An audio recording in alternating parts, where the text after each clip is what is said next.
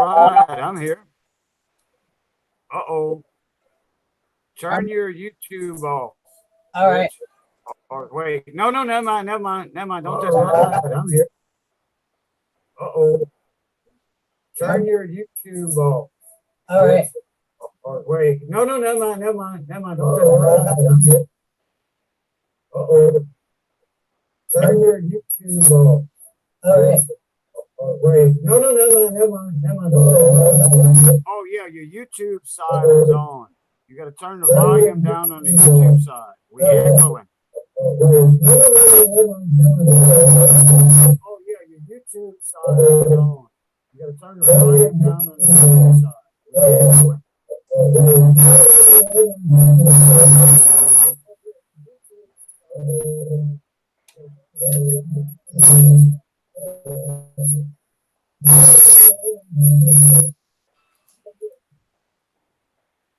Never mind, that was my YouTube side. Okay, I'm almost there, Cajun. Just a second. No, that was my YouTube side. I'm sorry. I thought I was muted, but I wasn't. No problem. I was trying to delete the other thing I was on. I mean, just get rid of the tab. No problem. I was trying to delete the other thing I was on. I mean, just get rid of the tab. Oh, I hear it on your YouTube side too. No problem. Yeah, I have quite a delay. I'm not used to that one. I mean, oh, I hear it on your YouTube side too. Yeah, I have quite a delay. I'm not used to that one. I hear it on your YouTube side. Yeah, I have quite a delay. I'm not used to that one. Just turn it down on your YouTube side, Rich. All right. Not the Hangout part.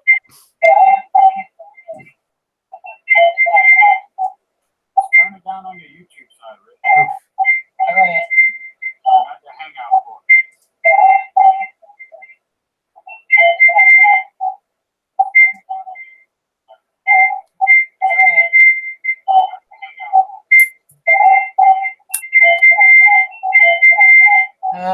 Sorry, guys.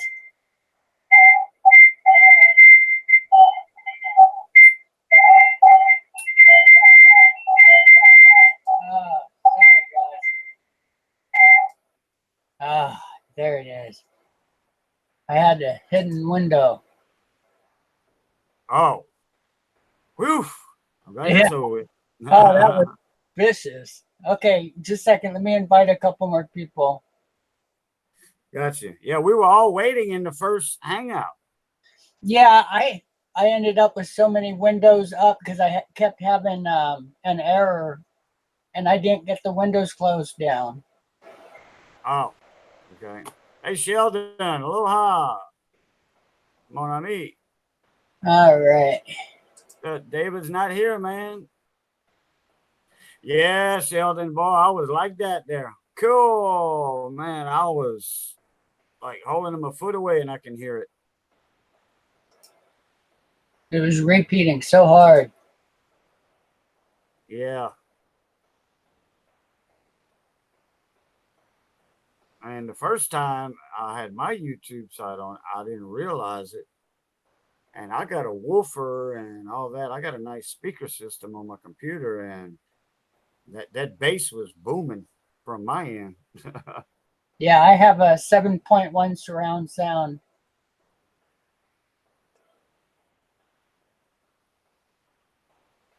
And I'm in a single room, so it was really booming. Oh, yeah. I even have dual subs. I need that high quality speaker system because I'm almost deaf in one ear.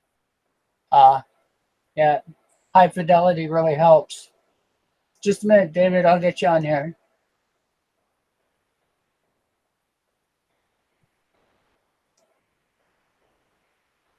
Hopefully Lake House will be here in a second if I did it right. Right. I gotta get me some coffee.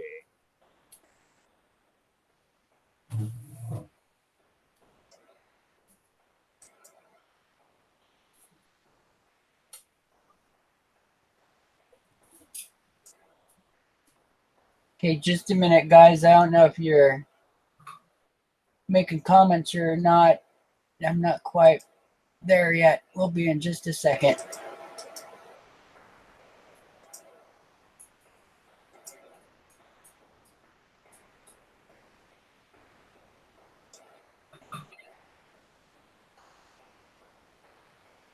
Man, that echo was vicious. I'm sorry, anyone who was affected.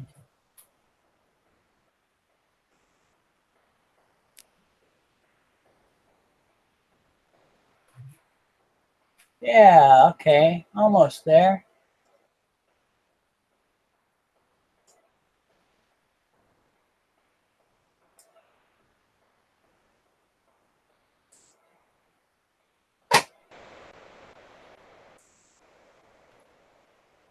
Okay.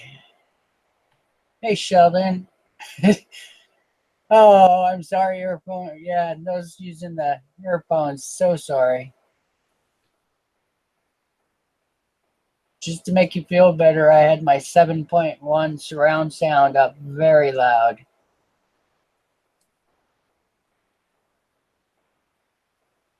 Yeah, but we don't hear it. We don't hear it echoing, so that's no biggie.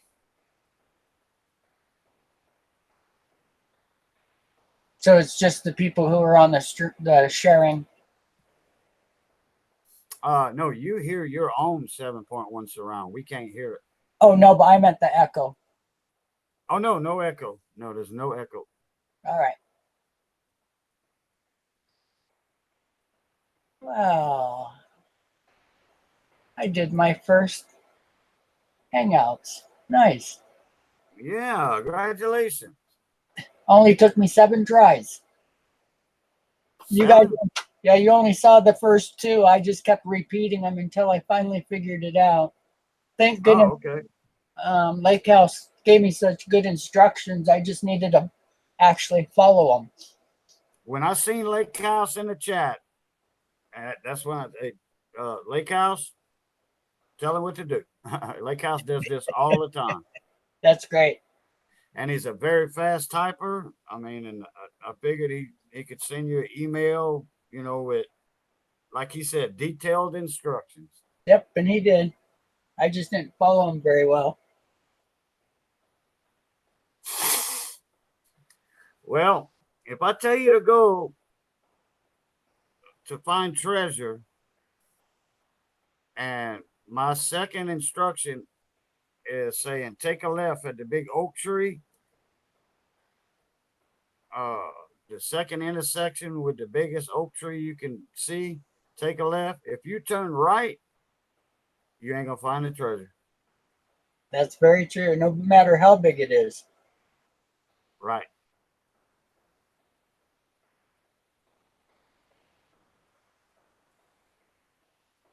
Well, cool. And you probably see all kind of stuff on your screen. There's all kind of options and all that on your screen.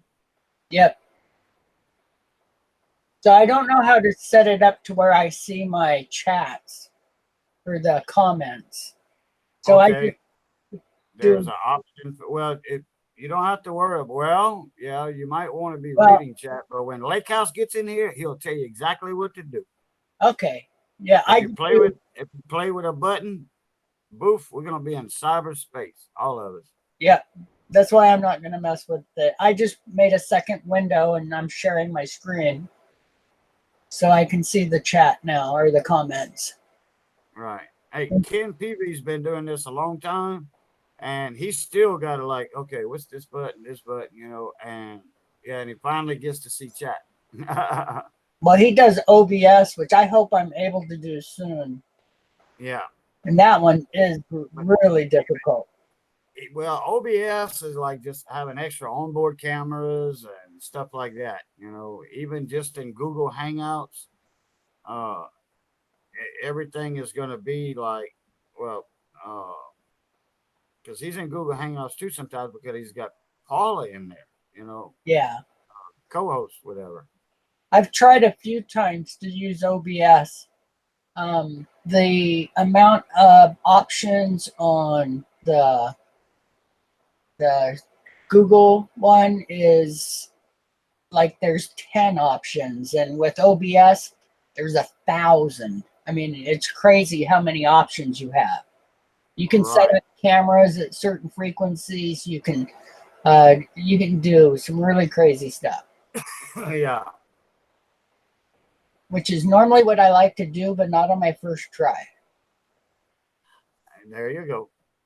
Yeah. You still got to take baby steps, learn with Google Hangouts, get the real hang of it for a couple months, what have you, or it depends on your That, learning curve, a couple of weeks or maybe sometimes, and then Google, OBS, Yeah, David's right. yep, I was Uh, just about to say that. I got a message telling me the first is the end of it. so you can see Hangouts. Yeah, Oh, yeah, I mean chat. I yeah, mean chat. I split my window, so I've got just a partial window with my camera screen on, and then I pulled up a second window for the chats. Oh, well, you got chat then. Yeah, there you go. Okay. I've got two screens, but the other one's too far away for me to see chat. Oh, okay. Yeah, I wear reading glasses, so Me too. I need that to see them small letters on the screen. 'Cause my monitor's not but like 16 inches or so. It's okay. Mine is 28. I still can't see it. Oh, now if I had a 28, I wouldn't need these. Yeah. You might be surprised. The print gets pretty small on the bigger screen. Well, it's because I've got 4K. That's what makes it small. 1080, it wouldn't be so bad, but 4K, it gets really little. Really? Yeah. Wow. I have an option to make it bigger, but it messes up certain programs, like my editing, which is really funny because, I've been using Adobe Premiere and um, all the different Adobe software for doing editing ever since it started. And I've never done a truly No, edited we don't have video. that. We got credit one. Yeah. David, did you get your invite? I sent it to I did the email. You should have got it. And Lake House should have got one too, but I don't see him in here. He might be stuck on that one dead one. Uh, no. Well, I tried to type in that first one, but it was already over with. I was like, "Hey guys, he started a second one, but he's not live yet." But it was already over with, so chat's over with on that by the time I typed it. Yeah. Because Lemonhead was in there, Lake House. I like Lemon. He's a funny Oh guy. yeah, oh yeah. So it reminds me of a friend I had. Hey, so what'd you have for dinner? I want to know. Uh oh, I just ate some leftover chicken barbecue on toast with mayonnaise and Cajun mustard. That was it. Ah, I thought maybe you had something that put you to sleep at 10 o'clock. No, I just ate a sandwich. Oh, and some homemade cookies. That works. Yeah, I know when I eat a really good meal, a big one, I, I had a tooth I go to bothering sleep. me, and I was on a TLT stream at like 7 o'clock, a little after 7. I got on there for a little while. I started. I got a little hungry, so I was making a sandwich. I got a phone call, so uh, I had myself muted on their stream, and I didn't want nobody to see me eating, so I turned my camera off. So it just showed my avatar, my St. Gordon's double eagle, Nice. and uh, and I stayed on the phone. I don't know how long, and then some giveaway was on that I was entered in with a kid with Johnny's coins. So I was on the phone watching that at the same time, and I finally got off the phone. That was over with. The giveaway was over with. They were just talking. Uh, and then I know my battery went dead. on my phone, so I wasn't in the stream no more. So I just went to bed. Everybody's like, probably, what happened occasion? What happened occasion? I couldn't even get back on to say bye, and I was eating and stuff like that on the phone. Yep, that's So frustrating. yeah, but when you get somebody calling you from out of state, yeah, you got to take that call. Yep. And I've got an iPhone 5 that I need to replace it, but I've got so much stuff on it. I just haven't taken the time to prepare for it because the battery dies in a couple hours, and if I'm using it Right. more, even quicker. I'm gonna see if I can get my camera set up where it'll show my monitor because I got something I want to show.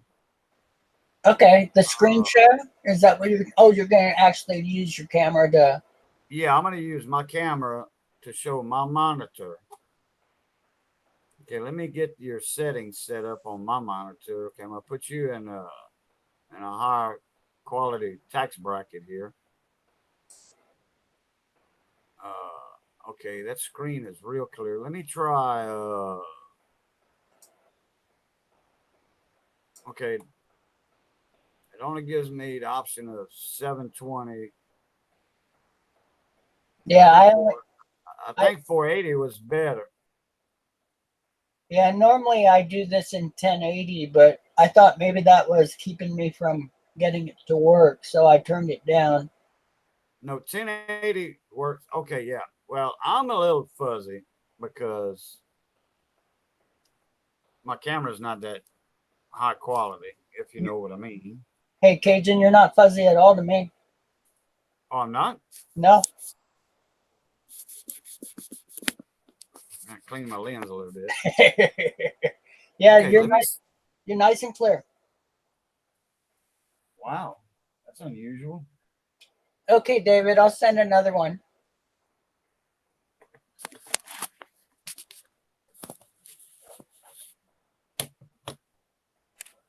Let me see. I don't want to make y'all dizzy here. I need a good tripod. I had a chance at one not long ago, and I passed it up. I shouldn't have did that.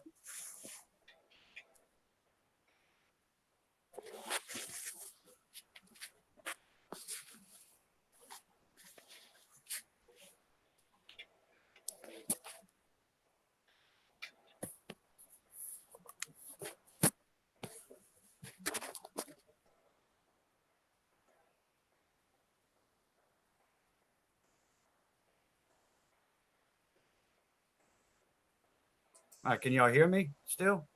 Yep, I could see something there for a minute.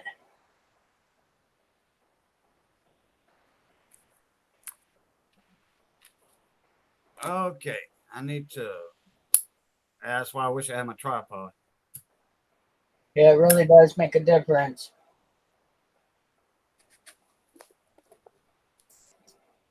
Let me see if that angle is going to get me a little better.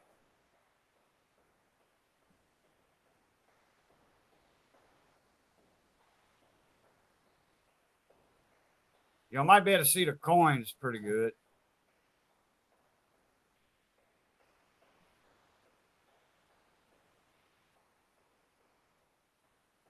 Let it catch up with the lag.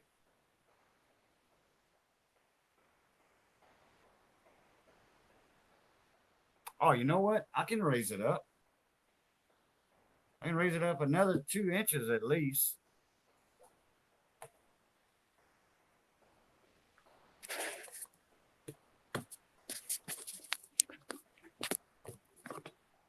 So I can see it.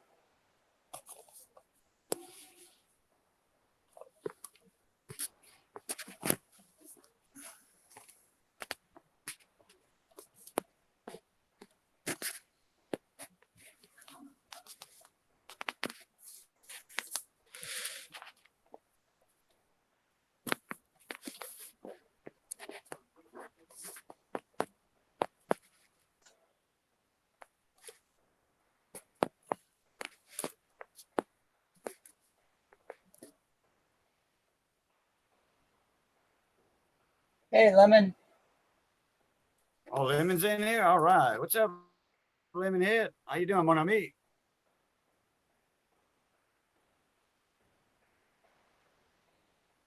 All right, let me let that finish. Let the lag catch up with it. Alrighty. I don't know if it was better the first time before I raised it up.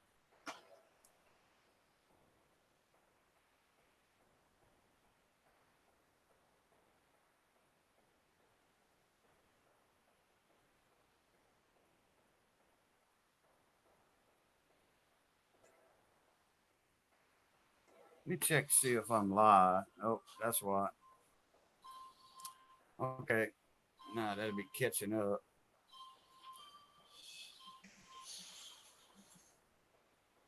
I don't know why it's still doing that. Okay, it quit. Wow, again.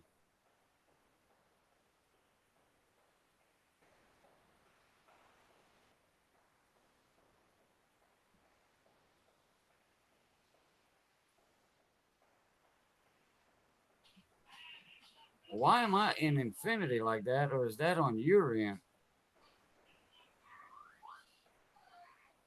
Um, Oh, yeah. I know what it's doing. I think it's copying off of yours or something. Hold on, let me see something. Let me see if I can get my camera set up and it'll quit.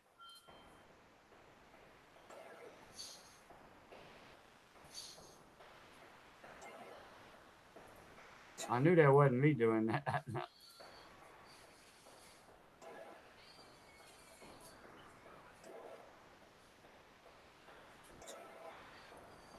If it still does it, I'm not going to worry about it.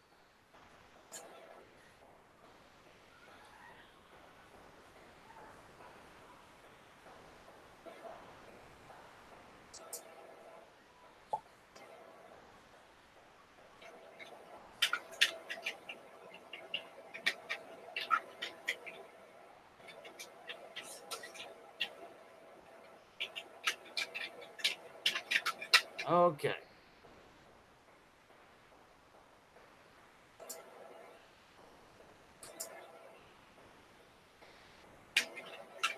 Uh, can y'all see that right there pretty good?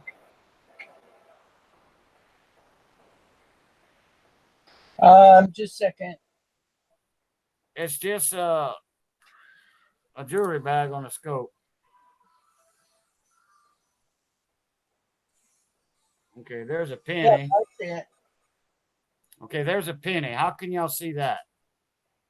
I can see that it's a D mint mark really well.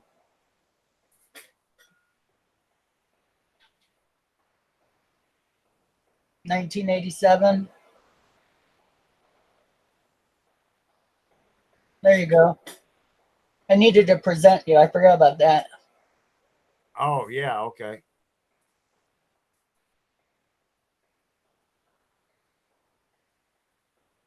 Ramon sent me this. Ramon Juan sent me this to look at it. You got some doubling going on. That's what he thinks. There's some zinc problems by the mint mark. See on the bottom of the D? Yeah. That's some zinc right there when it got stamped. That's all that is. Let me bring it in closer.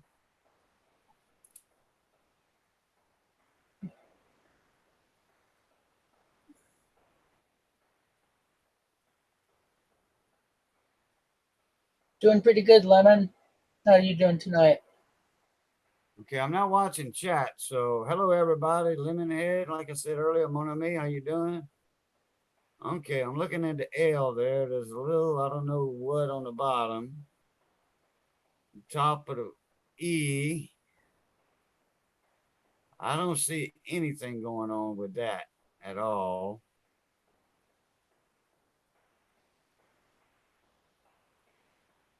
No double ear.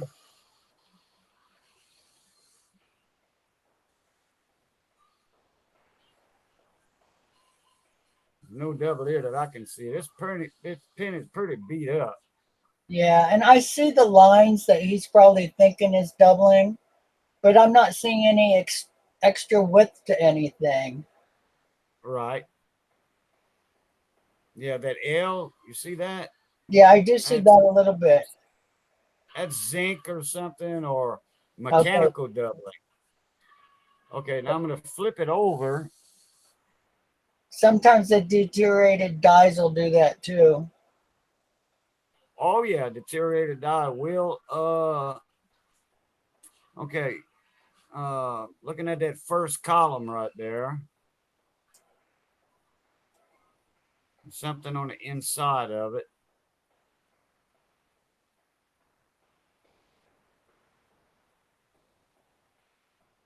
I don't know if that's what he's talking about because he didn't really explain obverse or reverse. Don't you love it? Something's going on with that eye. It's not too wide. Now, when I'm talking, Rich, I know you're going to see it before they see it on YouTube side. When I'm talking, can you see what I'm describing? Yeah, I can at the right time. Okay. I'm I can't see my camera, so I don't know what y'all seeing. I'm seeing state the STA right now in states. STA. Okay, good. That way I know where my camera's aimed at. Yep, you're at the end of states. No, I see of.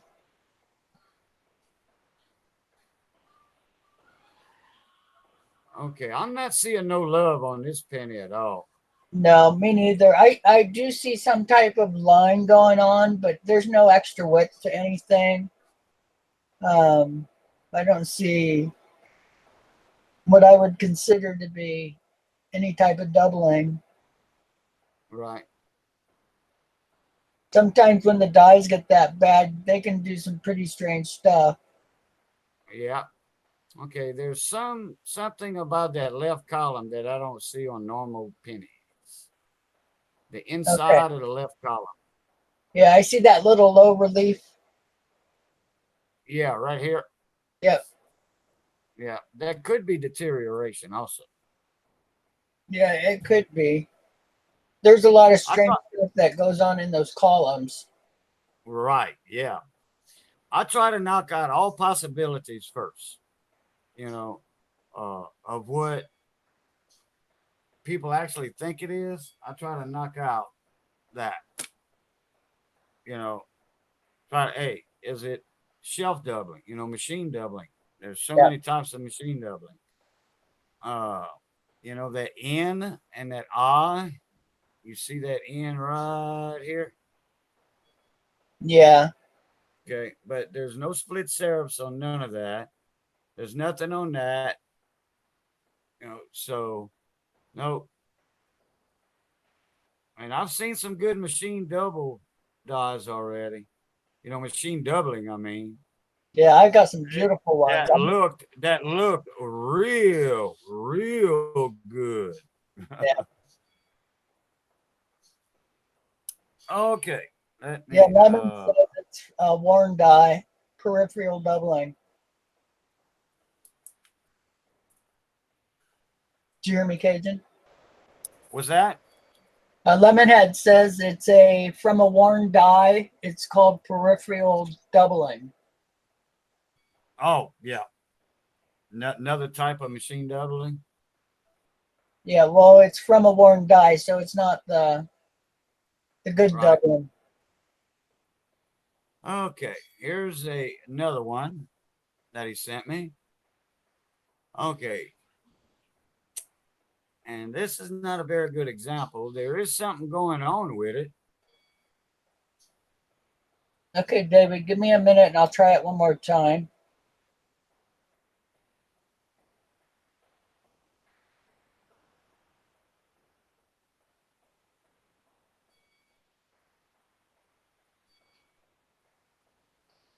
Well, it's a little pixelated. Are you seeing that shelving all the way around? Because it looks like it's all the Yeah. way around. Yeah. Yeah, And it's all the way around it, yeah, that's you know, machine. unless it's a shadow. on one side, Yeah, I've got some really and it's good half dollars, like and with heavy it's machine not gun. it's not shadowing.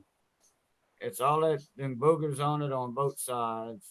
It's got some looks like it's ate up with something,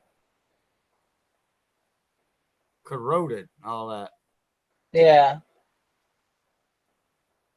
Well, sometimes if they're improperly cleaned and they're not rinsed off, it'll eat those areas really bad. And that's what it could be too. Yeah, that Ingal we trust. There's nothing there. If that was a doubling like the 95 double, oh, that train.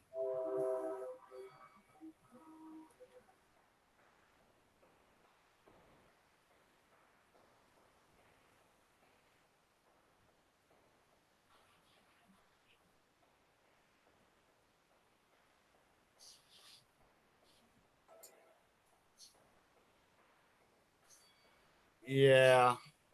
Uh, I'm not feeling nothing for this. Look at him. Look at the rim edge. Look how that's all ate up. David, check the comments.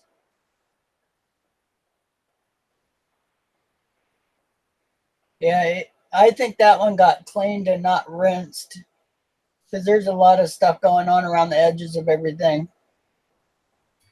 Right.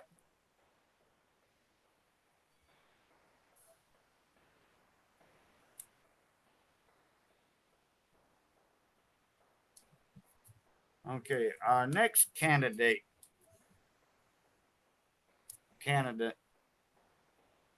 is going to be a dime he sent me, a Roosevelt,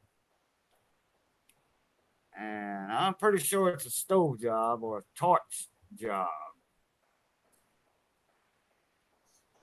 It looks copper in color. Yeah, Lemon said that other one was absolute machine doubling with very worn dies. Oh yeah, I agree with it. Hello. So, Hey, hey, David. all right, up to two people now. That's great. Thanks for joining. Well, thanks for allowing me to. Too bad we can't get Lemon in here. Yeah, I wish he could. He said he's not able to right now. Is that has that changed, Lemon? Can you get on? Because you're more than welcome.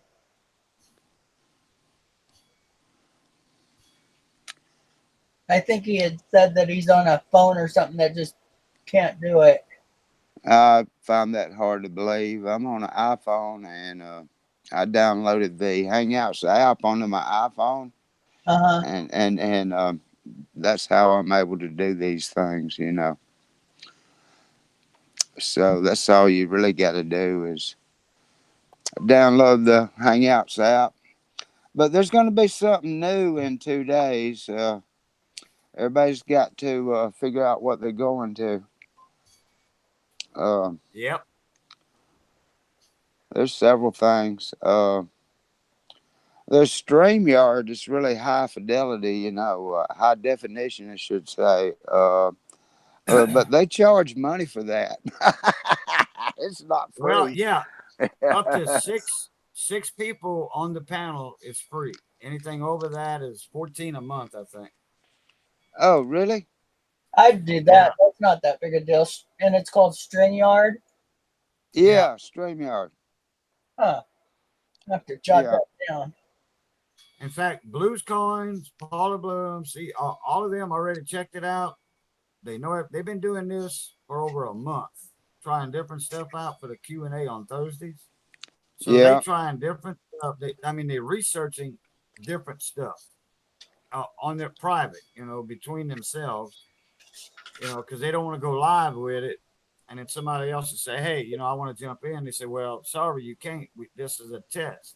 And then somebody get mad or whatever because they don't even have that app downloaded on their equipment. So they wouldn't better join in anyway. But some people to say, oh, you don't want me in here, you know.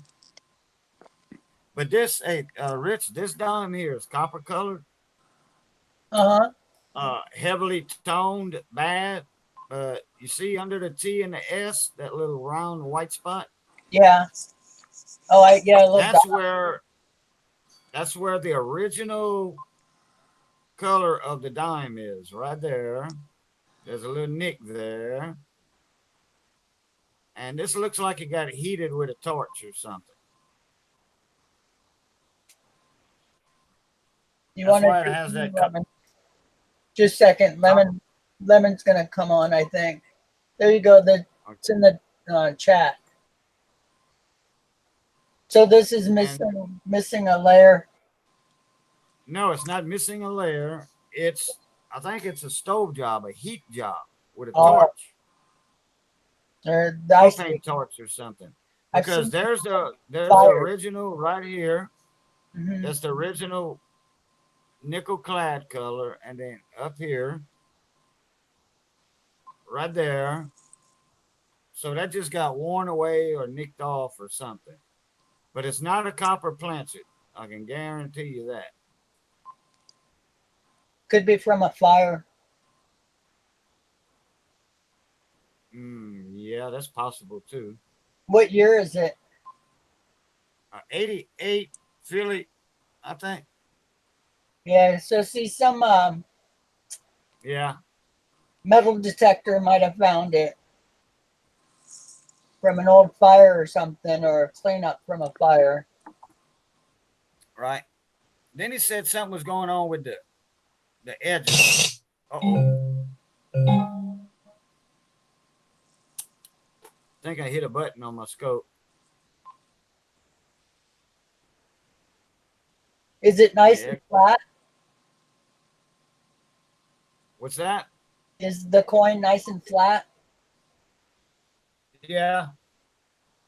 Then it probably wasn't a fire. Because if it would have changed the tone that much, I would have thought it would have maybe changed the shape a little bit.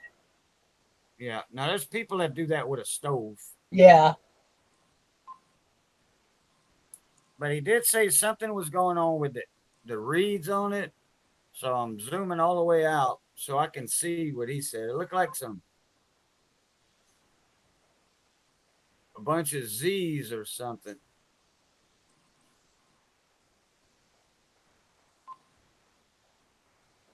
You're welcome to get on, Lemon. And I don't see a bunch of Z's on this rim. We're kind of in the dark. Oh, okay. What? I see it now. Okay, yeah, I have to move it a little bit.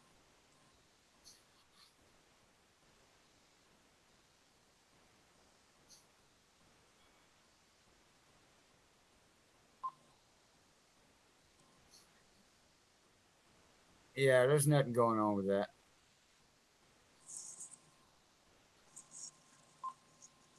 All right, that's it for that.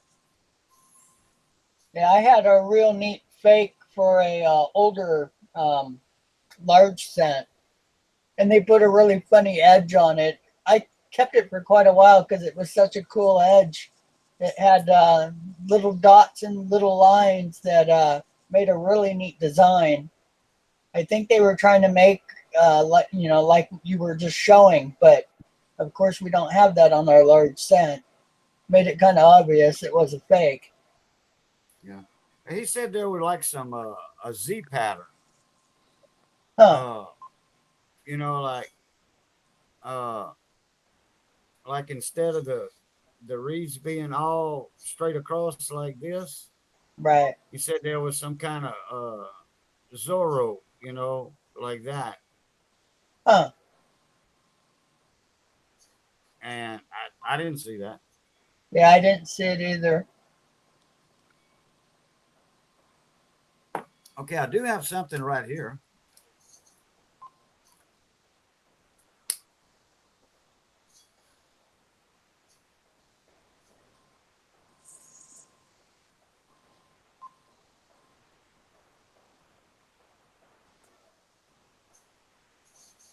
this is not the best example I have.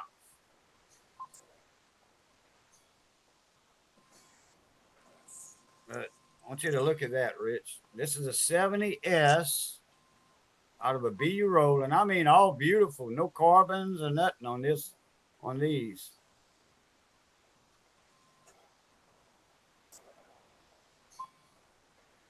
You see that, Rich? Yeah, What do you see with that F and that G? some doubling or some heavy shadowing. Doubling.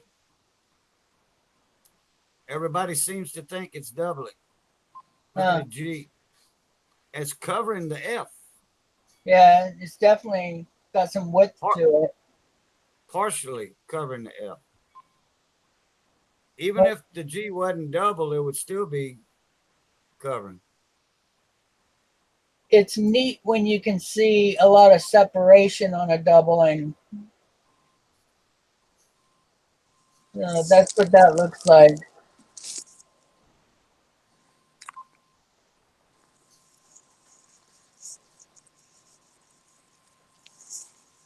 It's fat, I'll tell you that. But it's that G's covering that that lower bar F bar.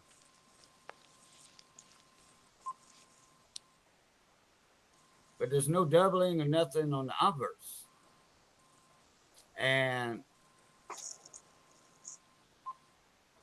look on the memorial on the bottom, on the side above to the left of the G. Uh-huh. There's no like mechanical doubling right there. Yeah, I think, normally when you have the machine doubling, there's definitely doubling close to the area that you're seeing it. Yeah. And I can't find that nowhere.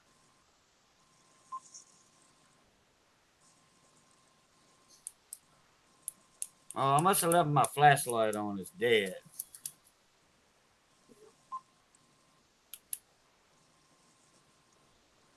Trying to get another source of light in there. Yeah,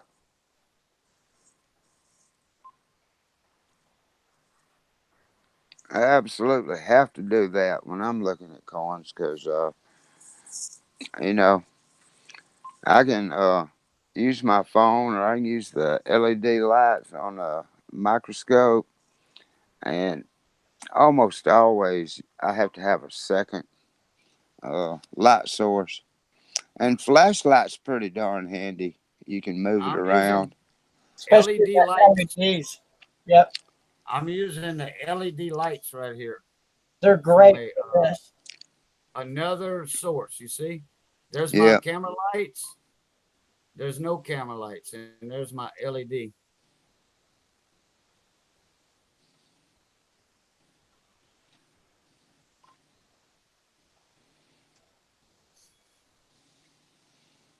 yeah.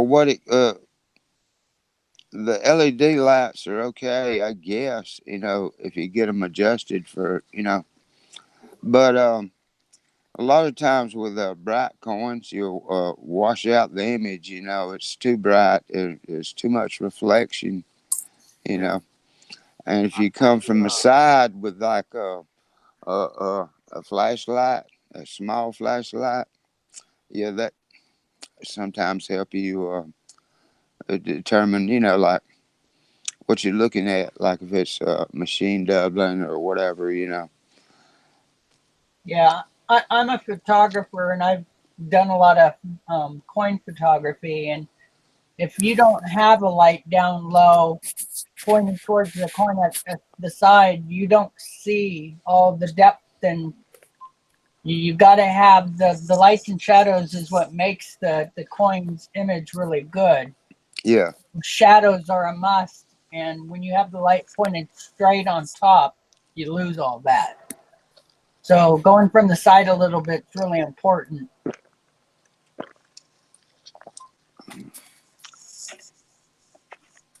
Okay, yeah, and I was trying to throw that LED light, that extra light. I turned the camera light down, which it's got a cheap switch on it, so it's very hard to adjust. Once you get to that certain point, it wants to jump on the less ohm part of it because it's a variable resistor.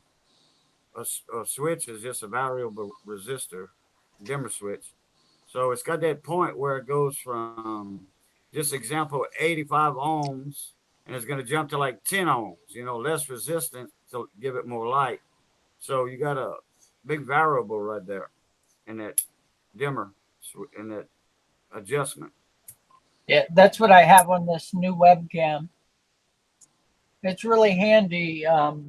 It's got like 20 different settings or steps, so it works really great. Right. Yeah. This one's just a regular old piece of junk. So Dimmer this one was 20 bucks. It's pretty cheap, but LED lights just do such a good job. Oh yeah. And I love their battery life.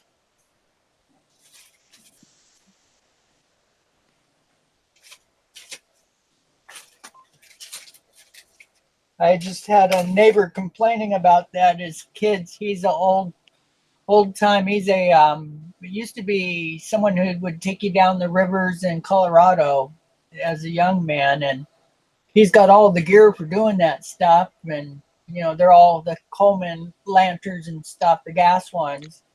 And he was setting up to go camping with them, and they told him to put his old stuff away. That they don't want to smell it. They don't want the kids to get burnt and all this stuff, and that they have this LED one. And he said, well, let's try them out and make sure they give the same light because my gas one's so perfect for this.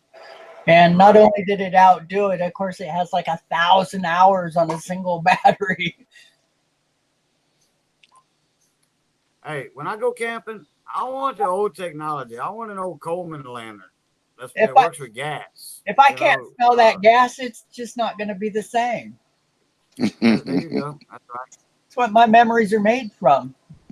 Yeah, yeah. And the smell of fish cooking on an open fire in the skillet. Yum yum.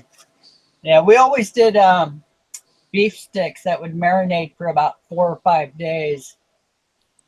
Oh, that was so good. Oh yeah.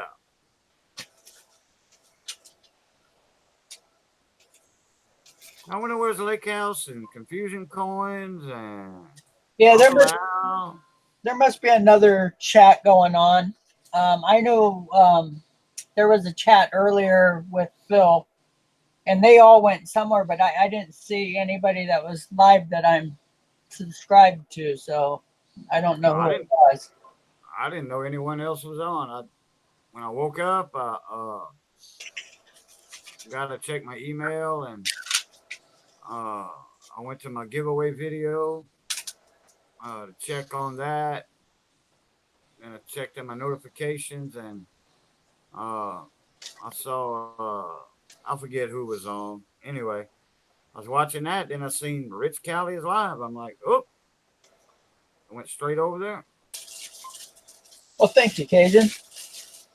And then that's when we were all in there. Was a bunch of us in there. Oh, I was watching EBG. That's what I was doing. I was watching EBG. He had a video out. He's back from gold prospecting, and he was making a video on his new Thursday on his. I saw him on one of the streams. Yeah. All right. So anyway, I seen you pop up. I went in there, and then David jumped in. Lake House, Confusion Coins, Lemon Head, I think. Yeah. And that's when we was talking about going live, and Lake House set you up. So then we here. Okay, well let's see if I can show you some stuff. I don't see anybody else on live. Nope, there's just us. Is there anyone in chat right now? I didn't see anybody. Let me check again. In chat, David, is you, Lemonhead, Penny, and me. Yeah, and in fact, there's only 2 watching right now, so it's the 2 of you. Oh, Lemonhead's. Let me check something. No, Lemonhead's still here. Huh. Oh, I'm set on top chat again. Darn it. Um, I've got his last message saying, "Yeah, I can get on now," and I sent him Yeah. a link. That was about 10 minutes ago. Well, like if you go to say hello to somebody and you hit the at symbol and like the LE for lemon, and his Uh-huh. name pops up, and you just click on that name, and it automatically puts his name in there, and it highlights his name. He sees it in orange, and he can spot it out of a fast moving chat. Huh. He can spot my comment in a fast moving chat by me highlighting his name. So you just highlight it by dragging your cursor over it?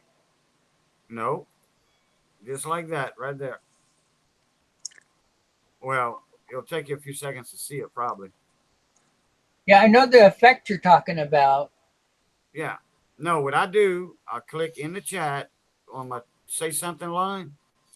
I hit the at symbol. Oh, okay. See, I And, wondered why people did that.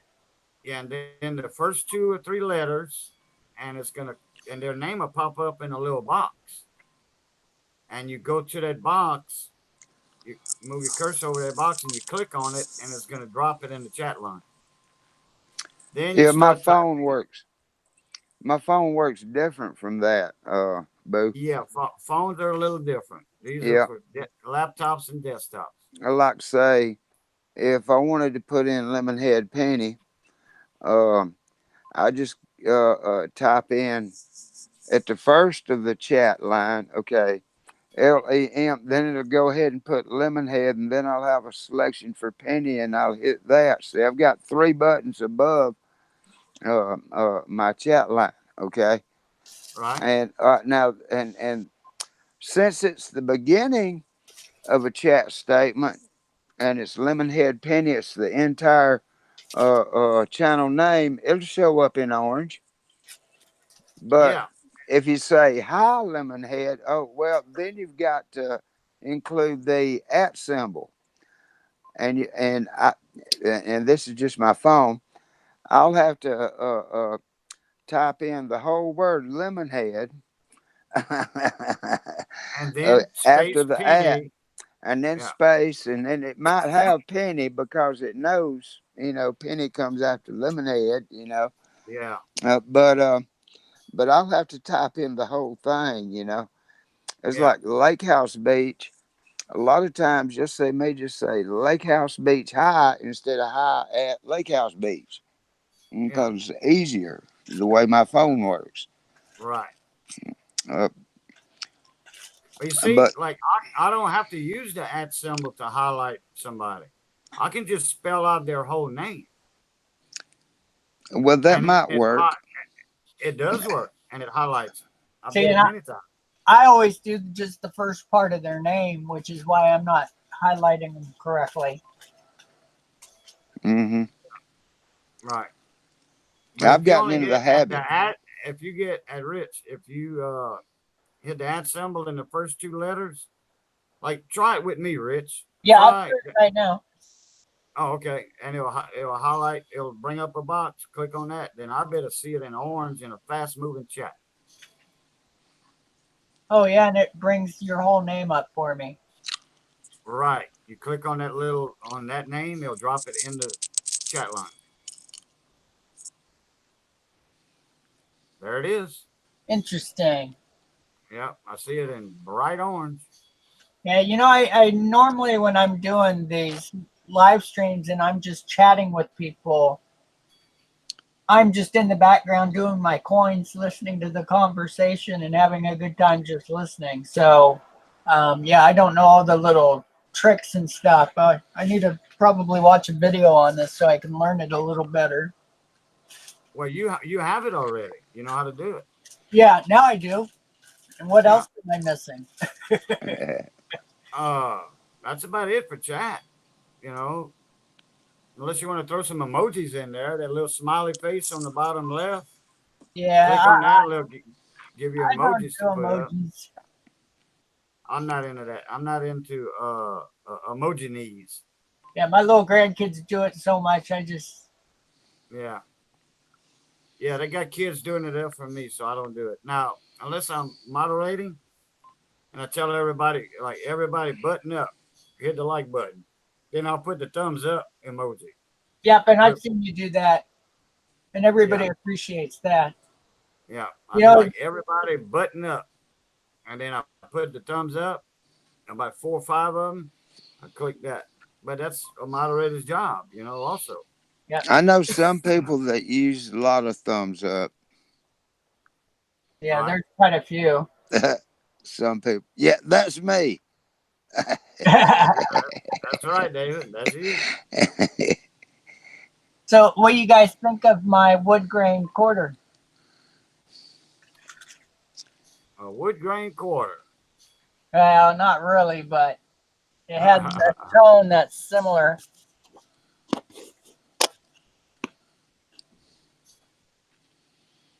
The backs Oh, and I'm not used to looking up at this camera. I need to lower this puppy a little bit.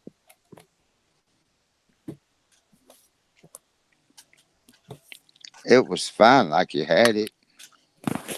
Yeah, but I'm not used to looking way up at my camera. gonna put a kink in your neck. Yeah, get a creak in my neck.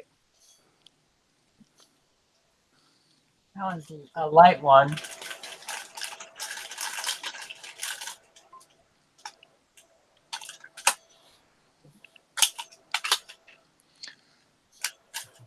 So, Rich, so like this morning, I didn't get in chat, but I watched like 45 minutes of your stream this morning. I was getting ready to actually go to work this morning, which is highly unusual for me to go to work. But yeah, that's what I was doing. So I didn't bother to get in chat because I was going to have to get out, you know. But yeah, I watched. You showed some coins. I saw some of them. Did you see the Oh, stamps? yeah, stamps and the foreign bills and uh, those things. Yeah. Yeah, I've got a really good collection of stamps. I just need to get a hold of somebody that knows them so I can Yeah, you had tell. Christian on this morning from Yeah, Germany. Yeah. Uh, he says he knows 1900 and on. Most of my Germany stamps are before his preference. yeah. Uh, you got some Kaiser stamps, huh? Man, I got um, big giant totes. I got like 6 of them. I had an uncle that did it in 1910. He was collecting old stamps for him. The only stamps I have are from Guyana. Uh, they're all in good shape. The ones that I have, um, they came with uh, um, a deal. My wife was buying peace dollars, like one a month, and they'd come with a peace dollar, and that there would be a written out bunch of stuff that happened that year in history, you know.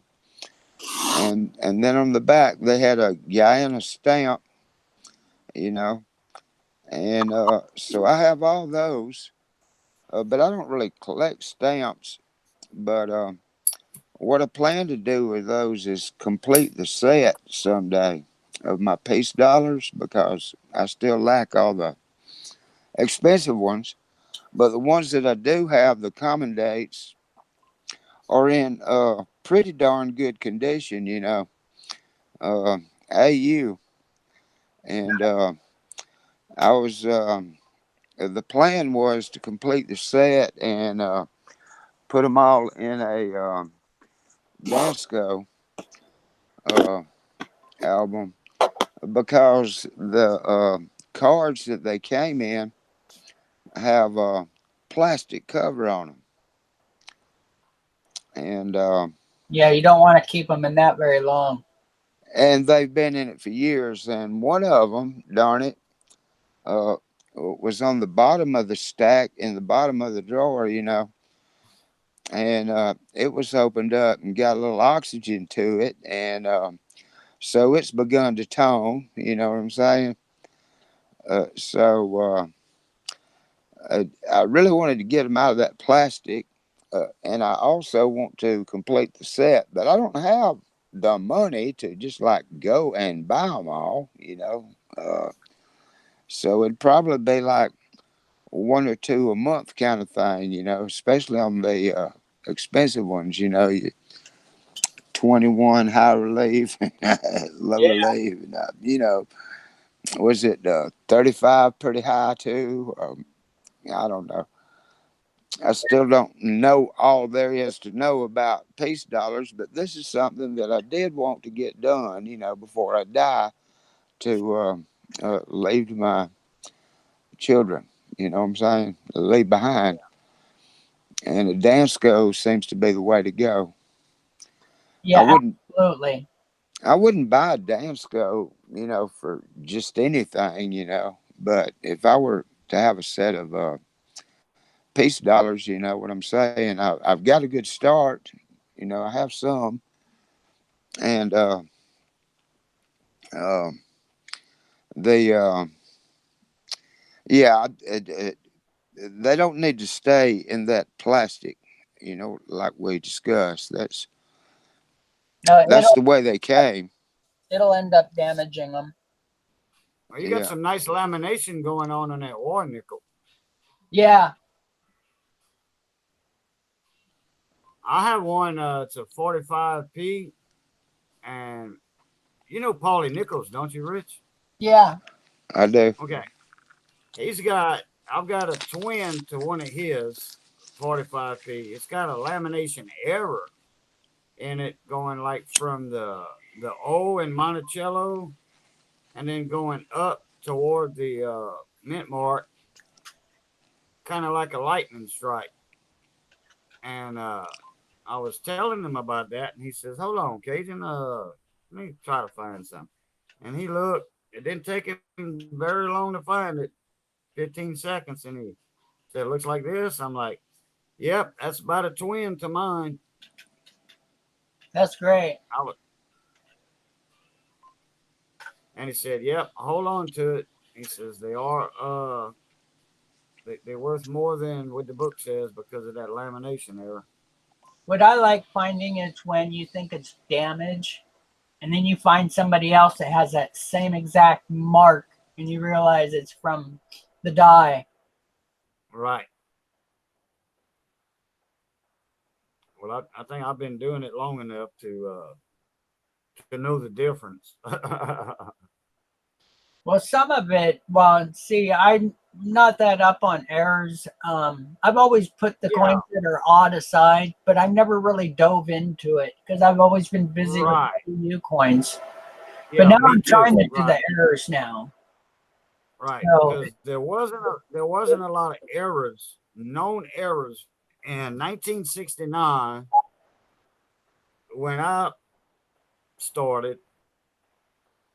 Like I started a little early. Well, 69. Yeah. I'm on the safe side on that one. I know that for sure. actually, there was a book in 69 or 70. There was a book that showed, they called it things like Vampire Lincoln and things like that with the odd dye Yeah. issues that were Yeah. causing. But I wasn't familiar because I was a little too young at the time. Oh, okay.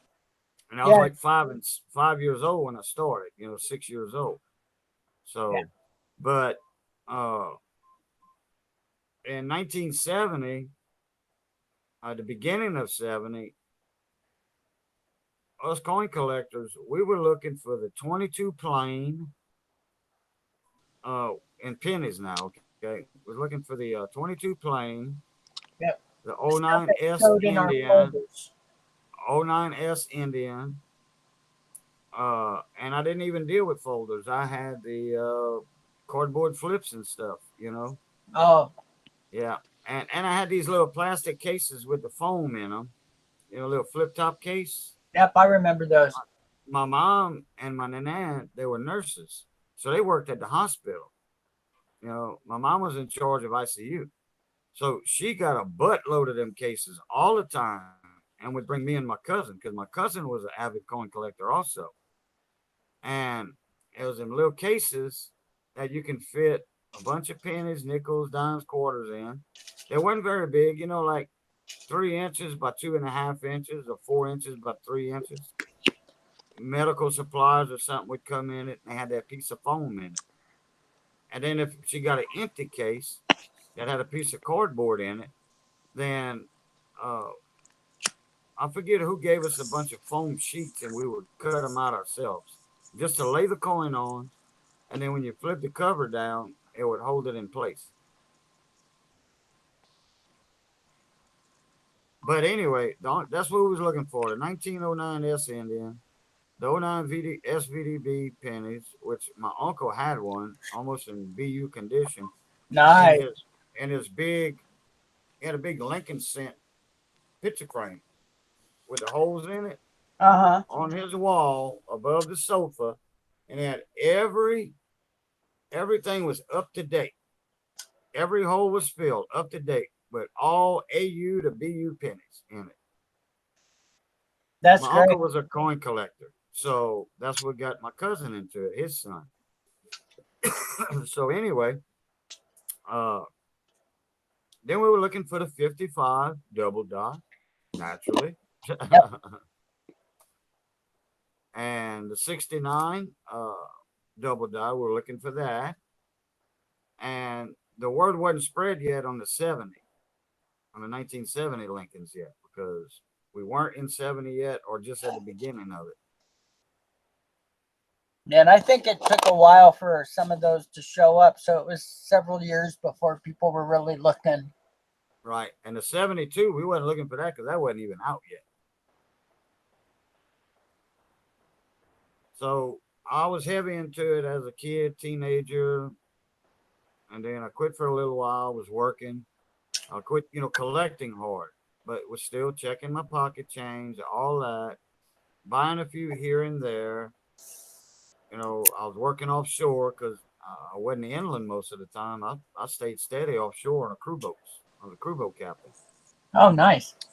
So uh, I got back to it again in the early 80s, like when the 82 transitional year came out. I was in it. So I was buying up rolls and rolls, as many bank rolls as I could get. Uh, I must have had, I don't know, 25, 30 of each. So Nice. the P's, the D's, and, all that, just to kind of make sure I had every variety out there, small date, large date, all that stuff. So you were Then, getting this from a bank or were you getting it from a store? no, the banks. And they had boxes of brand new pennies. Nice. Yeah, that's the So way I, to I do it. would just get a few rows at a time, like 10, 15, or 5, 10 rows, and go back the next week, get another 5, 10. I had a family. I had a wife and kid. No, actually, nope, that was before my wife and kid. But anyway, like I said, I was offshore most of the time. And uh, then I got out of it again for a little while. When I got married, had a kid, I got out of it for a little while. Still had most of my stuff.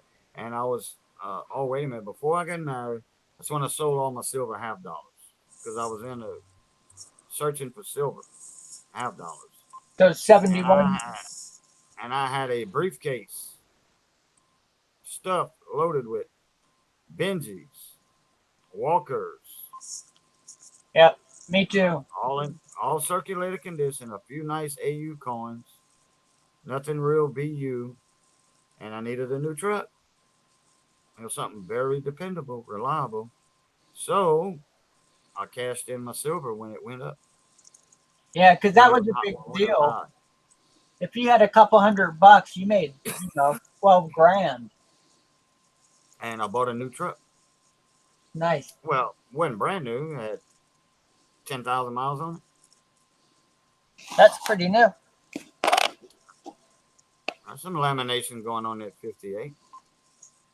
Yeah, I'm realizing because I've never put these on the scope before that a lot of this toning that I'm getting that I'm thinking is similar to the wood grain is actually toning coming from the raw parts of the coin causing Right. issues. Well, that was the alloy mixture that's finally showing its colors. Yeah,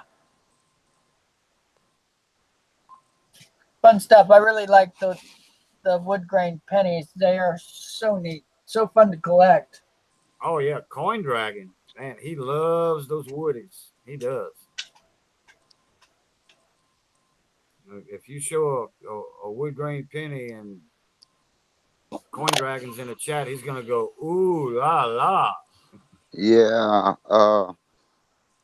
I don't know what it is about him and Woody's. I don't know if he just likes them or he likes to sell them or what. But when you He's started got a showing lot. those Woodies, Rich, that his was the first name to come to my head. And Yeah. then I went to Corn Dragon Stream, and you were in it. After I done typed all that crap, I noticed you were in there. Yeah, Yep, I remember you saying that. I was laughing pretty good. yeah, Yeah, I'm gonna sell a couple of them just so I can do them for my trade stream, but I really appreciate them. I'll probably only sell a couple. Let Coin Dragon know ahead of time some kind of way. That way he can get it. Hey, what was up with that 81D? Wow, that had a good silver looking color to it. The 81D, the D, the dime that you got there. That sucker's got, it looks like silver, don't it, David? it's heavily toned. Okay. Using stock, it's actually pretty flat looking, and it Yeah, has a cream look to it. yeah. All those letters are real fat, too. Yeah, it's just got some kind of damage that has caused all this color. Oh, yeah, it doesn't have that real bright nickel color to it. It has that dull silver look. I find sometimes when there's a scratch like that, I see it the most with the laundromat coins that hit that circular thing in the machine and they get that Yeah, scratch all the way around just inside the rim. Sometimes I get those, they go so beautiful in color, but unfortunately they got a major scratch, but I keep them anyway. yeah. I just love the toned ones, doesn't matter why. And That's that an D looks a oddity. little fat. It's an oddity coin. Yeah, well, I think because they sit in a tray for a little while with other coins, or the way they're stored is with pennies and nickels, and it just affects that raw material, and it often yeah, is special. yeah. Hey, Christian's coins. I didn't see you. I'm sorry. How you doing, mon ami? Yeah, we're trying to do a trade for some old bills that he has, some old notes. All right. Oh, hey, he loves to trade now, and he sends out good stuff. That's He great. does. He does. He's He's after got like, W quarter. Well, he's after the newer memorial quarter with the faces on the ridge. I forget what that's called. With the probably with the presidents, I think is what he's after. the presidential coins. Yeah.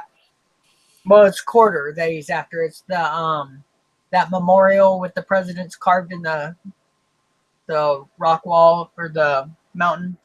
Mount Rushmore. Oh, Yes, Mount Rushmore. Oh, okay. I The think state that's what he's quarter, after. or the National Park quarter. Oh, Christian is answering you. Yeah. Yeah, he said doing good, and you. I'm in chat now. I am I'll not go. in chat. Yeah, but Uh, I'll let you know if somebody shows up. It's hard Now I uh, can. on the phone, isn't it? Yeah, because he has to switch a bunch. He has to switch something over and all that. Sometimes it knocks him off.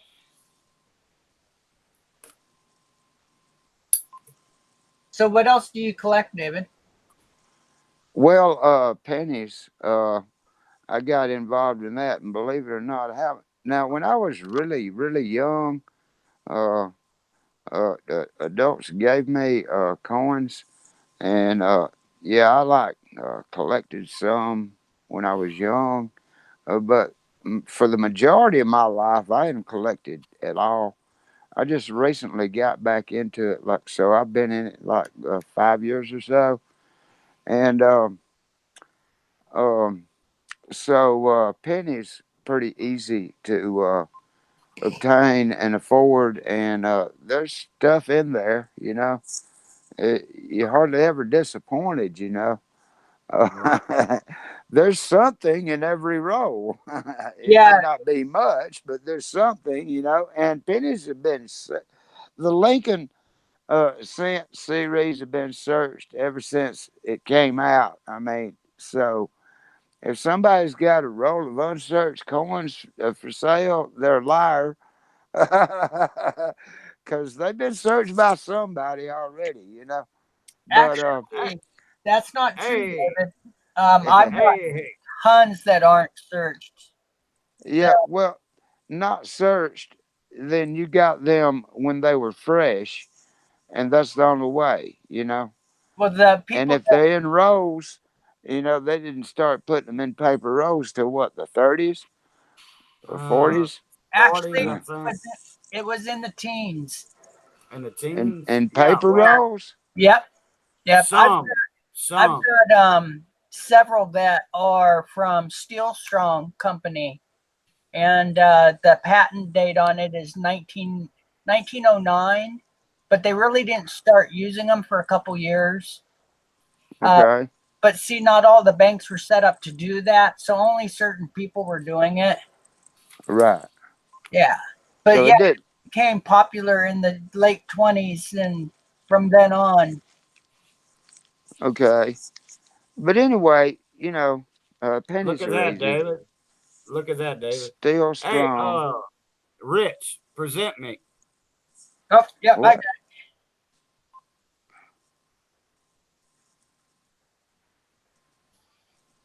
What? Uh-oh. Coin Captain. How you doing? Oh, Echoing Captain, bon matin, eh? And Hector's in here. Hi, Hector. Yep, I said, yep, Hector's in here. yep.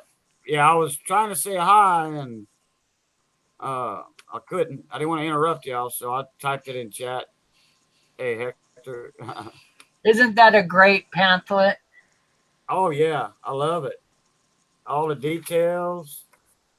I like this right here, That's the ones I have. right? Yeah, I've got Now all those coin wrappers. is this an original pamphlet or a reproduction Nope, it's later in the original. years? It's original.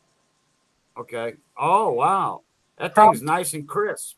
yeah, it's probably from either the very tail end of the 40s or somewhere in the mid 50s. Shows all their products.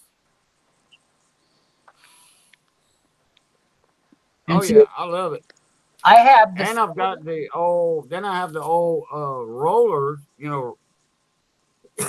Wrappers that you sent me. The one for the machines. Yep. All Yep. that's in an envelope and it's in a heavy uh, parts catalog, about 3 inches thick. Nice. And then our you see, when I was a kid, I remember the penny rolls. They have two sizes. Remember the small ones, the half rolls, and the big rolls. And my fingers were short, so I would rather roll with the short rolls, than with the long rolls. Yep. So, and I knew I was telling somebody a good while back, a long time ago. I think I had it in a video or something that I remember the 50 cent roll and perhaps the dollar roll, or it might have been the other way around, a quarter and 50 cent. And somebody said, no, I don't think. Somebody said, I think I remember the long rolls and the short rolls, but they couldn't confirm 50 cent a dollar.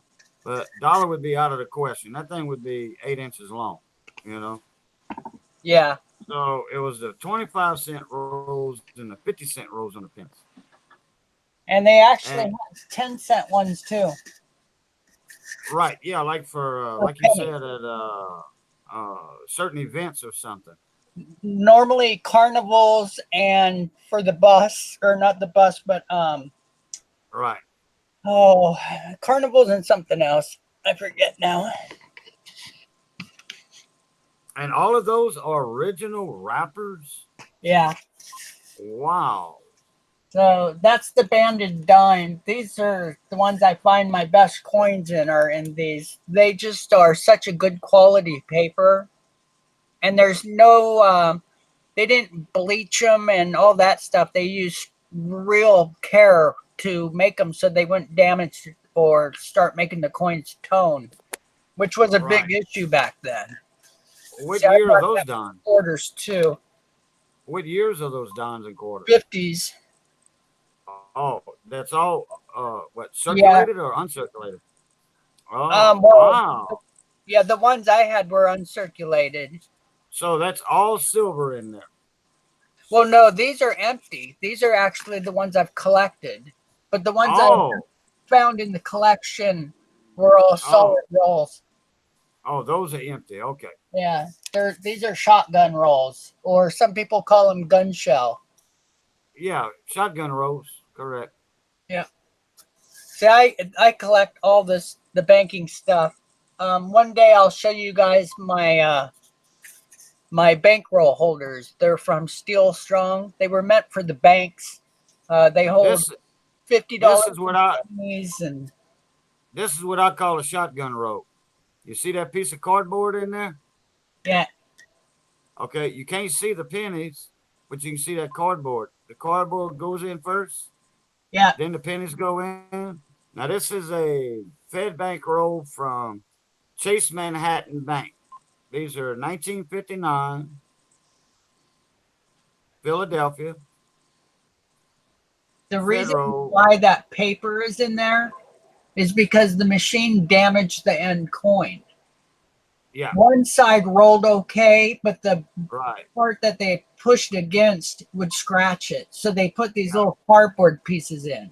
yeah. That's what I call a shotgun roll right there because old Yep. shotgun shells had that on the end of it instead of it being crimped like the newer style we got shotgun shells now. They crimped. Yep. Yeah, that's how they were years and years ago. I remember those old 410 shotgun shells from the 1970, 71. When I had my first shotgun, the shells would come with that white paper on the end of the shell like that. Yep. So here, look at these ones. This one is a little older. And you're going to see that same. It's just not focused. Oh, there we go. So Oh, this you're gonna has have the crimping too. Rich, hit present all. Oh, Present everyone.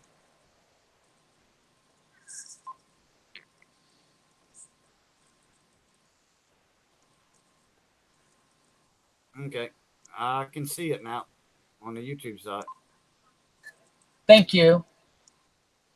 And you guys need to watch me for that because I'm still too new to remember to do Hey, this. hey, even people been doing it a year or two still do it. They forget to hit present all or whatever. That's no biggie there. See, now I give Oh, you a couple that are actually really rare. I only have just a handful of them. Um, I forget the name Dave, of them right now. David, Mm, Hector wants to know how you've been doing. who? Hector wants to know how you've been doing. Oh, hey, Hector. Yeah, I'm doing okay. How are you?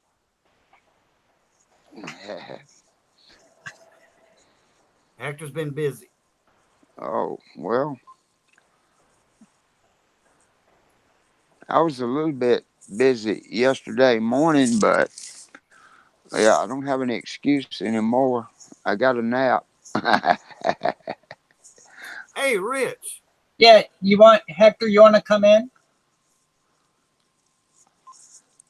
Yeah, that's one thing I was gonna ask.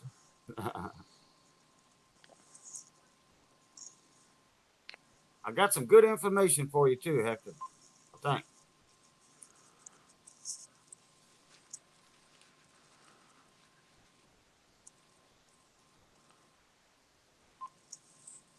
Hector, don't beat around the bush when you come in. Say, hey, y'all send me a link. You I'll know, buzz me in.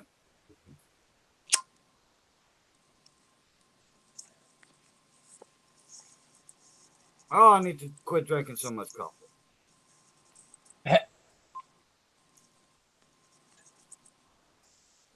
It's time for me to start a pot of coffee. I'm already almost finished the pot. Hector, I'll just put it in the chat. I'm in my fourth pot today, third pot today. Well, I slept since then, so. Okay, Rich, as soon as Hector grabs that link, please take that link, retract that link. All right. Because, man, there's a troll will be in here, and man, he'll come in and infect the Yeah, whole Yep, bunch. I I, know, man. It'd be like a troll like me will get in. I've done it before. Yeah. am I able to kick somebody out of Oh, the yeah, I hangout? can too. I can too. I can kick them out too. Okay. Uh, I just wanted to make sure I knew that I had that option instead of looking for it and not having it. Yeah, I can do it almost instant. hopefully, now I've heard a story about a troll really messing up somebody's live stream. Uh, Yeah, a couple of them. yeah, a couple of them. You heard the same story, didn't you? Well, I was Eh, there. oh, you was there. I was Okay. there for three of them. Oh, Ken okay. PV, when that guy was in there shaking his booty Okay. naked and all that. I was That's the want to make one. sure I had that option instead of looking for it and not having it. Oh, Hector, turn your YouTube down. Mute it. It's muted. That's Okay. better. We can hear you now. Hey, Dave. It's the first time I've heard you. I mean, I've heard you before, but we've never had a chance to talk to each other. I know.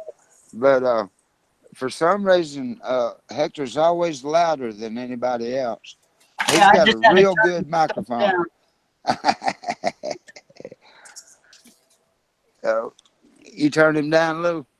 Yeah, I've got a Yes. 7.1 surround sound, so he definitely jumped out of the rest. Yeah. So anyway, yeah, I was there for Ken PV's Woolly Booger troll. I didn't know it got that bad. Well, what the guy did, he just came on in Hangouts, and because it was set to public, you know, and he was dancing around naked, shaking his booty and all that, showing his stuff. And then another time was in TLT's stream where they had a woman spread eagle naked. Oh, jeez. And it happened again on Trey's Treasure stream where they had, I mean, like 3 or 4 times during the stream. Finally got out of that stream and started a new one, which there were a bunch of people having what they call an orgy, and they were showing I remember everything. those. Yeah, I figured Oh if my I gosh, I remember those. 50s, you guys Yeah, would Hector, I start think you were recognizing. there in Trey's stream. Yeah, I think you were there for that, Hector. Yeah. Well, I didn't see the lady. I just heard about it during the chat. I remember those Oh, stamps. I was a kid when I saw those. Let me Oh my see. gosh. yeah, Why did I yeah, remember? Oh, because it's 4-H. That's what it was. yeah. I used to have that My stamp. older cousin, my cousin used I, to be in 4-H. So I this used to was have that stamp. 1952. I used to have it. I was collecting in the 70s. And I was dealing with a Are these all company. 3-cent pennies? 3-cent stamps? Yep. Oh, I used to. I don't remember those. yeah, these are all 1952.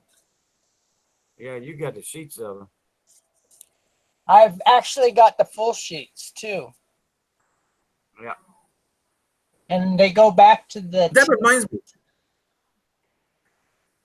And this is what Rich. Do my full uncle was sheets of collecting. cash, either ones, fives, tens, or 20s, Are they valuable just like a single dollar bill, like it's Star Note or like that? They're worth more in a sheet, yes. Yeah, and there's collectors that really seek them, but I've got Uh-huh. some coming. I've never really priced them out or anything before, but I've got a couple of them coming.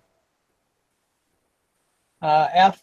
Condi, I think that's his name. Frank. F He's a nice Frank guy. Condit.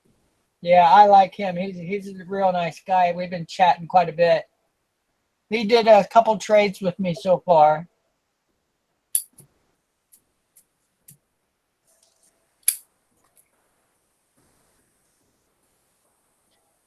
I I have to had that one. dig down to the bottom of my pile and show you guys some of the turn of the century ones, because I have them in full sheets and quarters too. Now these are quarter plates, right? Right.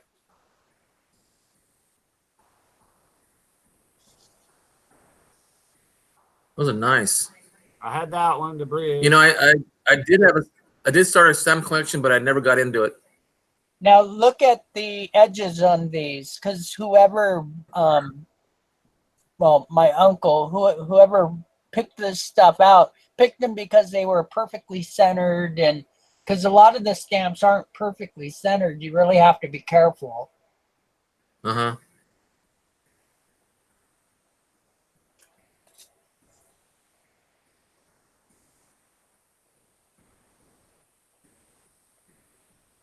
So what are y'all doing, Hector? You just making arrangements for the future and all that stuff and everything? Well, I had to fill out some a timeline for the last month, the things that were happening with mom, and she just got out of ER twice this month, and my brother said that there was no appointment tomorrow morning at 10:30.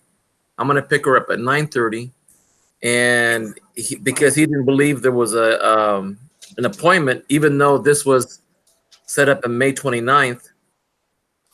He was refusing to let it go. And I said, that's not a good thing to do, Michael. And Refusing so for we the had a what?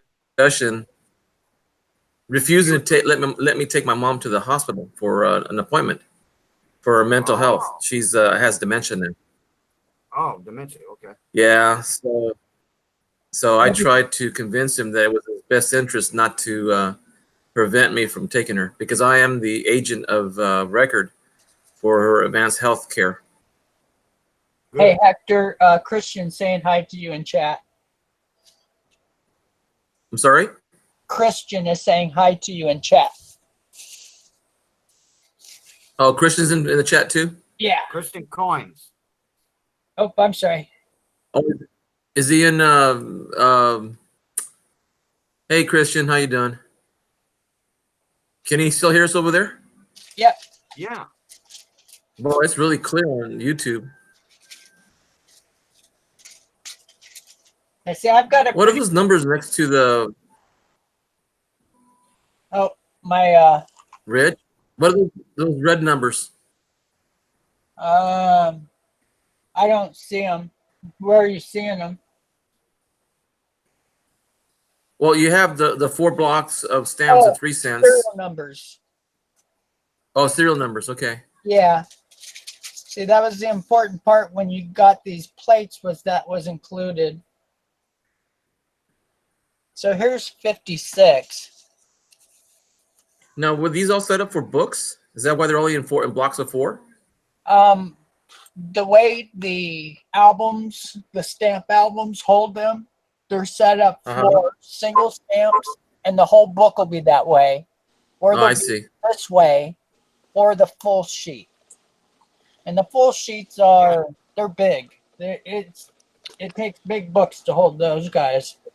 Okay. It depends on which pages you have, Hector. Oh, I see. Okay. I hardly know anything about stamps other than when my dad was alive, I always bought the Purple Heart ones. That was his favorite stamp. It's like kind of like this, Hector. You see these right here? Where are you? Whoa. He's on the screen. I'm Well, in Hangouts on the panel, and it'll be on the YouTube side of it on the big screen. Okay. Second.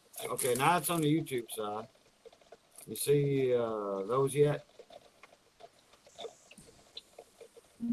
No. You got some lag. Wildlife conservation.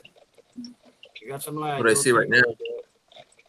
Yeah, I Okay. didn't realize there was so much lag. I have to change that. Okay, these are for 2x2 coin holders, coin flips, the cardboard or the plastic flips, the non-PVC one. And these go in a 3-ring binder. Stamps, they have the pages for those too. The different sizes on this that you could slip stamp envelopes into. And I can get the dollar pages like that for currency Uh-huh. to hold Yes, yeah. the dollar bill and the envelope that it's saved in. Uh-huh. And then I can get the full sheets to put a whole sheet of paper or a whole sheet of Right. stamps or what have you. You just get various sizes of everything. Do you think it's better to see? I want to start separating my English coins from my Canadian coins from my Mexican coins, and I thought about getting those sheets like that and put them in a 2x2, and then put them inside the sleeves of that size. Yeah, Is that too much? No, the coin goes in a holder first, a protective holder first. Then the holder Uh-huh. goes to those pages. Yeah, because I think I just want to save them, not in particular order for right now. Excuse me, until I get enough knowledge where I know where to organize them, and Okay, I'm gonna grab yeah, a coin. that's what I'm talking about. I'm gonna grab a coin, put it in here. It's in that sheet now. It's ready to go in a binder. And these And you are got top to be loads. careful. Because if you buy the cheap ones and you turn your book upside down, they fall out. No, So you got to get the Oh, better ones. which are the safer plastic? Well, the BCW and Guardhouse. You see the BCW? That's the pricey one. Uh-huh. I mean, that's one at the top of the line. BCW and Guardhouse. BCW BCW and and Guardhouse. And me and Johnny, my buddy Johnny, we fixing to Uh-huh. become a Guardhouse dealer. Uh-huh. Oh, nice. And that's top of the line for protecting of coins and etc. Guardhouse makes the best museum quality coin flips they have. It's called Cortex. Uh-huh. Those are museums use that. Would you rather use a cardboard 2x2 or a flip? It depends on what coin's going in it. Okay, so I have an mint state opinion on coins that. go into the flips. I have a lot of mint state coins, and cardboard flips. The more higher end coins No. I have are in non-PVC plastic flips. Well, I thought mint state coins. I don't think I have any except for that one nickel that I think I should have Rich look at. But normally, what would you put? What kind of coin in each flip and 2x2? It's just my preference on what I think it is. If I got a high dollar coin, it's going to go in a plastic flip. If I'm out of plastic flips, then I'm going to set up a cardboard flip. Which all cardboard flips now, especially the Guardhouse and the Edgar Marcus, they all have Mylar film in it, and those are non-PVC. Non-PVC. Those will Okay. last 100, 200 years in there. They'll be in there still in the same shape you put it in when me and you are dead and gone. There you go. That's what I want to do. That's what I want to do. Exactly like that. Well, just hold on a little while, and I'll better order you some, make you a deal on some. Okay, I'll buy them. I like the non-plasticized vinyl flips I love them. because they have more versatility. Like if you get a cardboard flip, you got staples to deal with, okay? All right. So if you can get those cardboard flips that are self-adhering, and you don't have to use staples. Okay. Well, Those are what? more Wait a expensive. minute. Wait a Those minute. are Wait a more. minute. Wait a minute. Wait a minute. Okay. You only get to use those one time. Right. Okay. But with the non-plus size vinyl flips, you can use them over and over again, different coins. All right. Right. And Uh-huh. with the cardboard ones, hey, you got to get penny and dime. You got to get nickel. You got to get quarter. You get 50 cent, dollar. Okay, never mind all that. With a non-plus size vinyl, one size fits all. It could be a half What's dime. the It biggest? could be a piece dollar, whatever. It all fits. Right. And they're so Hey, Dave. versatile, and they ain't much. They ain't much higher than a cardboard flip, and the cardboard flips have been good, to coin collectors, through the decades. Their time's over. Move Right. on. Right. Yeah, this is the next thing. Yeah. Uh, So, Dave, what's the biggest coin you could put it in a flip? You can put Up a to what? dollar two, in a two by up to two two flip. inches, about almost 2 inches. Oh Two yeah. inches? Okay. Okay. You can put a dollar, Morgan dollar, easily in a plastic. Let me get one out. This is Non-plus a size garter vinyl house. flip. Yep. One like that. That's Right what there. I like. Watch. I've Hey, I got got something. I got something right here. Hold on. about 300 of them. I still have some of them left. Here's a big old huge copper round. Yep. Okay. Yeah, Watch to this. go in there. Mm-hmm. There it is. And now you can put a label on the other side, or Put a you can label put here. another copper round on the other side. You see, Right. You got versatility. A Oh, lot double of things. storage. Yeah. When I Look, do two I'll coins make. in them, I'll put a little piece of paper in between with notes on both coins, and then just put them in a box. That's cool. Look, Yeah. I'll make my own. I cut my own inserts. Put them in there. There it is. Awesome. Mark whatever I want on it right there. Hold it over. It's all saved up. Throw it in the But box. they don't last forever. I go through my coins so much, and I'm constantly pulling them in and out. It does slowly haze the plastic to the point to where it's obvious and is an issue. So Yeah. I'm sure you guys don't move your coins like I do, but I've Right. I've thrown away thousands of these flips because I've worn them out. Right. So it does When happen, and you should take care of them. Be careful when you pull them out. Spread your stack so you're not sliding them so hard in between the others, and they'll last a lot longer. Well, Do the I have the flips boxes. plastic? Are they susceptible to heat? Oh yeah. Well, there's some that you can Yeah. even seal. Okay. Oh, you can seal them? Yeah, on some of them. Yeah. I didn't know that. These you can seal them with a sealer mealer right here. Yep. And they make a special little sealer just for these flips. And you can seal them right here. I used to have the little sealer years ago in the 80s because I used to order these by the thousands. So you just need the one that pushes nitrogen in and gets rid of the oxygen so they don't continue to oxidize. Then that'd be the perfect. Okay. That would be I don't. perfect. I didn't have that. No, me neither. Uh, Wish I did. Little known fact, nitrogen is like what, almost 40% of the atmosphere. But you go to buy some, it's expensive. Yeah.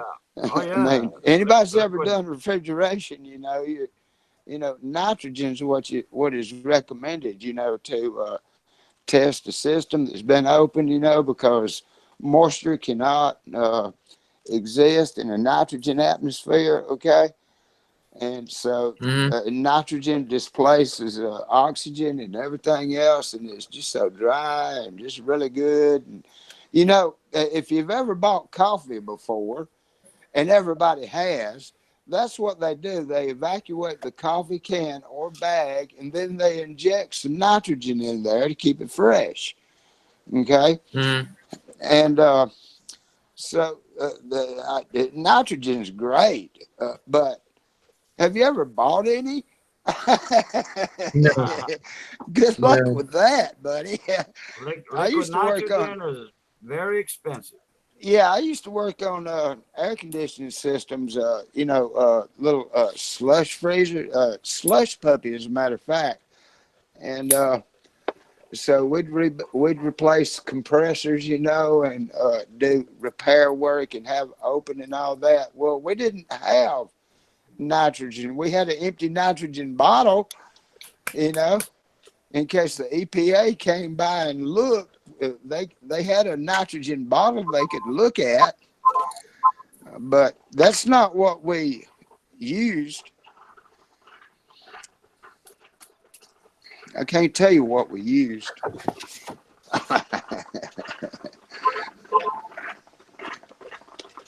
So here's a page out of one of my albums.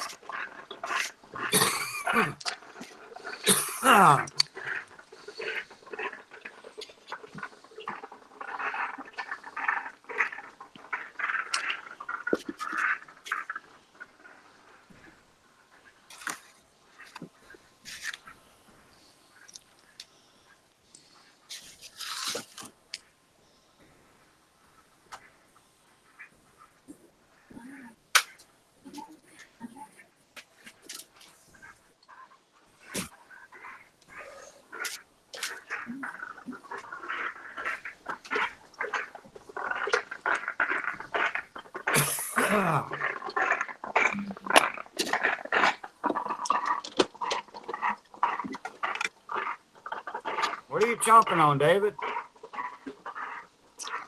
Uh, I'm actually making that pot of coffee we were talking about earlier. Yeah, Oh, okay.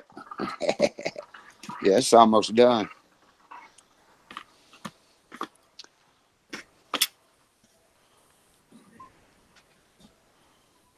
Wow, look at the Ikes.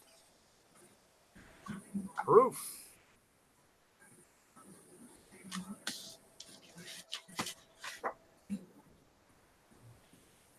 Nice presentation of the.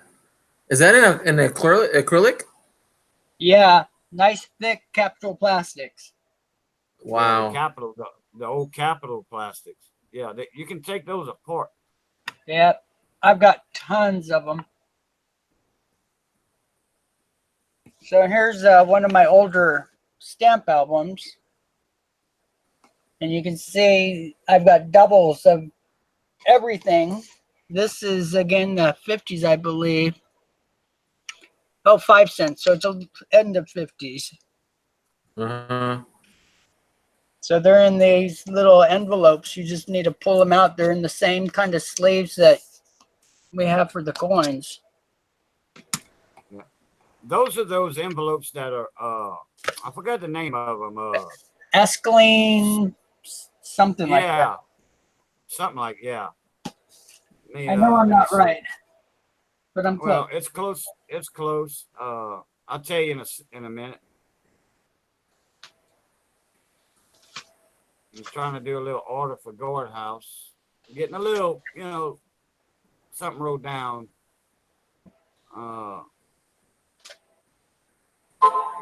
When I get approved, my dealers. Well, that'd be great.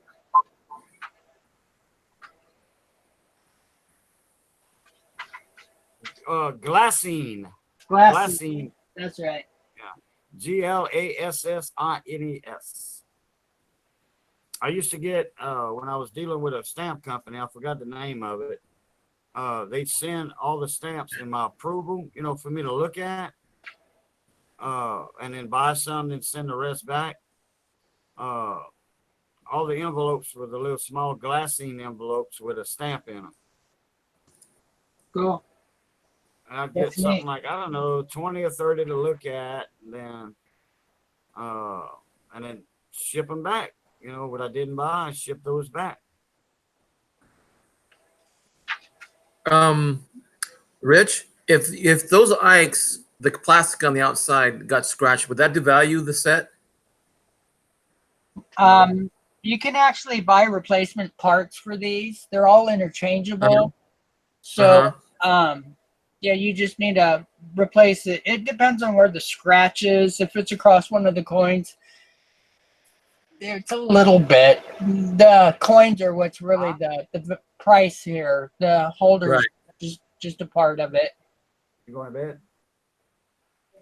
Okay.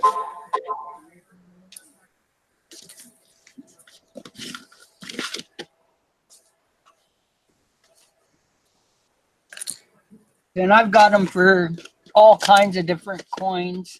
I don't have that many coins in them right now because I've been trying to get my coins put into the albums instead. Mm-hmm. Here's a good one.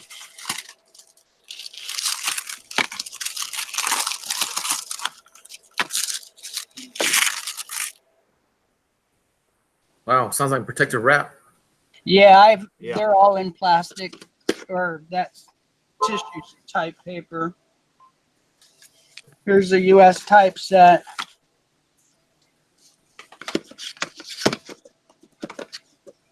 And I've got the real big ones and the small ones, and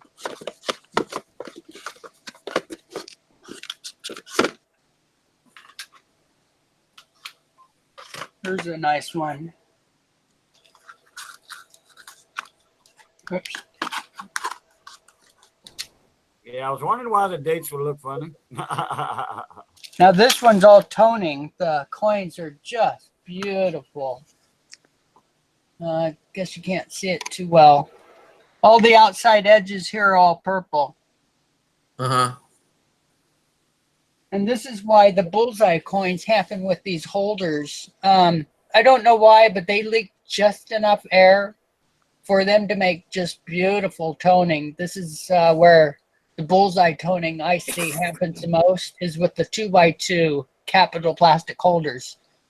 And it just makes that perfect target styled toning with different colors, rings. Wow. Oh, Rich. Yeah. Do you have Hector's email? Yeah. Oh yeah, I'm pretty sure you do. Okay, can you I forward? Can you forward that email that Lake House Beach sent you to Hector? Oh, And that absolutely. way he can see. Yeah, that way he can see if he can. It was a lot of help. Yeah, Hector. Lake House sent him detailed instructions on how to go live.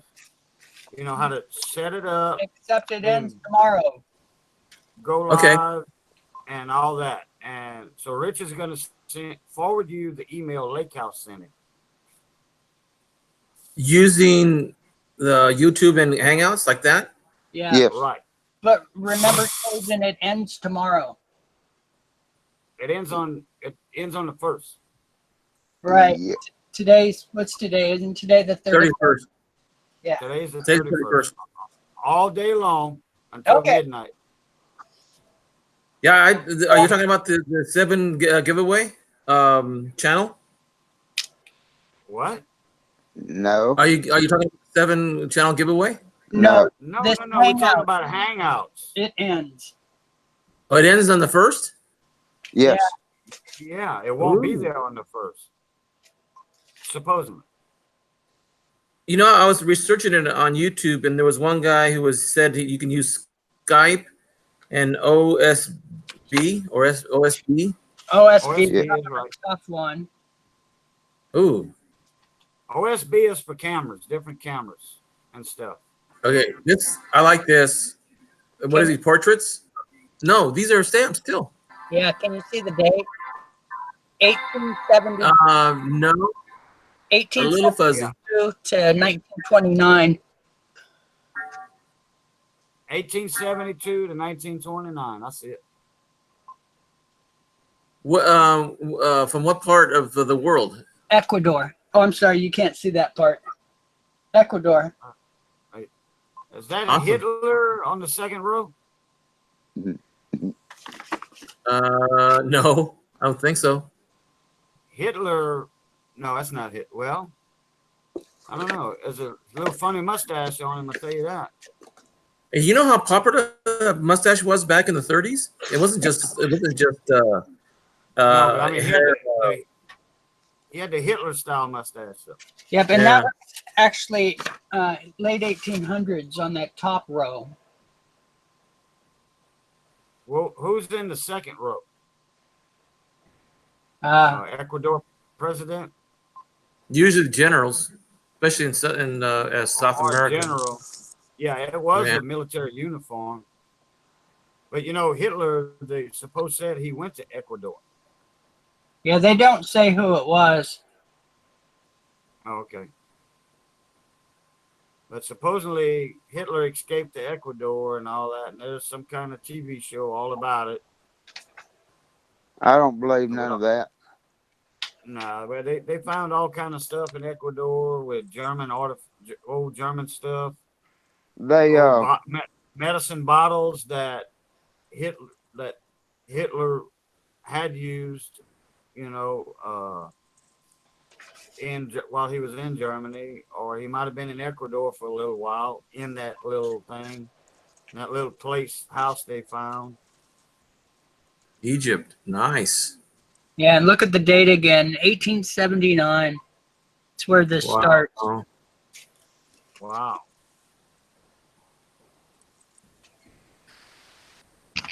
So Does yeah, it devalue the stamp if it's stamped on there with their postmark? no, actually, certain stamps will really increase the value.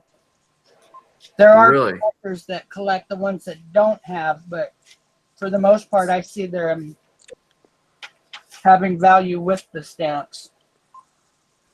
Right. It tells where the post office, what city, town, or what have you. Yep, and the date. The date's a big deal, I guess. And the date.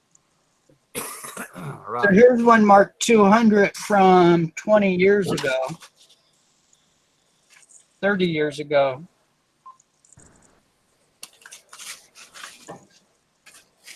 $200 to $400. Wow.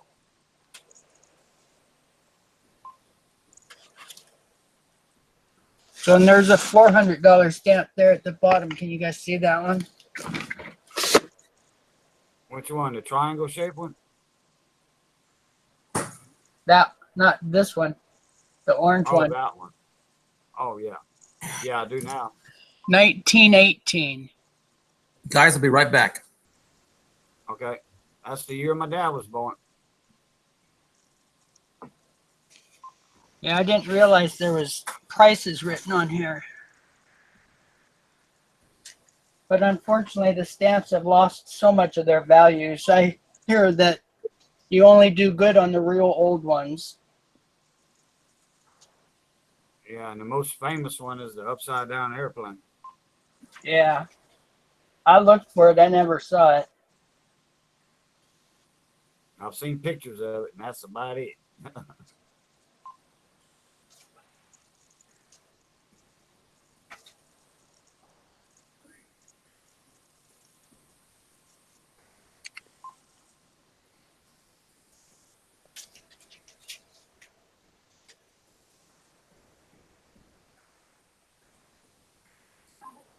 You remember the old stamps, though? What was it? Postage due stamps. I think Martha Washington was on them. Yep. And a few other different people. They were pink and blue, and I used to have a bunch of those postage due stamps when I was collecting. See, I was a document collector, and you would see those on legal documents all the time. Oh, okay. And I have some really old ones that are like $10. Man, that was a lot for, you know, the turn of the century.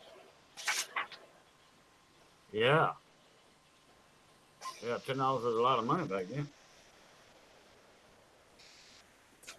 like $100 now Yep. or more. Here's some of the Germany ones, 30s.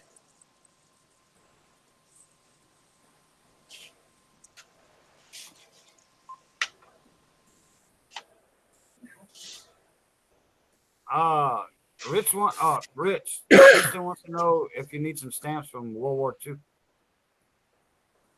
Yeah, Christian, I'm really not collecting any more stamps. But, yeah, we'll talk. I'm not sure. I'll give you some choices on what you want to trade with me. There's the person you were talking about. Yeah, there's Hitler. Yeah, I I've Herr tossed, Hitler. I've tossed most of the stuff I've had with him. I just don't want any record of it. You know, it's Okay, funny. Kristen's got another question. The state quarter series, were there 5 motifs every year, or some were every 4 per year, and then like one year they did 5 and another year 5 because of the odd number. There's 5 state park quarters this year. And isn't this year the last year for the state quarters? Yeah, I'm not sure. I haven't really kept up on the latest.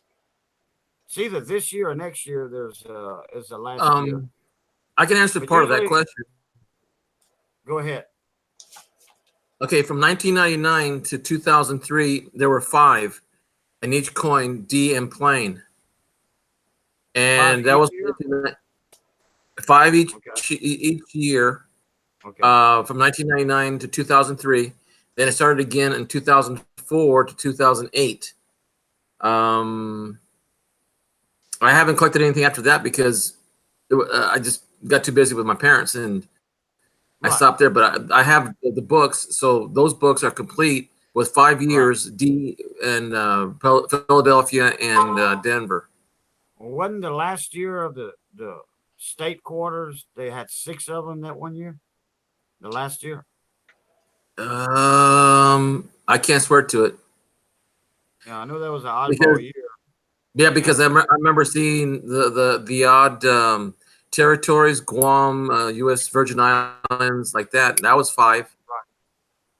It was 5. Okay, because I'm pretty sure there was 6 the last year on the state quarters. You may be right. I might be mistaken. Well, I'll tell you what. Let me Google it. It almost makes sense to have 2 computers or 2 screens. Yeah, I do. I just Well, don't I have can it get on set up. Google. I can get on Google on my desktop. I just open up a new tab and I'm on Google. I'm on Google right now. I've got a 42-inch TV that's high def that I have set up to my computer. And then I also have a second 28-inch wide screen that's 4K. But my problem is I've got it set up for my editing. And it takes special settings. If I mess with it, it's a real pain to get back to proper colors and stuff, or the software.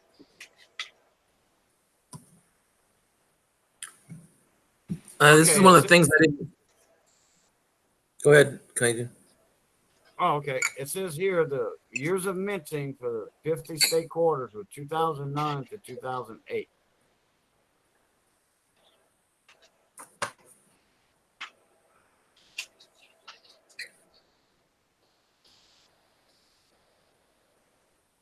Y'all go ahead. I'm reading.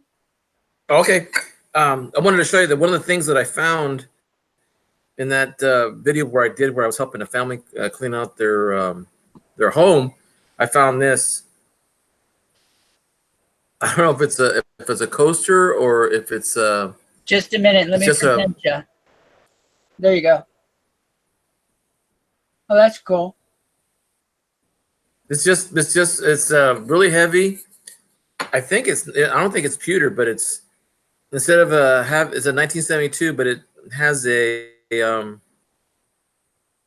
guess for a mint mark a C. I have no idea what that is. Probably copyright. But I thought it was kind of neat. But I didn't.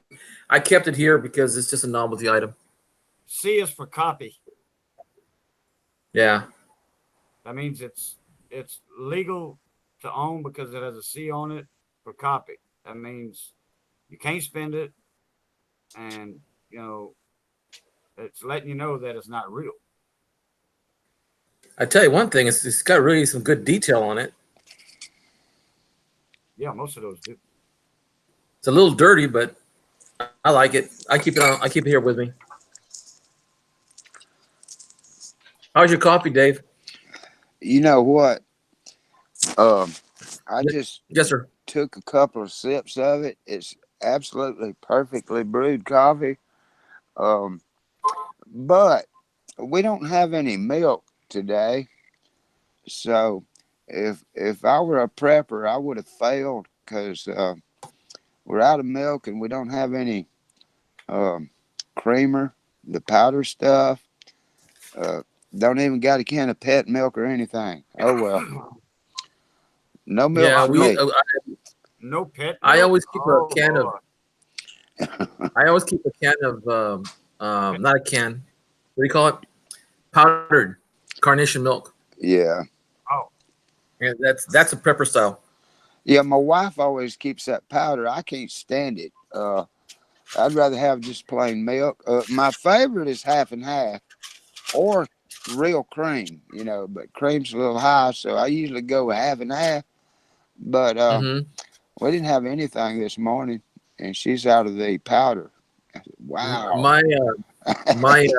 My parents were we worked in the fields a lot, so a lot of times we couldn't afford to buy a gallon of milk, so cans we'd get cans of dented carnation milk in the dump bins, and they were Yes.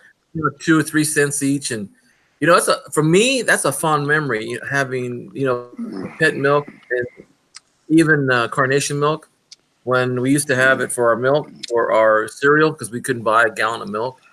But I remember putting those cans and pouring it in my cereal, and because the milk was so sweet and you put a little sugar on it, oh my gosh, it was almost better than sugar flakes. Yep. But Yep. that's kind of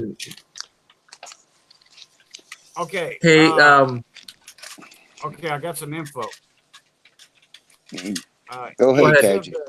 Each of the state quarters, okay, were, like you said, 5 each. But at the end of it, they had the District of Columbia, Puerto Rico, American Samoa, Guam, Mm-hmm. Virgin Islands, Mariana Islands. That was a 6. That was a 6. 1 year. Right. That was the year with the 6 coins. So those all marked in 2019? No. This is for the state quarters. Oh, okay. There's 5 this year. Oh, Jefferson. Park quarters. 5.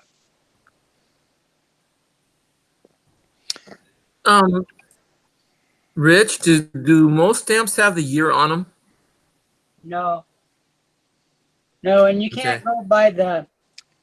I used to look for the half cent or the cent to find my older pennies. But then when the prices of the stamps changed and the post office got lazy, they would start printing these real low numbered stamps to make up for it. Oh, okay. But here's an old US one.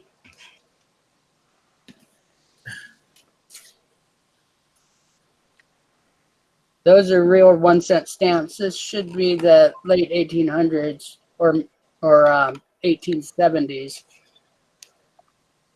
Do you have that sheet again for the Apollo 11? Yeah. Can I see that again, please? Sure.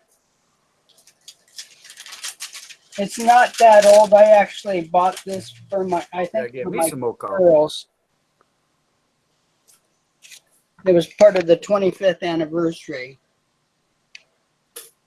I remember a stamp, not the same year. I don't know if it was the same year or the following year, but in 1969, I remember watching this on TV, and I took 10 cents and the top, those, remember those little box tops on cereal?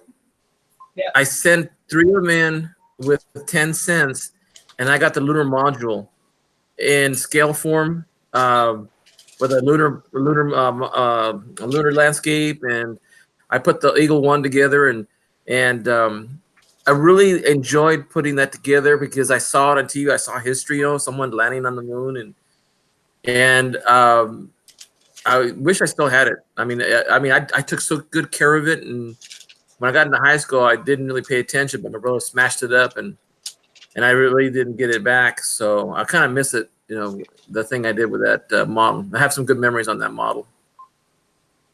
Okay, you guys want to see? Yeah, it's really cool. There were so many of those things out there, and now they're worth so much money. There you go. Look at this. No, that's real. Benji. Half Benji. stone. And it's a full sheet of them. Is it full sheet's 100? I'm not really sure. Let's see.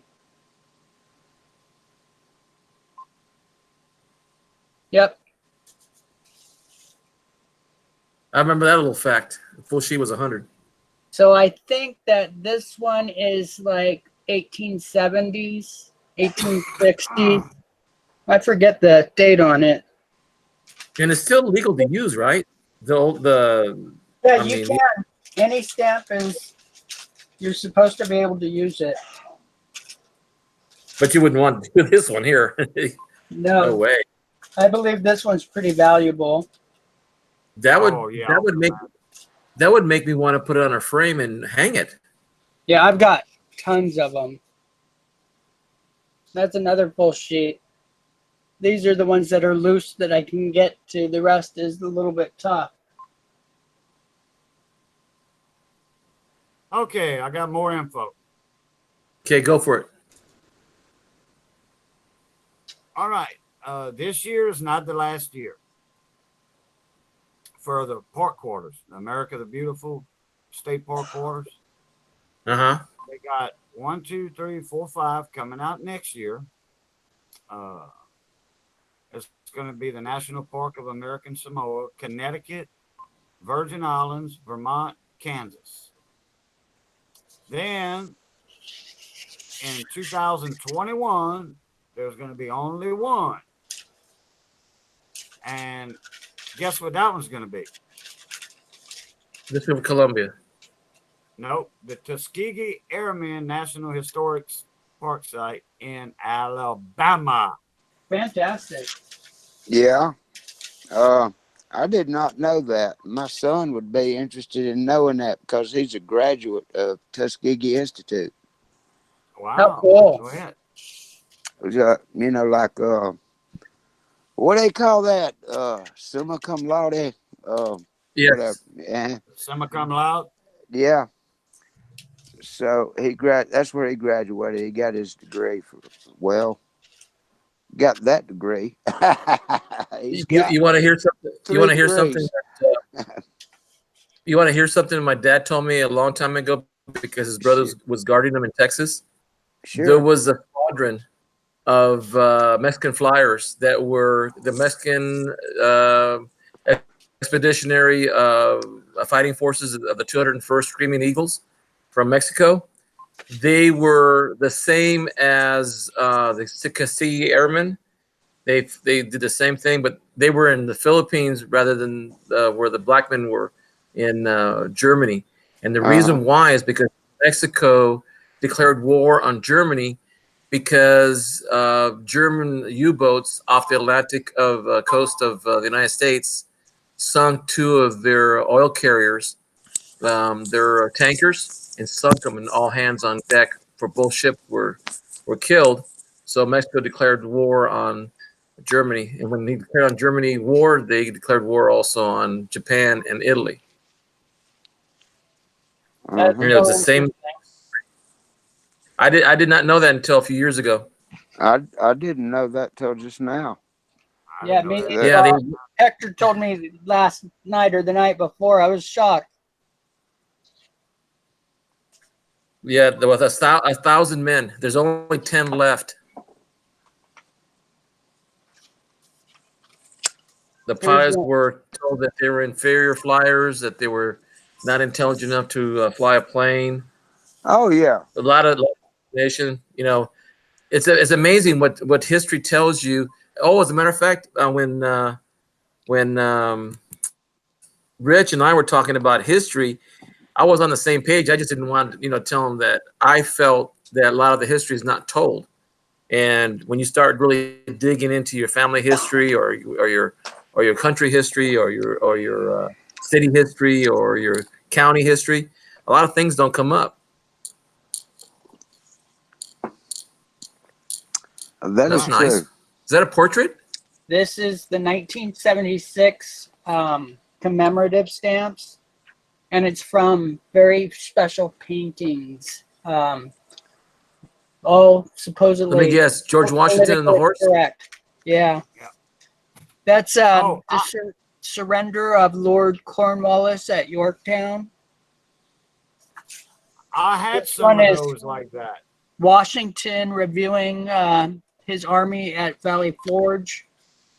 The painting was by Trego.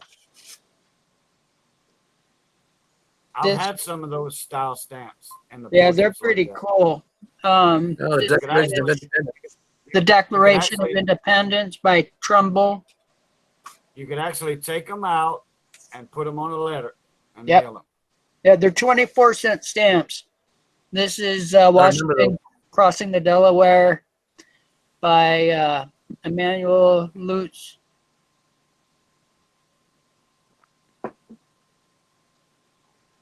Boy, that was rough back then.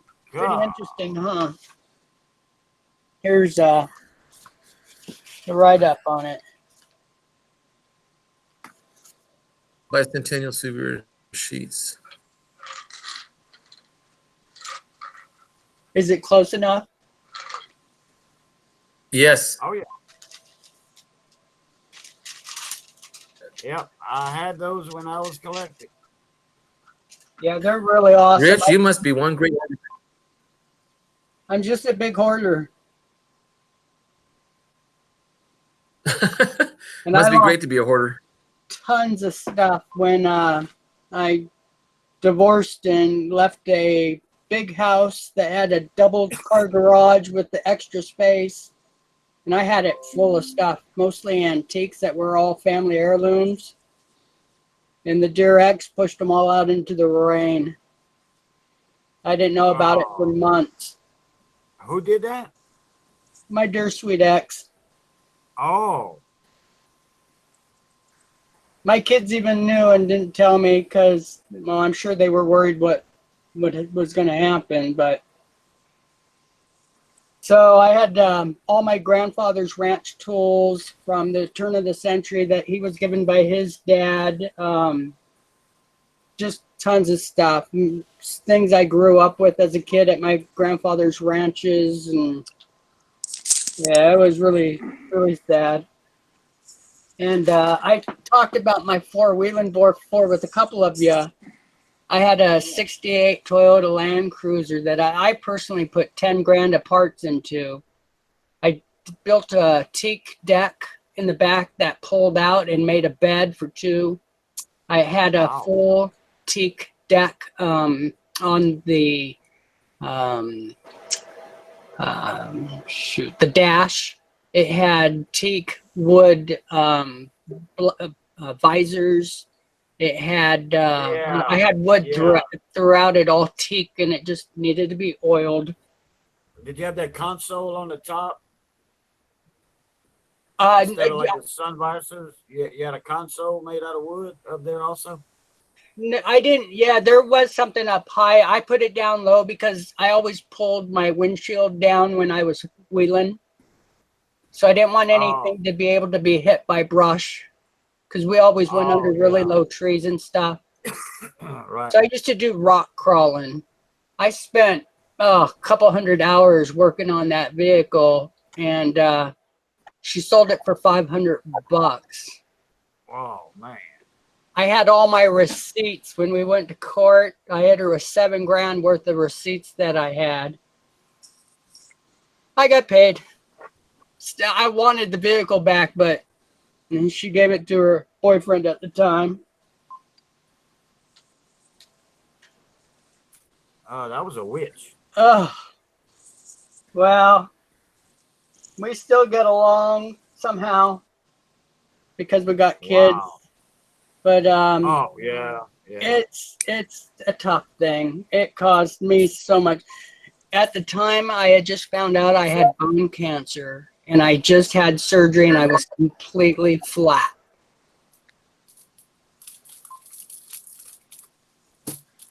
Yeah. But such is life. I've come to better places.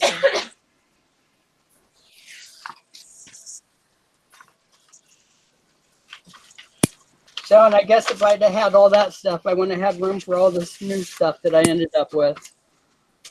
That's the way I look at it.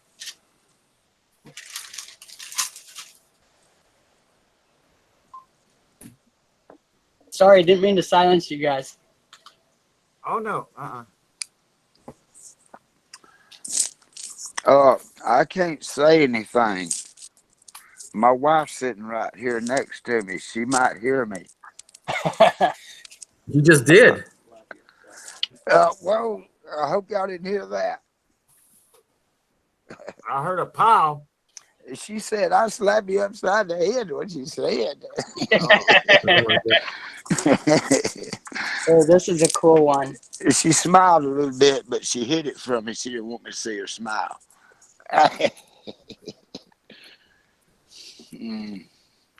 She about to go to work. Yeah.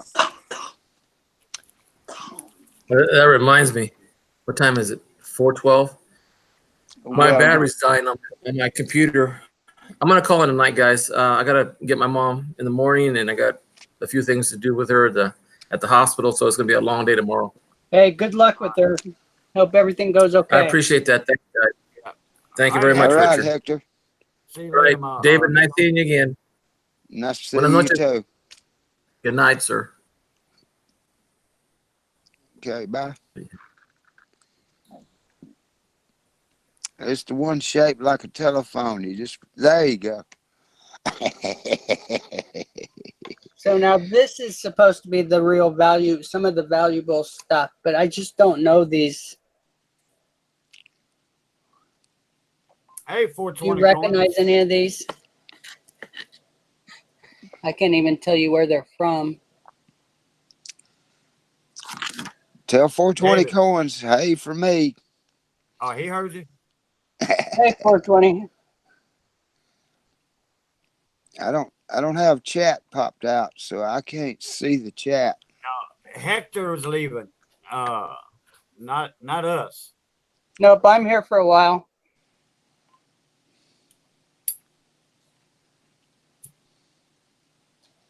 Well, I'm glad I bought me some more flints today. Made a trip to town to the store. Made a trip to the store for flints. Ronson flints from a Zippo. Nice and trusty.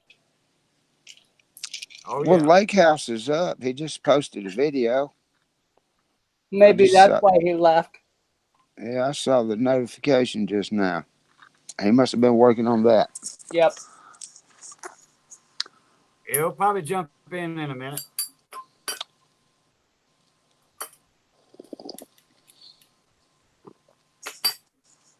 I don't know. It's almost bedtime for him. He works nights. Oh.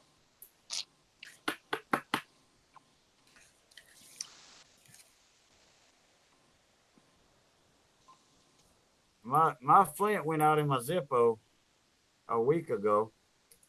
I had an old Zippo here. I got to send in to Zippo to replace for me. So I got the flint out of that, and it was just a bitty old piece of flint on its last leg. I put it in this Zippo, and it lasted a week.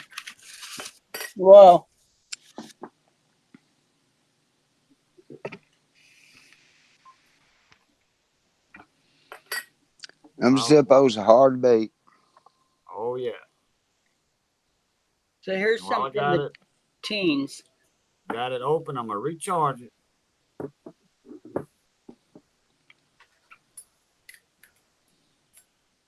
Yeah, that's the ones I was talking about. The ones that were pink and green. Yeah. Here's some of the airmail. Oh wait, this is from '49. Oh well, of course it is. Look at that plane. Here, I thought it was an old plane. That's no old plane. Well, it is to some people. My grandkids look at this stuff, and I say, "Oh, um, that's the planes we used to have, or the cars." And they're like, "Oh, I've never seen anything like that before." Like, oh, old. You know, a strange fact, automobiles, pretty much disposable, people don't like redo them and keep them up a whole lot. All the aircraft are different.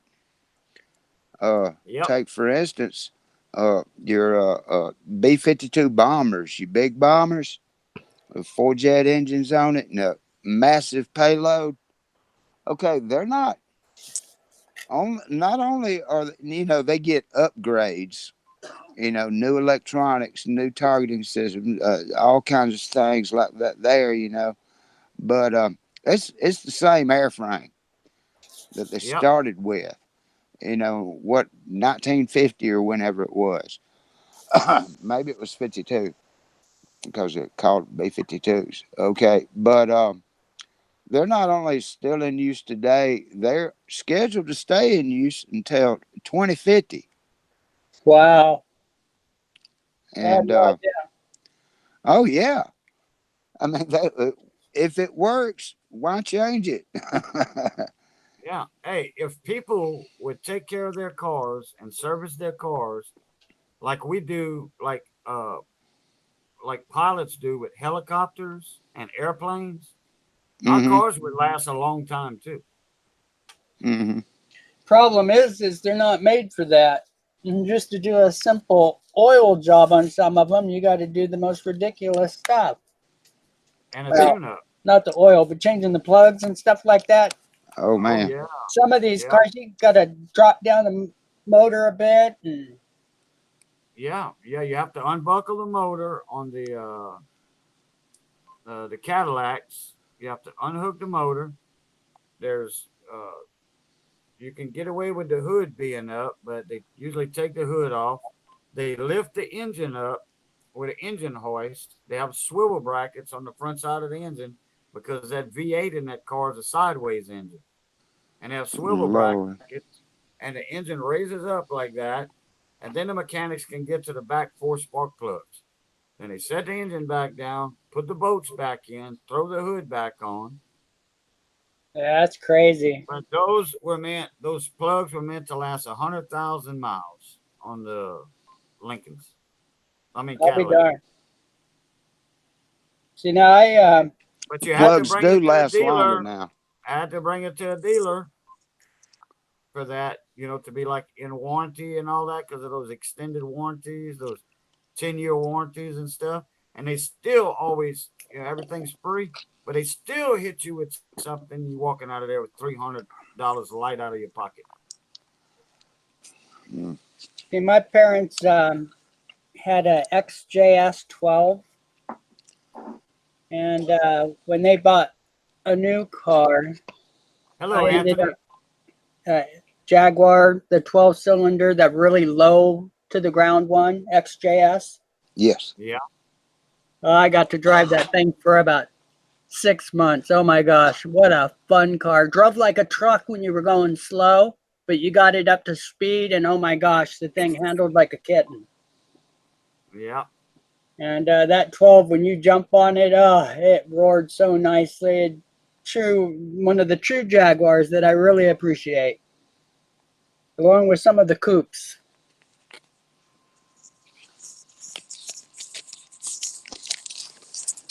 Not that I ever owned any. but it was fun to drive. I got to drive. My buddy was a caretaker for a billionaire, and I used to go up there all the time to help them out with furniture things, adjusting things on their kitchen and stuff. Most kitchens here, you'll get a kick out of this one since you were a cabinet maker, Cajun. I go into this house expecting this outrageous kitchen because in the front room is stuff from the 4th century for their decorator items. Just crazy, crazy, 100,000 plus stuff everywhere. And I go into the kitchen, and it was some type of reed that was sewed onto silk sheets and then stretched over all the doors, but it was just regular 3/4 plywood. But the sheets that they were buying for this was really, really expensive. But here I expected this really beautiful kitchen, and I thought it was a horrible kitchen. I didn't like it at all. You bump up against it with any food, you stained it permanently. So you had to be so careful cooking in there. But he had a Right. couple cars. One was a Bugatti from the 30s, or I think maybe the late 20s. And it had the dual windshields. One of them was a pop-up that you could put up. It had a full steel plate under the entire car. It was a rally car, especially made for a certain Italian race car driver. And they measured him to make the car fit him. And Wow. it was the most beautiful $1 million car. And he had a Jaguar too, one of the old coupes. And it was one of 10 or one of 20, and it was worth over $1 million. This was back in the 70s. Oh, I got to Hello. drive that one too, up and down the driveway, but still, it was a thrill. I was shaking so hard driving it and sweating like a pig. It was quite a thrill. Hello, CNA Tactical. How you doing this morning? CNA Tactical, how are you? Who Hey else guys, came in chat a while ago? Anthony Uh, Goodley, Anthony Goodley. and Coin Captain's still here. All right. Yeah, Coin Captain's still here. Hey, did y'all hear about the new Corvette? Nope. For 2020, it's a mid-engine car, like the Old the Porsches. foreign cars. Yeah, and the Ferraris or what have you. The engine's right behind you instead of in the front. The engine's right behind you, and it's still only a $60,000 car. And Google it one day, David. The new Corvette. Oh man, look, the interior is awesome with all this stitched leather and all of this fancy stuff, and they still have it in the $60,000 range. And I guess that don't come in a 4-door. Oh no, oh no. And if it did, you wouldn't want to pay for it. Yeah, we're not loading the family up and go to church Sunday in one of them, are we? No. Right. And the engine is covered in, I mean, there's a glass cover over it so you can see it. It's all chromed out and stuff, or nickel plated, what have you. And it's quiet.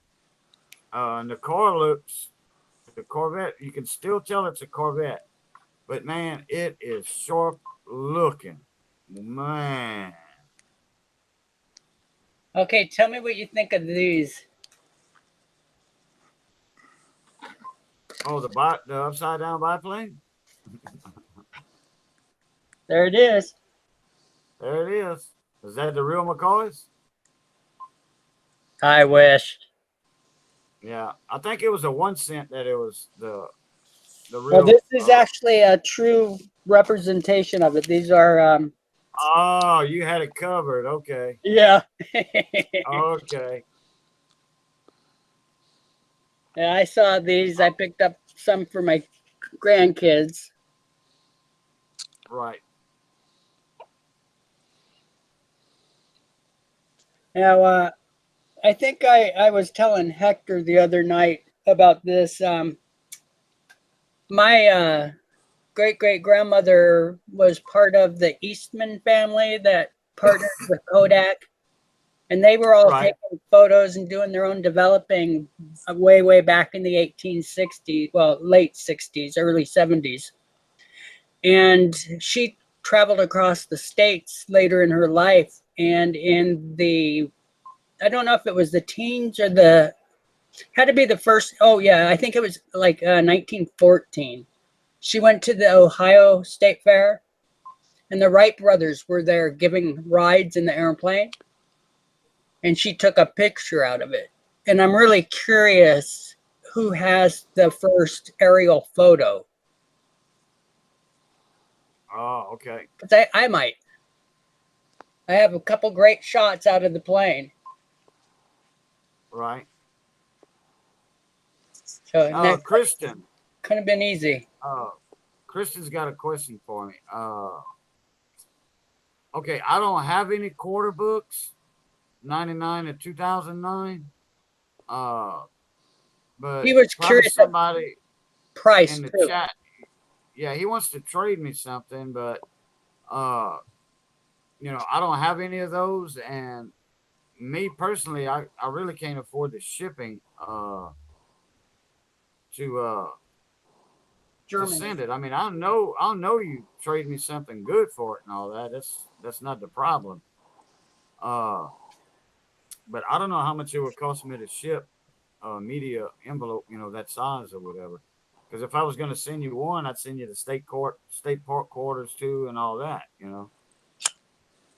Maybe Rich can do a deal with you on that. Or Because maybe you we see, can. I don't have anywhere in my area where I can readily buy those coin folders. And I I do. don't. I'm in a little small town in South Louisiana, and I would have to drive over an hour to get to a coin shop or a coin supply store.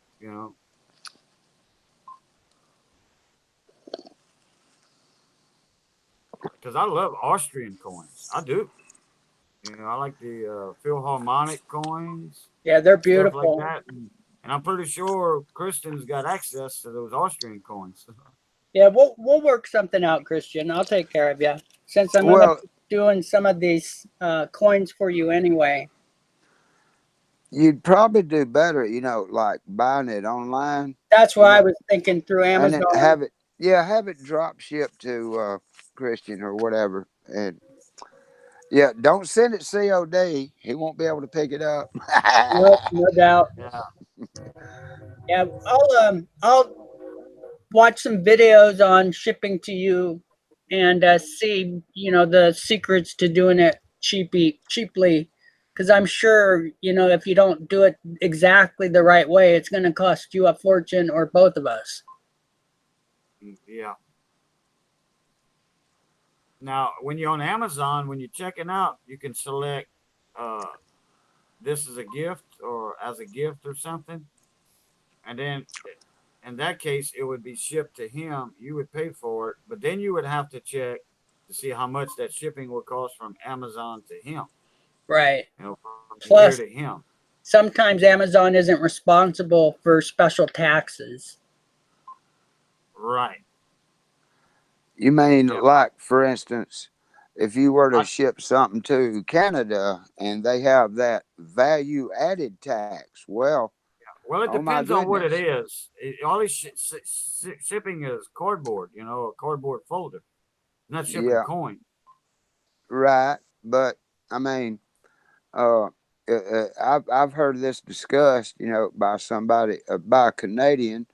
Uh, Even though what they're shipping, may not be worth that much, if they stop it at the border and they inspect it, they charge you a inspection fee. And Really? And sometimes, whether they found anything bad or not, that doesn't matter. They still charge that. yeah, and I've heard things have gotten so damaged that they just get dumped. Yeah. So things happen. But it's amazing to me. I can get two coins from New Zealand and they arrive in perfect shape because they were mailed correctly. Okay. And I ought to do a video on how to send coins in the mail.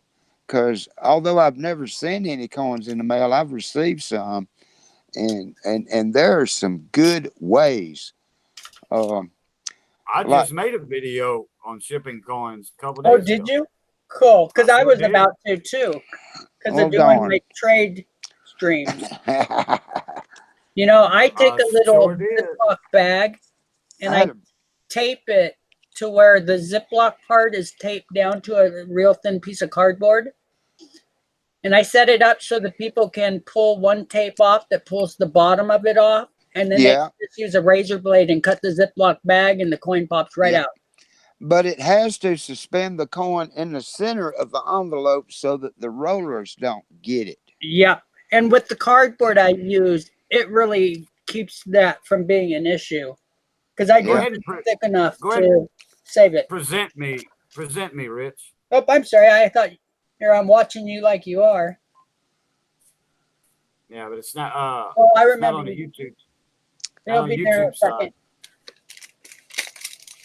I'm gonna show y'all a little trick here while we on here to the people And in that's a chat. real great, cheap way of doing it. Okay, this is a regular manila envelope. That's cut down. Okay. You can get about 3 or 4 of these out of a regular manila envelope. Then you take your flip like that. Then you take some of this. You can put, I think, 5 coins in this thing. Hold on. Let me see.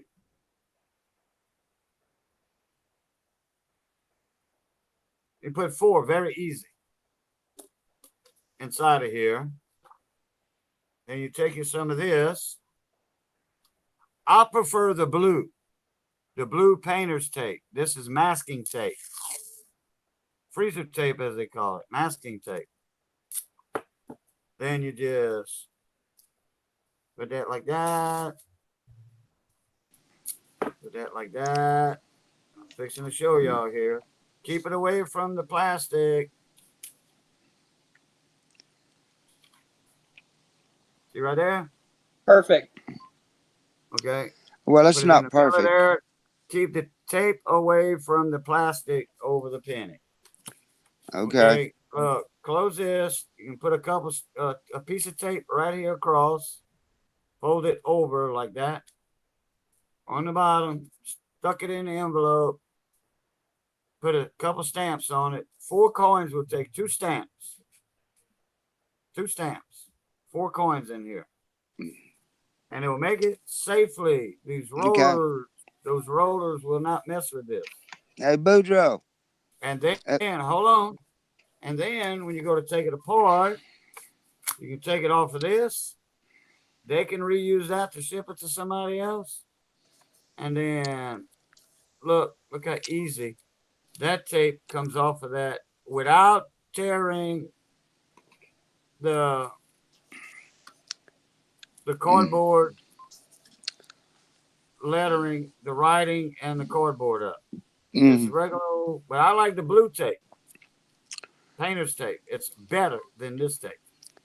The blue painter's tape's not going to leave any residue, and it's not going to rip the paper off the paper flip when you take it off. This That's a good doesn't thing. neither. This Okay, doesn't but neither. listen, If you're careful, do it slow. That's pretty good. That's pretty good. That's pretty good. You're a very good amateur coin mailer. Now you need to take advanced classes. Okay, now listen to me. You like just take a sheet of notebook paper and I wrap can. that Hey, flip. Listen, I showed that too. I showed that too in the my whole video. flip. Okay, just wrap that up and then put any kind of tape on there and leave a little tab there where you can open that up.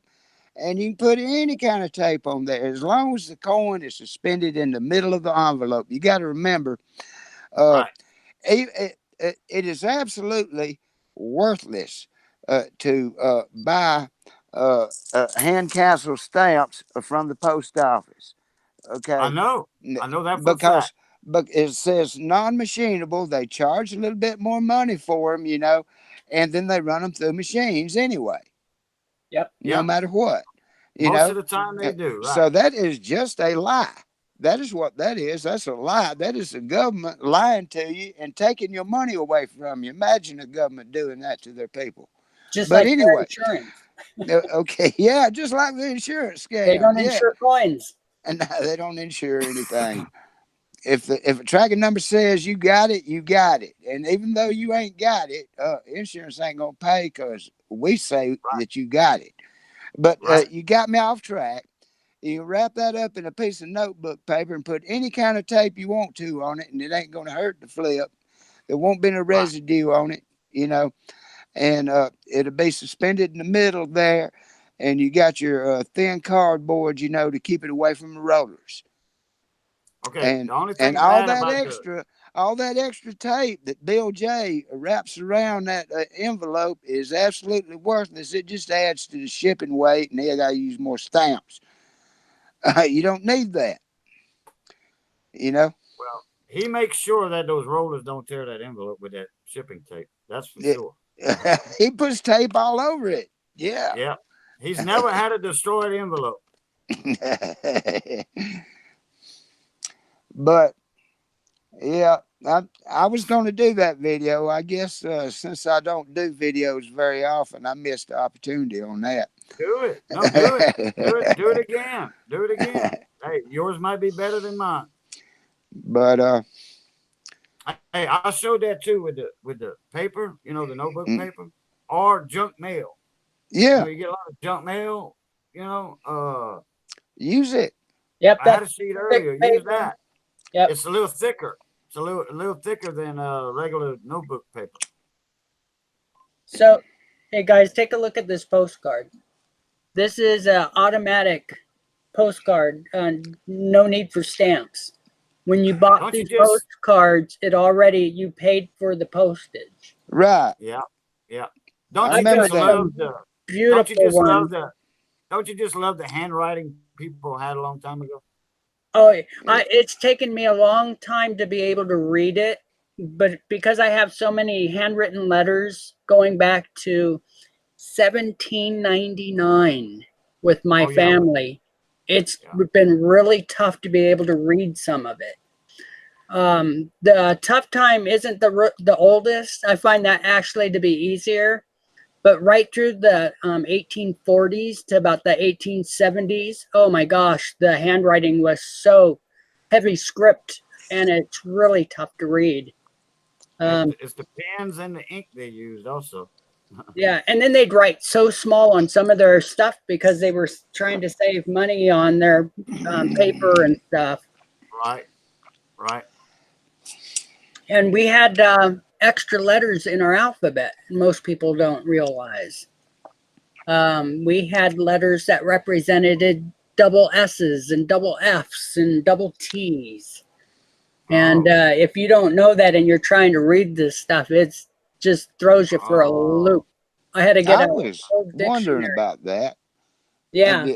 If you've ever seen the Declaration of Independence, you notice that F and S thing that you were talking about, the Yep. way it's scripted in there.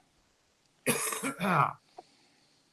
I forget how many extra letters we had, but it was quite a few. So fun stuff. And the whole reason why I've been going through my stamps tonight was to find my postcards, but this isn't it. The one I have has it's a 2-cent stamp, and it's all embossed. It's just gorgeous. It's beautiful cards. But I still remember when you could buy a penny postcard, and it was a penny. Yep. You were speaking earlier about stamps and when they changed over. I remember when they went over from 5 cents to 6 cents. Well, my mom had a book or a partial book of 5 cents. She had to buy some 1 cents, and there wasn't any need in panicking because the post office wanted to sell all of their 5 cents anyway, so they had to issue 1 cent so everybody could pay 6 cents to mail a letter. Yep. And that's what screwed up all the stamp collectors because you used to look for the 1-cent stamps because they were the oldest. And then the Mm-hmm. post office started doing that and messed everybody up. Yeah, it's pretty funny. There's again the stamps, the coins, the family history. It all ties in. It's so funny that it all combines. So, who is in chat now? Same people. Yeah, Okay. Well, if I neglected to say hi to anyone in chat, it's because I can't see chat. 420 coins, C&A tactical Christian coins. That's it. Okay.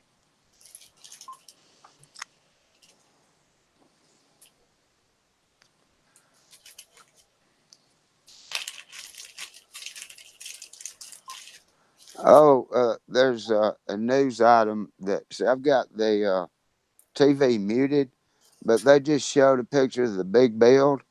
So, in case uh, everybody's not familiar with Birmingham, Alabama, uh, 2 years from now, come to Birmingham, we'll have some nice interstates, and they're eliminating malfunction junction. They've designed that out of it, so there won't be that problem anymore. But It be sounds sure like to a place of schedule your trip.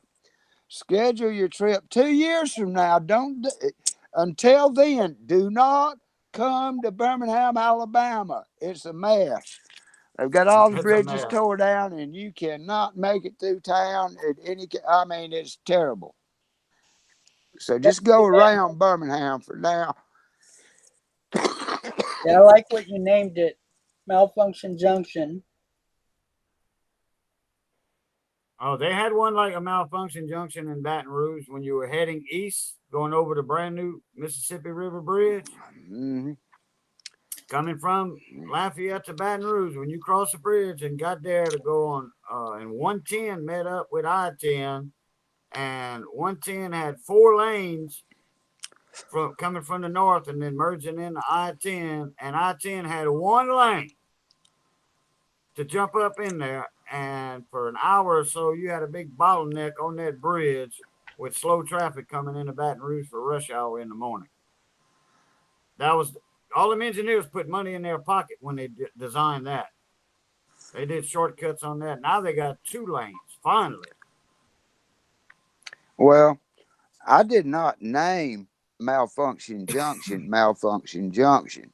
Yeah, I called it I that figured. because that's its name. What it is, right. or what it is Interstate 20 and Interstate 59 run concurrent.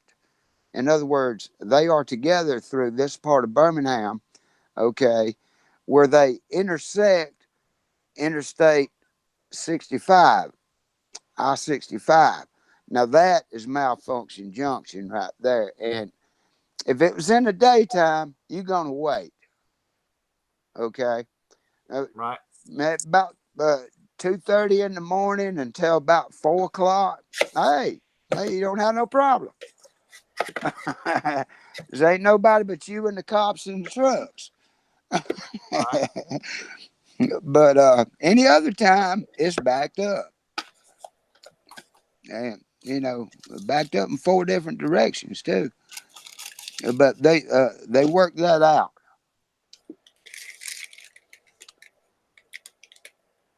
Sometime in 2021, yeah, it'll be all done. So, have you guys ever seen the Capsule Plastic grading holders? Capital plastic grading, what? Oh, like that? Yeah. Of course, I don't have the grades quite right because I didn't have the perfect end coin, but it's still a good sample. You know what that reminds me of, don't you? What's that? Somebody has done a reproduction of that, and Cajun knows who I'm talking about. CJ Cohen's does that with Yeah. his what you 3D call printing. 3D printer. Yeah, Yeah. Yeah, And I need he's to get a hold of that guy. I've got some really neat ideas for him. okay. Well, Cajun probably got his email address. Yeah, I sure do. Is it cjcoinsandcrafts at Gmail or what? Let me check. Let me check. I just forgot who it was that was doing it. I could use those little the two by holders for the rows to hold your rows up for the intercept shield book or the 2x2 boxes. Right. I have so many of those, and most of them are full now because I got tired of picking up the part that would fall down. But I would love to have those so I could separate my coins a little better. And Right. he's got them with dates and types and all kinds of stuff. Yeah, it's CJs, I mean, CJS, I mean, Yeah. Coin Crafts, CJ's Coin Crafts at Gmail Okay. with the .com. That's it. Yeah, it doesn't have the and symbol in there because you can't put Yeah, that it in the does. email. Oh, it does? Yeah, It's the at CJ's symbol. Coins and Crafts. No, CJ's Coin Crafts. There you go. That's what I was talking about. Yeah. Okay. So So it's just slightly different from a channel name. Right. here's my cameo sets, 63 and 64 proofs. Oh All of wow. them are cameos. Oh yeah, Man, that's you nice. you put those in there yourself. Oh yeah. Yeah, these Yeah, were individually picked from many different proof sets. right. To get Because the best you one. only find one really nice one in a set, and it takes a long time to find it. Right. Yeah, those cameos were hard to find back then. Yeah, and they're extremely valuable. The Franklin is worth quite a bit of money. I need to get Yeah. them graded. They have the nice holder that holds all the coins for the year for grading, and I was going to do one of those. Dr. G has some good videos on some cameos, unboxing. And he's Uh, got some heartbreaks too. I couldn't believe they took his yeah, cameo away. yeah, but he got it back though Yep, he did. Yeah, I after what 4 tries. You know, he said, "Man, this came out of a slab that said cameo." You know, and they like, send it back. Send it back. Come back. No cameo. I think 3 times the charm or something for him, or 4 times the charm. so funny. It looks so dirty, but no, I guess it is a little dirty, Oh, and but that 50 not as proof dirty as penny it. he had. What's that? That 1950 Lincoln proof penny he had. Oh, he had He some popped out 40s. of a he popped out of a proof set, and he said, "No, there's something under here." So he's a dentist, so he's kind of a chemist in a way also, and he put together his own concoction that he tried, and trial and error, this and that and the other, and he finally found something, and he cleaned that coin at 1950. He cleaned it, and it came back very high grade proof. Yeah, I seen the video. I've seen all his videos. Me and Oh him have yeah, chatted quite a bit. oh yeah. He, he has coins I wish I had. Lots He of them. was in a stream today I was in, and uh, he saw me pop up in chat. I didn't even see him in chat, and he was like, "Hey, Cajun, how you doing, buddy? Good Who to we see you." talking about? Dr. Dr. G. G. He has some of the nicest proof sets back to the third. Well, I don't know if it was 30s. I know he had 40 ones. And then he Right. has some proof coins that are from the 1800s. He He does just a lot of unboxing, PCGS. He deals with PCGS, and he sends off Morgan dollars, peace dollars, uh, mint sets, proof sets, stuff like that. He breaks them out of the sets, picks the best one. That the man is like Rich. He has a real keen eye for grading. You know, he knows what to send in and not to send in.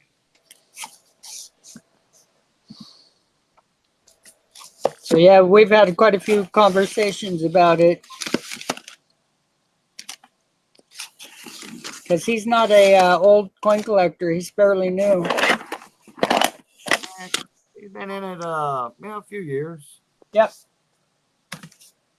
He goes for the high grade stuff. Yeah. I just when it's that much money, I just see how many pounds of silver I could get, and it just Right. turns me Well, around. he's buying this stuff cheap, Oh yeah, like in, considering and then, picking the best ones out to send in for grading, like you do, you know, but he's doing the big caliber stuff here, yeah. Morgan dollars, peace dollars. Well, he does everything, He but does key dates and semi yeah, keys, and right. his whole secret is he's going to places that have huge amounts of coins, and he just sits down and takes his time and finds the right ones. Right. That's nice to be able to do.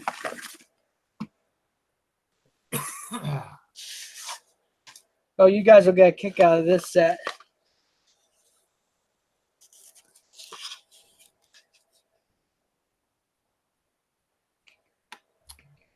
Where you at, CNA Tactical?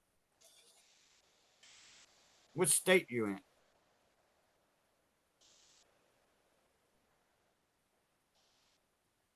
The proof sets, eBay is actually pretty good for that because if they're still in their holders, people haven't messed with them for the most part. Sometimes they do, but it's pretty obvious. You just have to look at the plastics. Um, Buy them in bulk. Try to Oh, he's find in sealed boxes. what? He's on the East Coast up there, Northeast Coast. He's either in Massachusetts or Maine. Yeah, go to one of the big coin shows and find the dealers that have the cases of them, and look for their open cases. It's a real Yeah, good way to get them. a lot of those proof sets at coin shows already been cherry picked, so you won't be able to find like a high caliber grade coin like No, a proof he's 68, after 69. he's after super cheap ones. Yeah, but I think he wants. Do you want to cherry pick out of that, like we was talking about Dr. G doing earlier, or do you just want some proof sets to have? Because I can turn you on to a coin shop that uh they sell unopened proof sets. A little bit of both. Okay. Uh, take a note of this, CNA. I'm fixing to spit something out for you. Cheapskate does a lot of foreign coins. Also, he's a foreign coin expert, and he does U.S. coinage too, auctions and stuff. He does. Okay, CNA. The name of the place is Allen's, Allens Coin Shop. Google Allen's Coin Shop. It's gonna bring up their thing. Click on their link, and it's gonna bring you to their homepage. And then you click on U.S. coins, and then you can check prices. They sell individual coins. They sell brilliant uncirculated rolls. Cheap too. Cheap. You can get 60s and 70s rolls of pennies for $2. 250. And their shipping is $6.95 flat rate. You can order $1,000 worth of stuff, $7 ship. Yes, very trusted. Very. I deal with them all the time. And then if you look to the left-hand side of that page when you're on U.S. coins and stuff, and you're looking at like Lincoln penny prices that they have for sale, on the left side you can scroll your screen up where all that's going up. Then you'll see mint sets, proof sets. And it's Very been trustworthy. They've been in business since the 60s. so it's been It like says 5 on or there that 6 years since I've been buying the mint sets and proof sets, other than the ones I get from private collections. right, And yeah. you don't get those cheap. Yeah, you can get proof sets for $3-4 from this company. $4, you know. Now, when you get up to the mint sets, then you got all the state quarters in there, you know, or the national park quarters and stuff like that. So naturally, the mint sets are going to be a little bit more expensive than the older mint sets.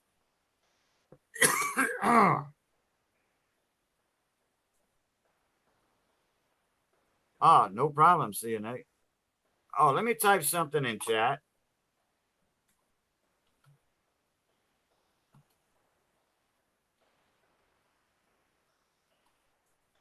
Carson City. Oops. Okay, now CNA. Now you hover over my name there with your mouse, click on the 3 dots, and hit go to channel. Hit subscribe if you don't mind. I've got videos out on Cajun cooking, how to cook Cajun food step by step, all Even that have good stuff. some special plastics for 2x2s and stuff soon, hopefully. Yep, I'm gonna have deals on 2x2 flips, cardboard, non-PVC plasticized flips, boxes, whatever you need. Oh, he did that earlier. All right, thumbs up, appreciate it. So that last set I was showing with all the high cameos is uh, um, tribute set to the most expensive Morgans there are. It's the 89 Carson City, the 93 San Francisco, which sold for $500,000. The Carson City sold for $500,000. 1893 New Orleans, 200,000. The 95 Philly Yeah, for I think saying 100,000. 1895 Philly, only 800 and some change Yeah, proof coins made on that. $50,000 coin. my grandkids bought me that for a birthday. Wow. Yeah, it's cute. Not silver or nothing, no. Okay, see you next.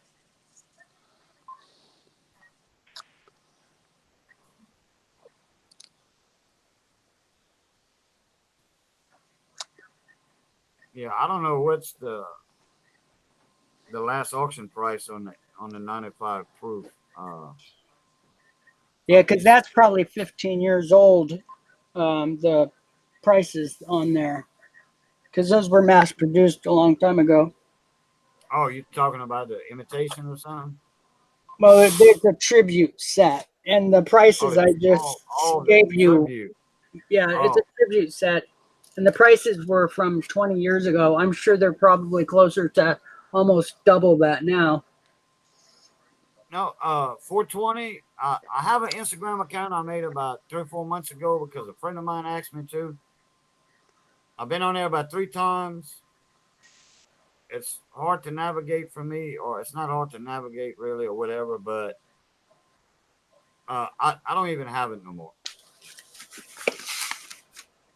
I'm more of a YouTube guy. I spend a lot of time on YouTube with my channel and live streaming on Hangouts, like on here, trying to educate people and stuff like that, trying to help out. But I don't even. I just got a bare bone account with no pictures in it or nothing. All I did was comment on somebody else's site, and another buddy of mine, I asked him to help me out, which David knows him, Curtis Lowe. Curtis said, I don't even get on there anymore. I can't even get around in there. I do know him.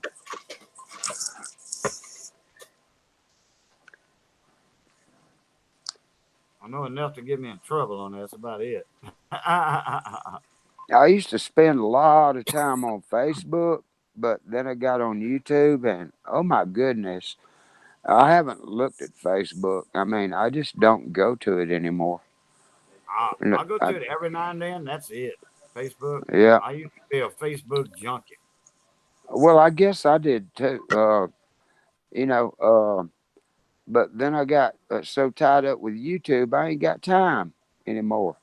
And Instagram, I just don't know, man. Why would I even start something new when I don't even have time to go back to something that's old?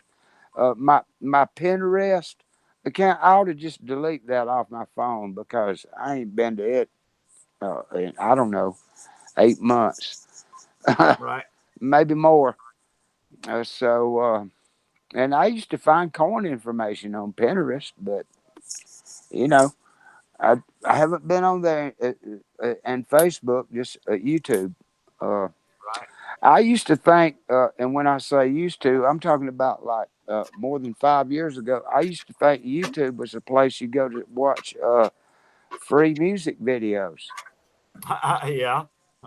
and I didn't know that you could do other stuff. Wow, you could like key in the model of a car and tell them what part you want to replace, and there'll be 5 or 6 videos. You just pick Right. one and learn Right. how to swap out the intake manifold on a whatever, Yeah. and whatever. I'm still learning, Yeah. still learning. My Uh, 1956 proofs. Uh, I was in hey, social media right when Facebook came out or before. I was on Face. I mean MySpace. I have never been on MySpace.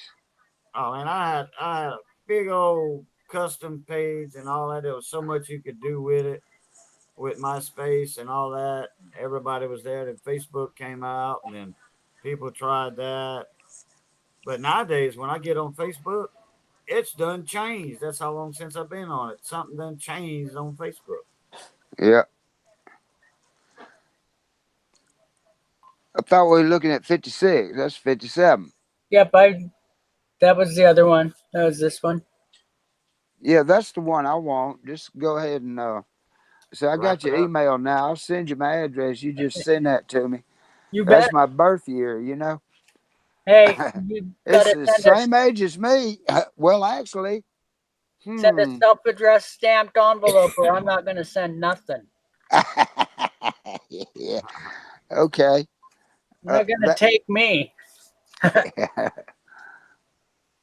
Yeah, I've got them from 53 and on, but I'm not sure where I must have been photographing a couple of them because they're not in the box.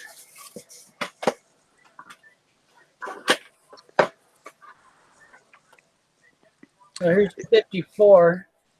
Yeah. We were talking about how to ship coins. We wouldn't want to do that way on those. We might want to go with a bubble mailer on those, or maybe Or even box. what you call the smallest flat rate box. Yeah, Yeah. they're just too shiny. They don't. Camera doesn't want to pick them up. Uh, I guarantee you, if and now it's not just the post office; it's UPS and all of them. Okay, if it can be tore up, they will tear it up. Okay, Absolutely. yeah, That's, yeah. They sure take Murphy's Law literally. I'm If trying to something can't think go of. wrong, it will go wrong. I'll just That's shoot right. Murphy in the knee. See, I had some silver coming, and one of the seller had a really good record, had quite a few sales, and was doing $500 to $2,000 deals. And I did a $2,000 buy into silver. And then the day I went to do it, if the day it came in, there was a flag on his site. Somebody had put in some kind of complaint, and I wasn't quite sure what was going on. So I panicked and I got my video camera out. It's the day I met my postman and asked him if he'd let me film the two of us with me opening the package to make sure it was what it was supposed to be. And I Uh-huh. did that. He watched the whole thing. In fact, he even held the box for me as I was opening it up, and it was full of washers. It's supposed to be $2,000 worth of silver. And so Wow. I thought, because I had insurance and stuff that I had paid for, and the guy did do insurance, and I thought between them or eBay or PayPal, one of them would cover me. And even with that video, and the postman wrote a letter, and nope, none of them covered me. I lost on two of those deals in a row, and that's what killed my YouTube or my YouTube selling. I was Or selling buying. almost 100 grand a year, but I wasn't making any profit. I was just cherry picking coins and changing coins in my collection to high end, which was well worth it and had me going through just a slew of coins. Yeah, I just broke my heart. It totally ruined because I was doing so many coins and then it all stopped. My money went away and I completely lost it. Never got any of it refunded. Man. Yeah. And that's when I found out that even though I was paying for insurance through the post office, because I was sending at the same time, I was buying and selling, and I was doing $600 silver lots. And I paid big time for if I'm doing 100 grand worth of coins, imagine what I paid for insurance. It was a lot. And then when I tried to turn one in, a claim, they said, well, you didn't read the fine print.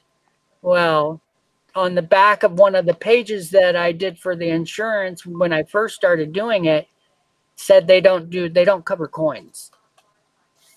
But they took my money and they knew I was doing coins. But they never bothered to tell me that the insurance didn't cover it.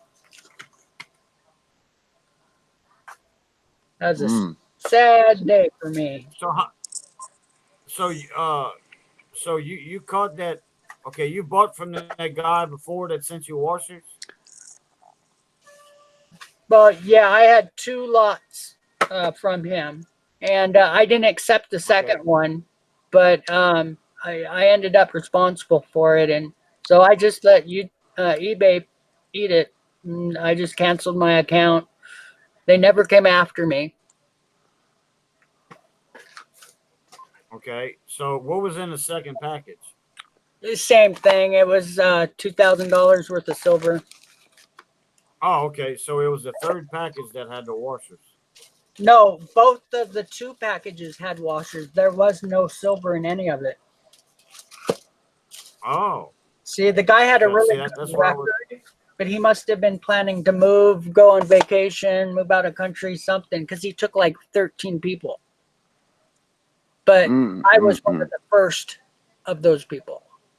I was number Okay. 2. So yeah. Oh. So even when you buy with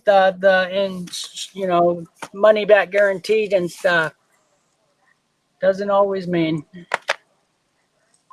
Right. And I should have been smart. I shouldn't have been, because I never bought that much from just one person before. I always did about half of that for my max. And he got me with brilliant uncirculated. It gets me every time. Well, guys, I think Mm. I'm gonna call it. I'm gonna go. Missy went to lay down. She wants me to go lay down with her. So, uh, I'll see y'all later.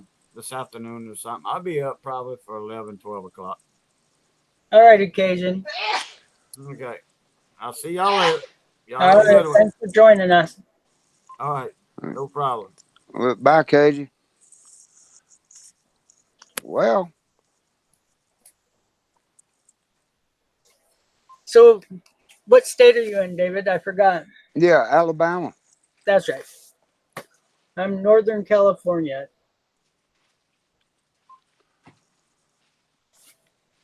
Well, that is a lot farther west than I have ever been.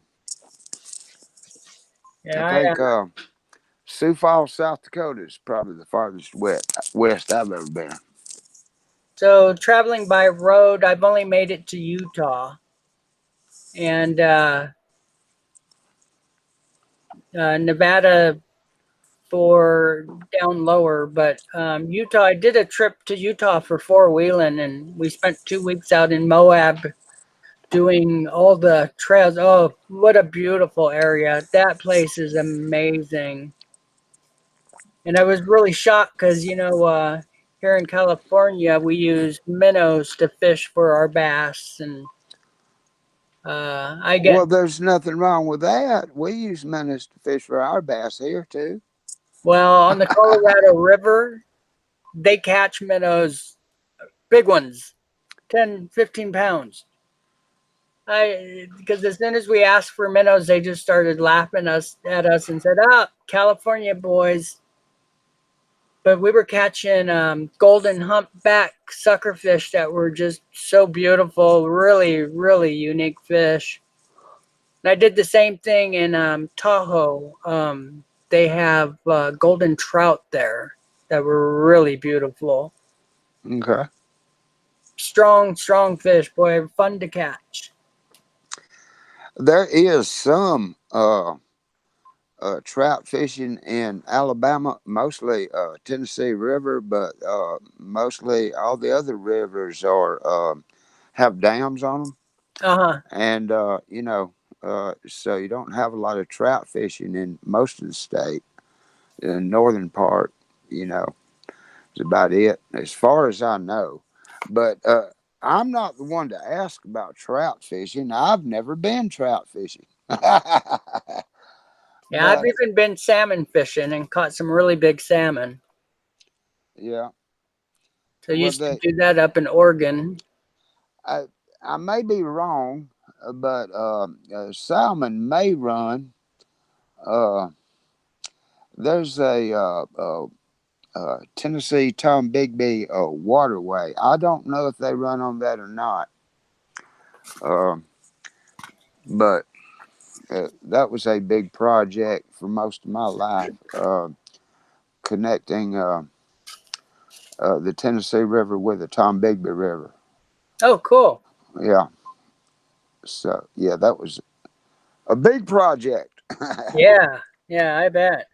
Yeah, but I think, yeah, it's got locks, so that they can for barge traffic, that kind of thing. Yeah.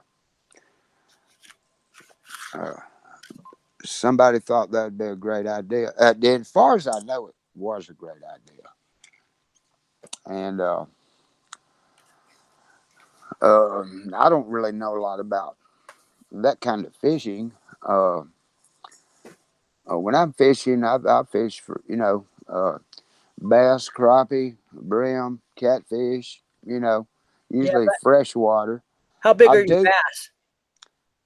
Well, they get pretty big, man. Not that I ever catch a big one or anything like that, but my daddy-in-law had a pretty nice size. I can't remember exactly how much that thing weighed, but he had it mounted. Um, and he caught it right over there where I used to live. Um, and now to answer your question, I don't know. I Eight, can't answer your question. 8 pounds here is really big. If you get one that's 10, you caught close. Well, I wouldn't say a record, but you're right up there close. And I know you get back there a little farther, there's some 20 pounders out there. That's pretty crazy. Yeah, I've never seen one that big. My daddy-in-law's largemouth was 8 something, I think. Yeah, see, Uh, that'd be but and that, real big. that yeah, that is a big fish. Yeah. But he had it mounted, and that was Nice. years ago since I've seen it. Because he's gone and it's gone, and I don't know where it went. Were you there when it happened? No, no, he had that already mounted on the wall when I first met him. So he caught that a couple of years before I ever met him. Hey, Noel, how you doing? Who's coming in chat? Stopping in, Noel O'Brien. Just stopped in. Noah Bryan. Mm-hmm.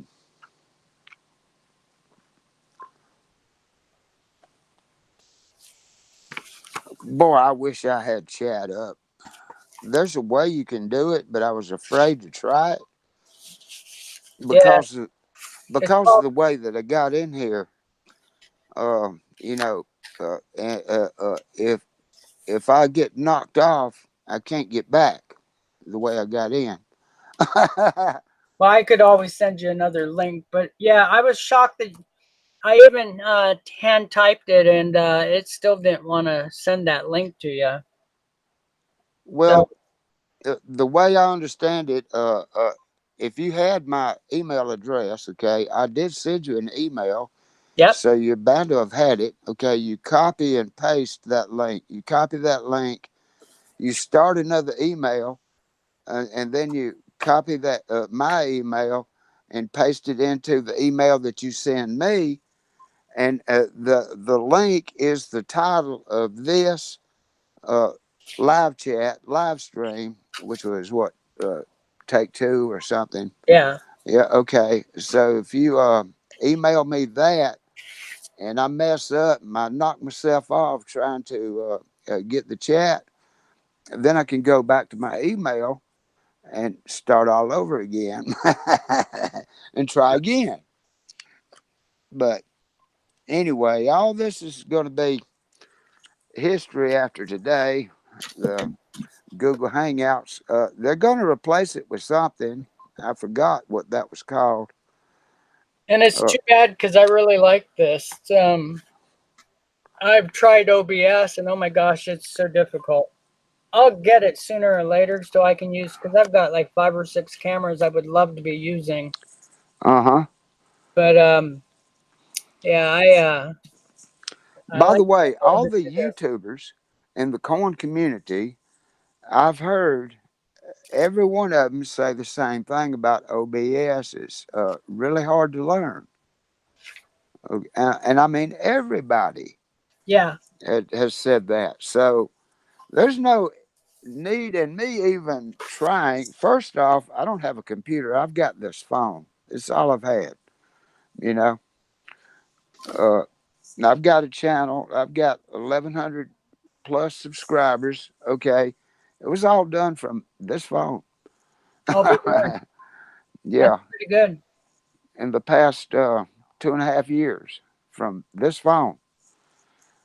Now I had the account longer than that, but like I say, I didn't get on YouTube unless I wanted to watch a music video. I didn't have a channel. I was in the corn community for a while, with 0 subscribers, no content. And I would notice occasionally, people talking about, well, leave a comment on, yeah, or something. And I just happened to type in one day. I'm pretty sure I was in Ken Peavy's chat, and I just happened to key in there. Well, how do you leave a comment if you're on an iPhone? And somebody typed it out that, well, you just scroll down past all those other videos and those ads and stuff until you see where it says leave a public comment. And I'd never seen that part before. And I did that, and the rest is history. That was the beginning of me having a channel. Oh well.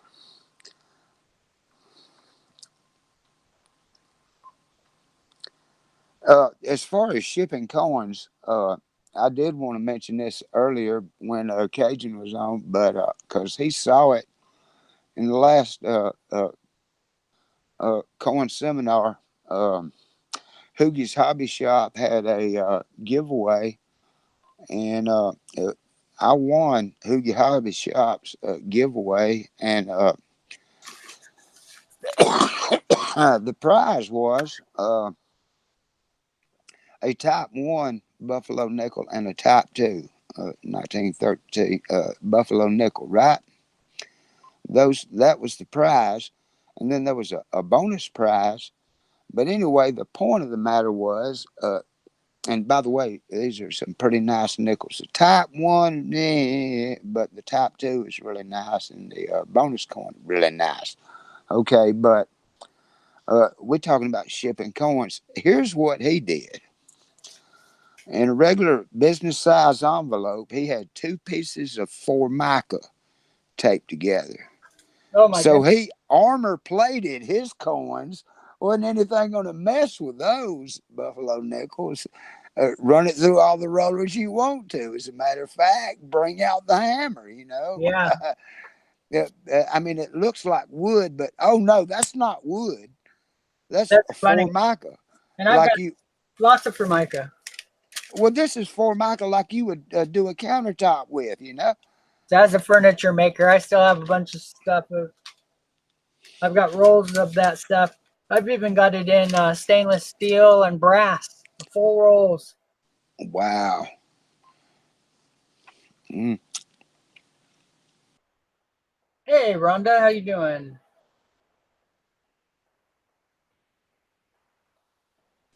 So, any of you guys into stamps? Noel? I think I've shown everybody else, but you and Rhonda, the stamps I wanted to show you guys. Is Rhonda Tolliver in here? Yep, I'm sorry. I was supposed to tell you. Yep, it just showed up. Well, hey, Rhonda. Says she's doing fine and you. I'm okay. I'm having to drink coffee with no milk in it, but Oh my goodness. other than that, I'm doing okay. Mm.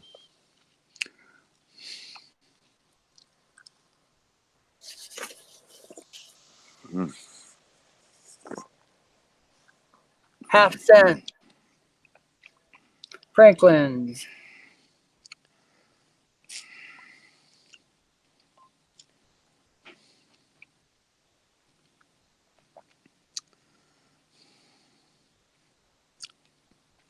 She says that's good to hear.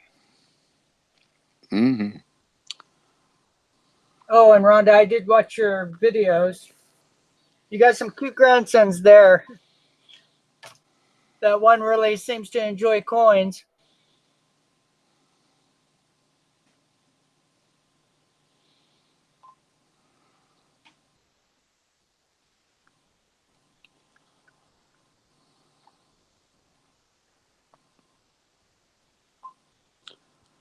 I'm curious how old these are.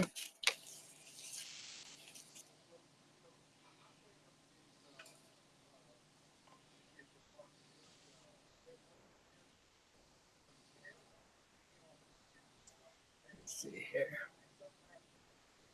Give me 1 second, guys.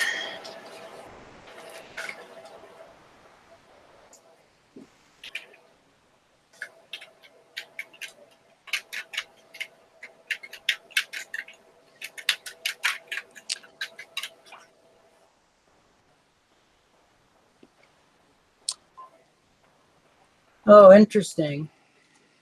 So I looked it up, and there's one stamp that is being sold for $65, and it's by itself. Is that on eBay? No, I don't recognize the website. Oh, But okay. then there's a full sheet, and it shows these are those stamps I had told you about that the post office screwed everybody up with. Mm-hmm. These ones are from 1955. Okay. and a whole sheet is $10. Wow. $65 one must be a real high graded stamp, because I know they do grade them. Well, shoot, I thought they were really old. Oh, okay. Now I see which one I'm supposed to have.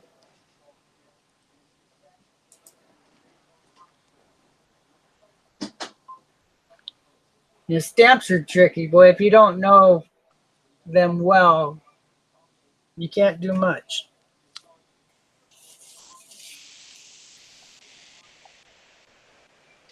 But it's still pretty cool to have a little sheet.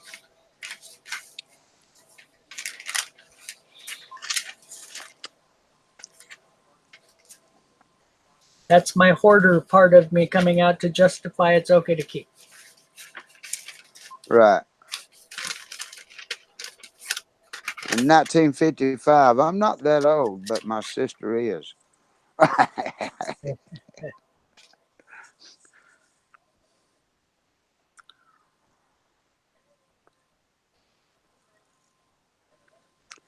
um, Smidgen before me. did what then? How old are you? I was born at the end of the 50s. Oh, like 59? It's 57. Oh, 57. Yeah. Mm-hmm. That's why I was able to collect so much. As a kid, my mom was a banker. I was Yeah. a bad kid that never did what he was told.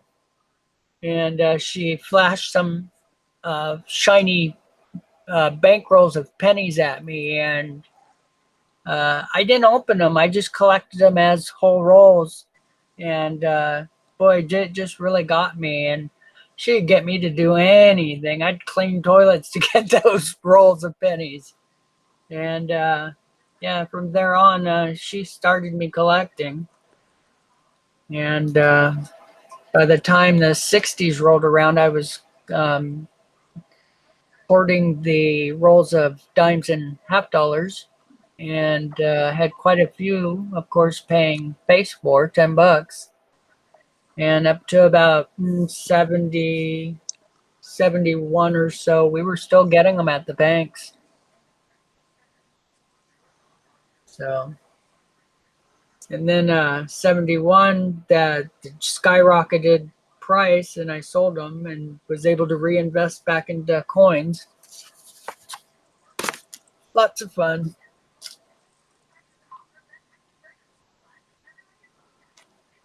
Oops, sorry guys, I lost my chat. Just a second. Uh-oh.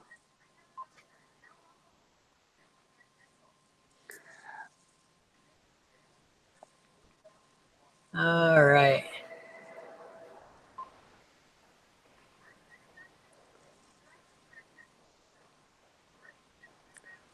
She said her grandson likes doing whatever grandma does. Yeah, it's nice when they, because my grandkids do the same thing. I've got magnifying glasses, the plastic ones for them. The loops, I tried really hard to have them use the loops, but they just could never get the distance right. They'd either hold it too close to their eye or too far away, or vice versa with the coin. So I bought little magnifying glasses, and yeah, they go through all the dates with me and help me sort the ones that are in capsules, and yeah, it's a lot of fun.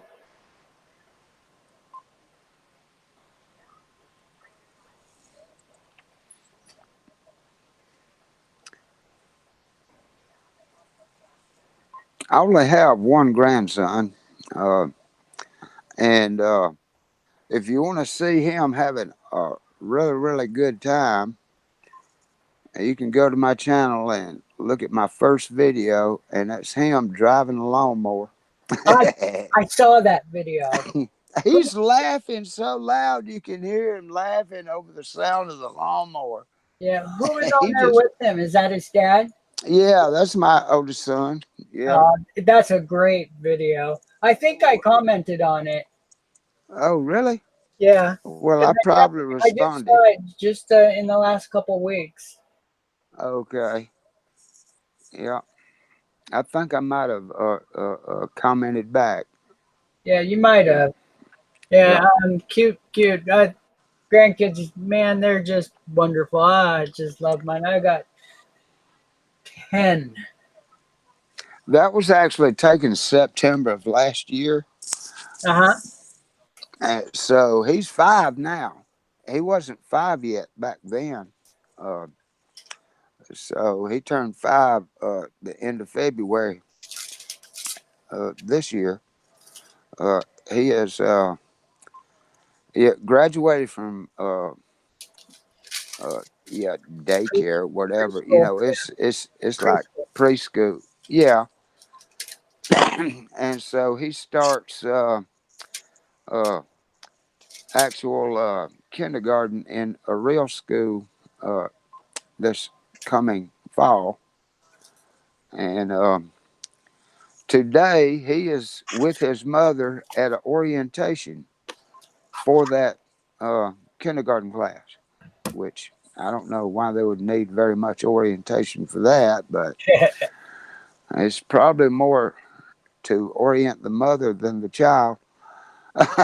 Probably. Yeah, but this boy can really read and write and stuff. And he hasn't started school yet, but he was in a Wow, good place for that's really preschool. good. Yeah. Yeah. So, I've got a natural baseball player.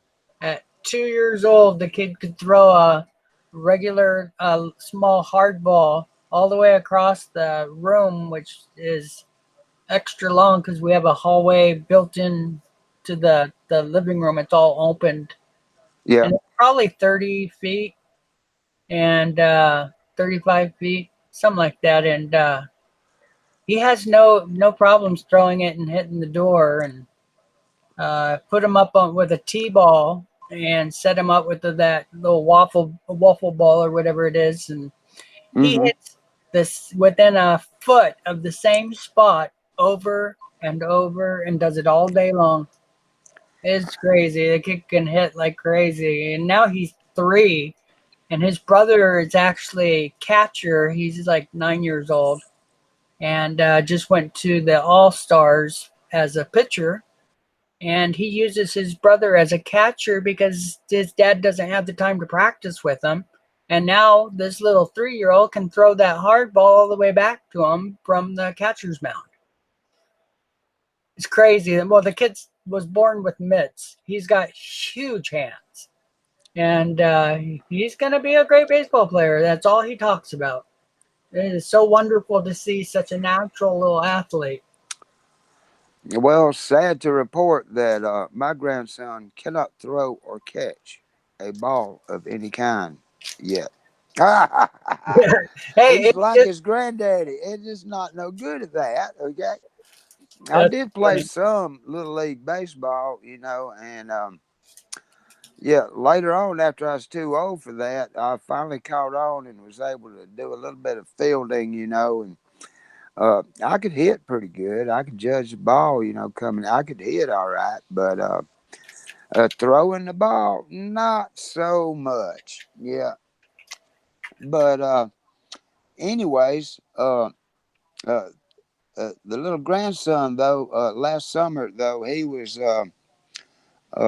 We took a vacation, to my brother's house on the lake there, and uh, actually have a little bit, a few pics uh, of him shooting a BB gun.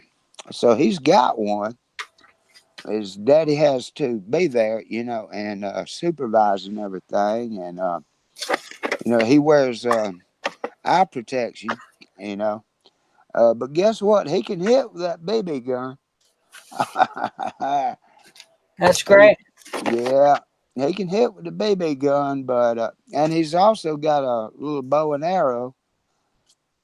He does okay with that, but throwing a ball, ain't forget it. I never could throw a rock. That's funny. Guess you're born with it or you're not. Hey, my best friend in the first grade. I'm talking. You talk about somebody that was a dead shot throwing a rock. He could pick up a rock and hit whatever he could see. Um, I was with him one time, and he was walking over. You know, we was leaving house. We're in the first grade, okay, and we're leaving school. We're walking to my house, okay, and there's a squirrel going up a tree. And my buddy picked up a rock, hit that squirrel in the back with that rock, almost knocked him off a tree.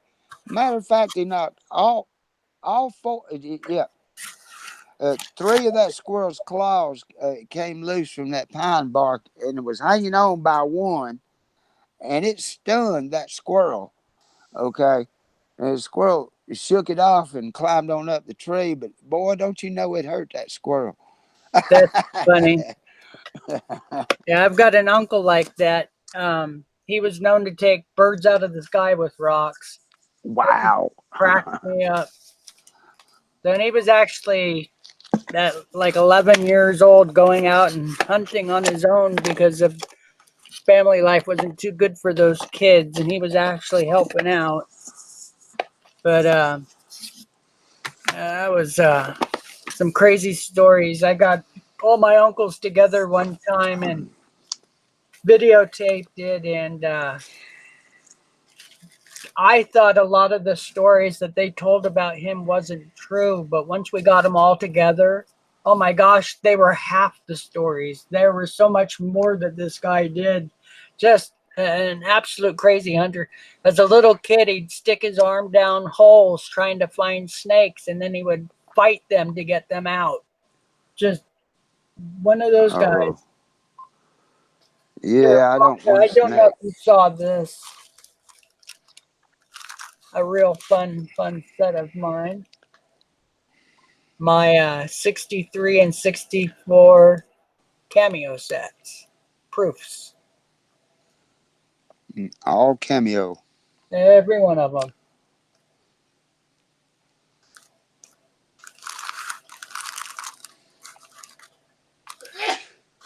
Fun stuff.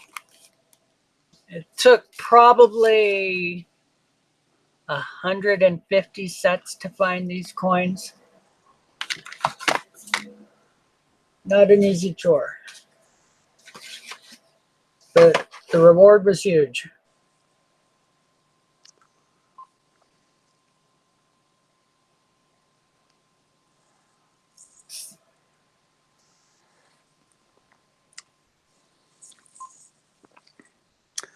Well, Rich Kelly, guess what? What's I, that? It's I David Carlisle. yes, I She am was also curious. gonna. I am also gonna have to get off here. My phone is down to 15%, and I'll tell you what. I sure enjoyed our time together here on this live stream, uh, and enjoyed seeing your coins and stamps and all. And uh, but I've absolutely got to charge my phone. Uh, it's about time that I'm going to start receiving calls and having to check things. Okay. Hey, well, thanks for joining the panel. You're welcome at any time. Well, thank you for having me. I appreciate it. And everybody in chat, goodbye.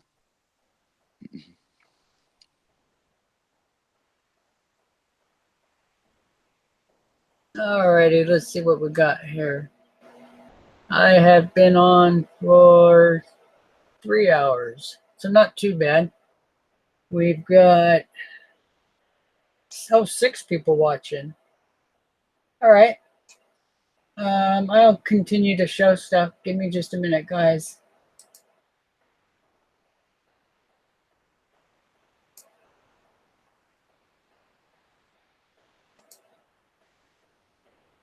Robert Johnson, hey, hello. Sorry I've missed you coming in.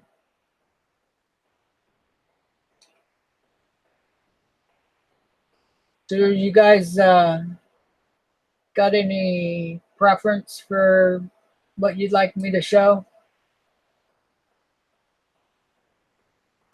Because I don't mind. If I can get to it, I'll show you. As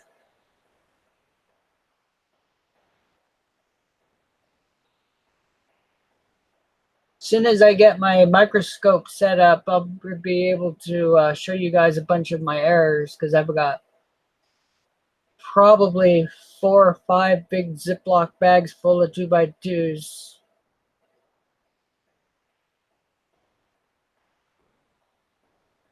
There's David.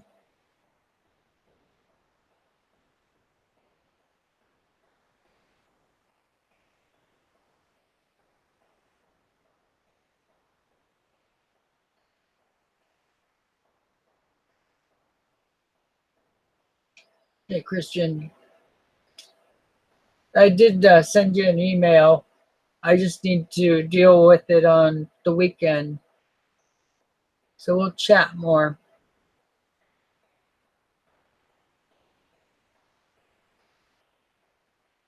David had to go. Oh, still there for a minute, though.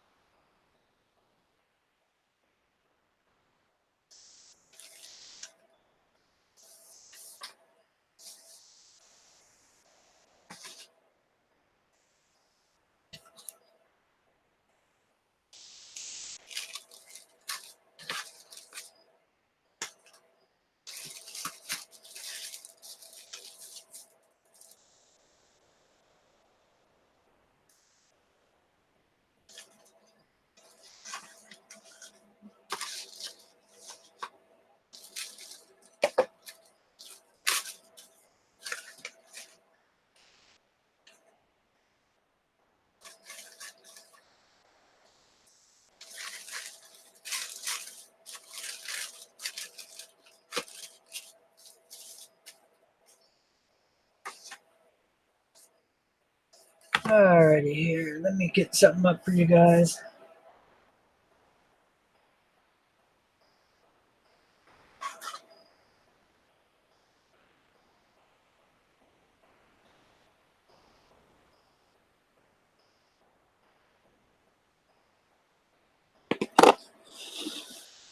So if you guys see these in the coin shops when you're going through the world coins, try to grab them if the price is right. And be careful, don't get charged too much, because the price all of a sudden is starting to really skyrocket on them. These are Philippine, US made. These were all done at the US Mint. I think San Francisco, yeah. And man, I have a couple bags of these things, but I got them so cheap. And I guess right now everybody's really starting to collect them.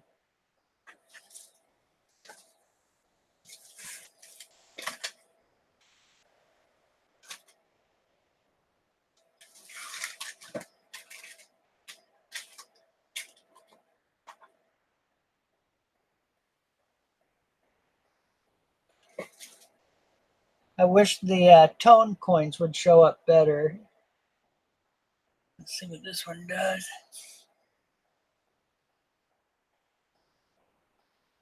Yeah, this one's green and yellow. You can only see the yellow.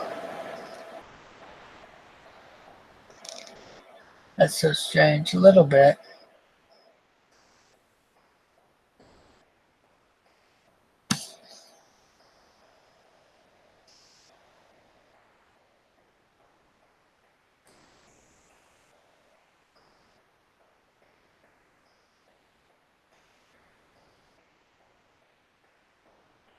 See the date.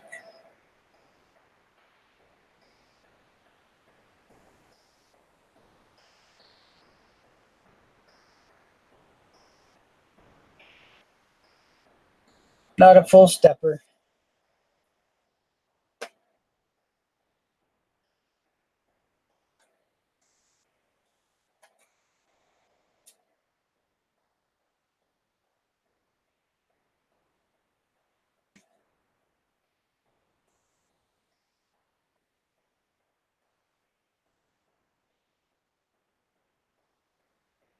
I think I already subbed to you for 420. Just a second, I'll check.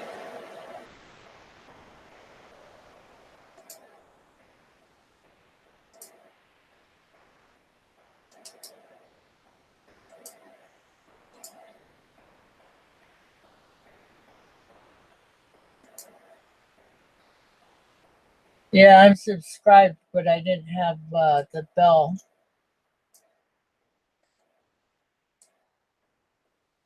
I think I subscribed to you a long time ago.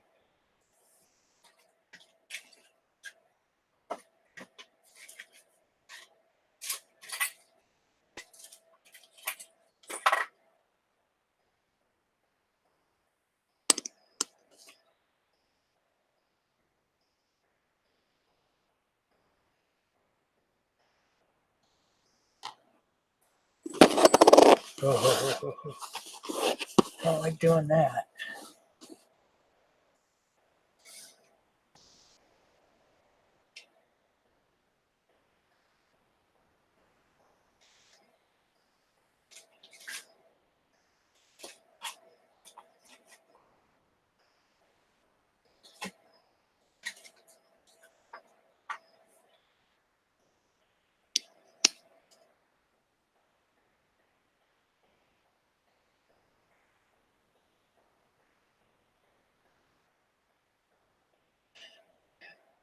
Hey, Knuckle Gimbals.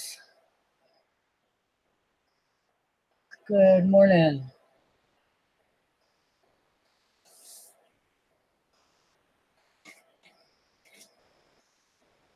Which state are you in? And I didn't mean state of mind.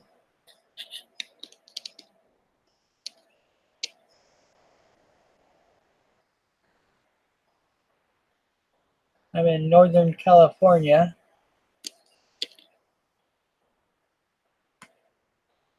These have the best of color, but boy, it sure doesn't show.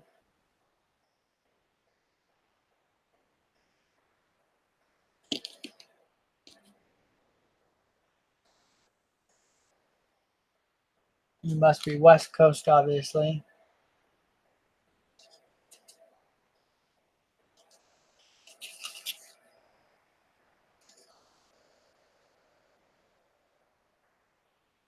Can you guys see that one? Let me pull this one out. It's pretty cool.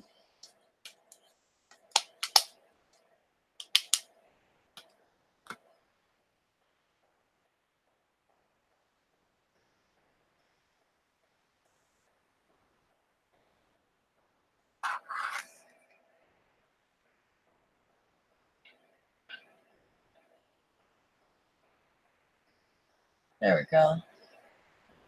What do you guys think of that one? Nice strike through. It's a big old crater.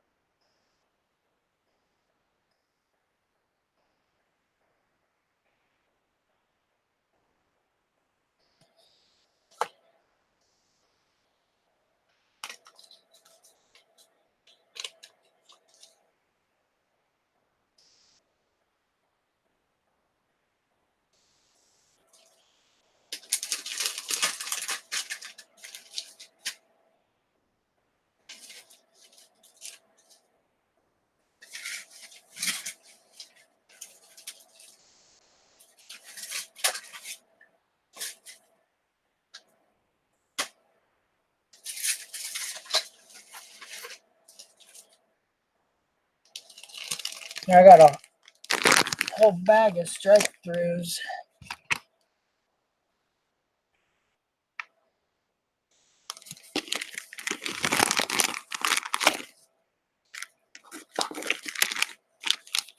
And this is just part of them. I just started doing this about a month and a half ago. So what I need to do is do my crack skulls. Boy, I've got so many of those. They've really started adding up. I find them, haven't found too many on wheat. Most of them are 60s and 59s.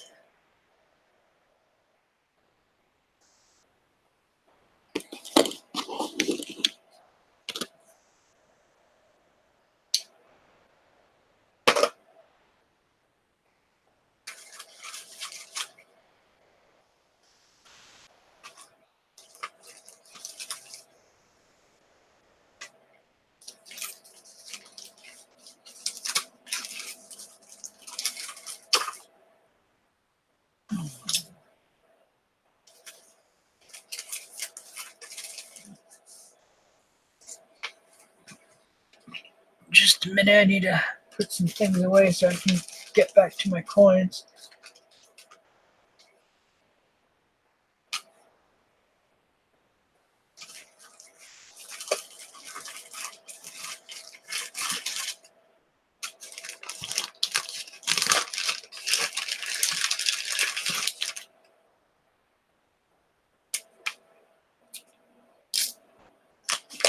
I don't think I've tried to show these ones.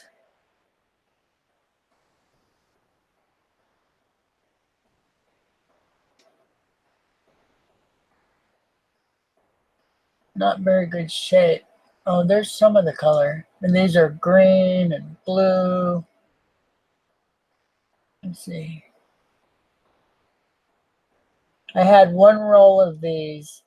And the entire roll is like this. And it's from being out in the garage. Guess there was just enough moisture out there to cause the, because they were still in a bankroll.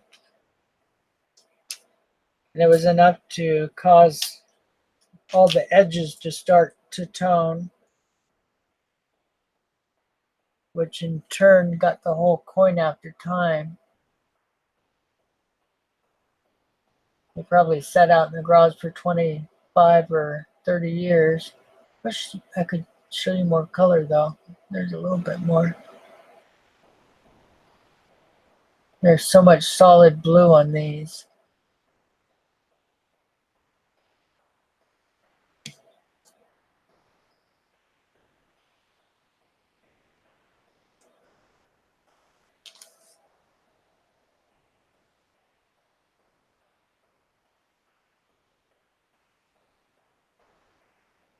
Come on.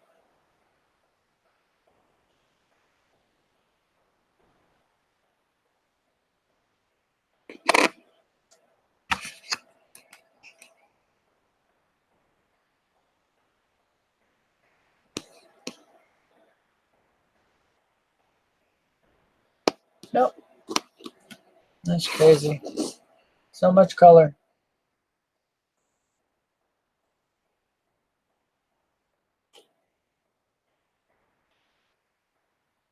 You see the blue a little bit on that one. I need to get a better light. It's the type of lighting that's keeping the color from showing, I'm pretty sure.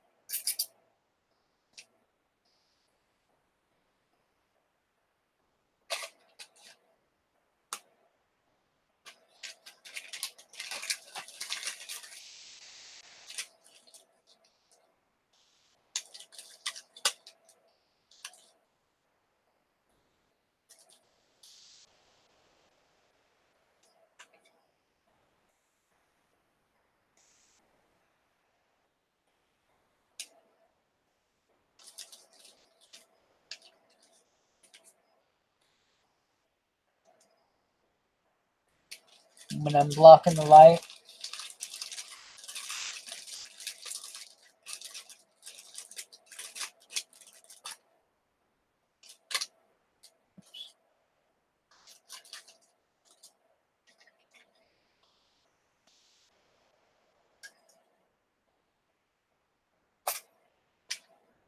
This one actually has most of the steps.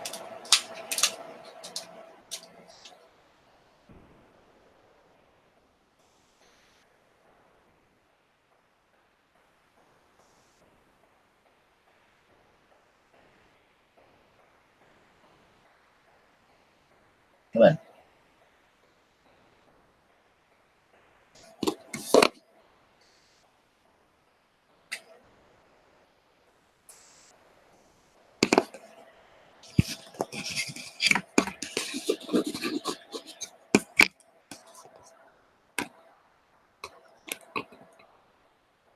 Almost gets it.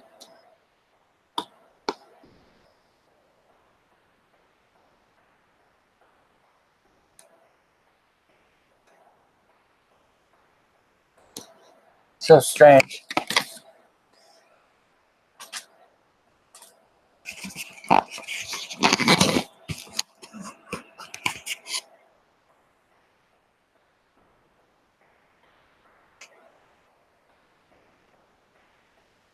There, told you. Wouldn't pass though. It's missing too much. If it has all of that fourth step and it's certain years, this one will actually pass for a full step. It has to have like about 15 to 20% on either side of that last step. And then all of the fourth step. You have to see the line all the way across. In certain years, like 65, that'll pass for a full step and be worth thousands of dollars if it's MS65. Pretty crazy money in some of these nickels. That's why I tell you guys, if you want some good advice, go to the bank and buy the nickels, even if they're new. Find the ones that have full steps and are really clean. And just start cherry picking them until you get ones that are almost flawless or flawless. And put them away for about 10 years. Got to store them safely. Don't keep them in the paper bank wrappers because they won't last. The paper they use today is all bleached and treated with colors and dyes. Not like the old ones. Oops, no color. This one's all blue and green.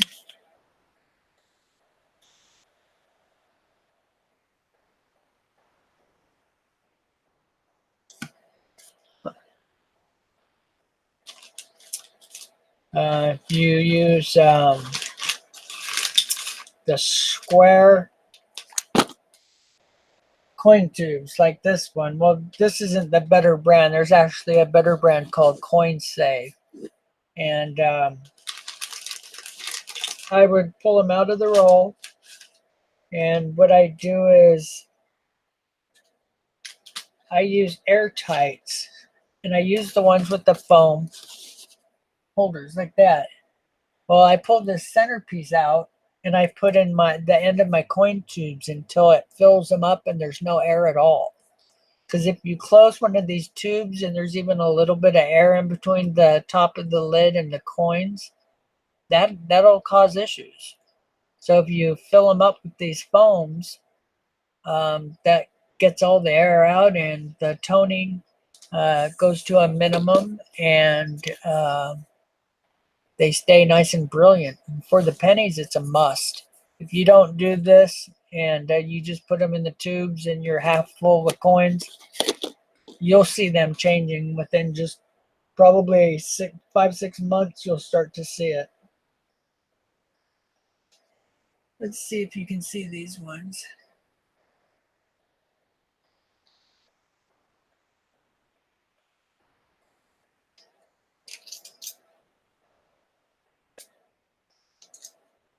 So this is a real nice coin. Very brilliant.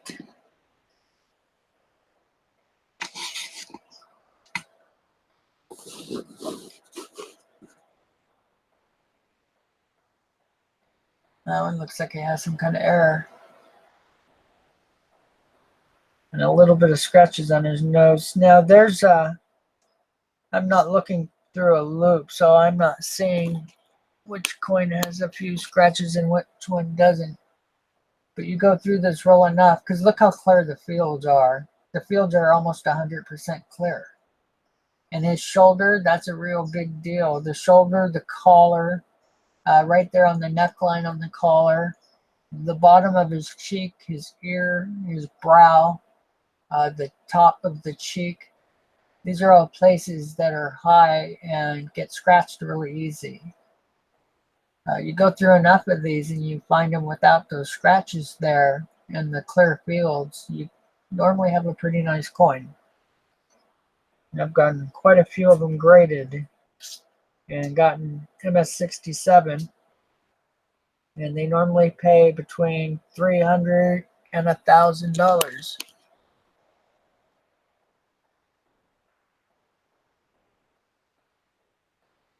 So, and you're not seeing the sheen that I'm seeing. The luster is really high and clear. I think because this has such good magnification, you're seeing a very the tone or the surface of the coin. In fact, let me do this. Watch you. You'll be shocked how bright this gets when I turn it just a little bit. Come on.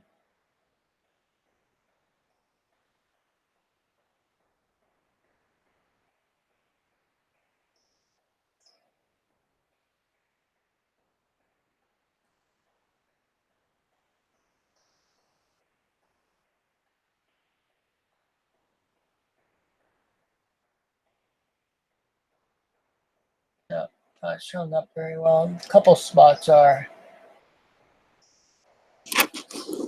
I showed proof pennies that were flawless, or proof coins, and they show up with the same surface. So it's just the camera just has really high magnification. It's a 4K camera, so it just might be so crisp on the quality.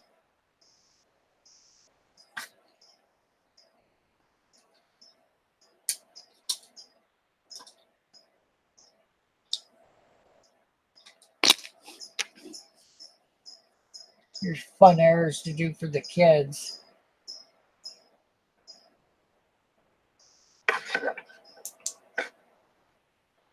Did that help? Yeah, I see it now.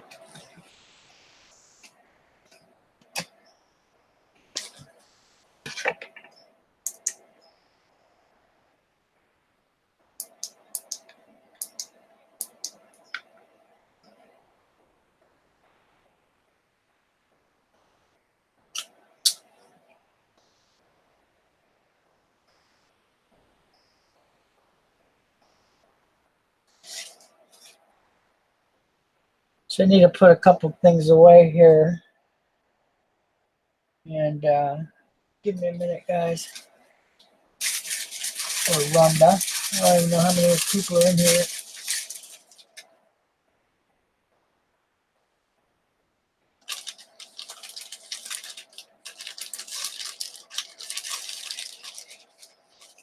Well, I'm kind of, well, not confined to my bed, but I'm mostly bedridden. So everything I've got set up really close to my bed. So things are all normally within reach or close. And got a lot of time on my hands because of it.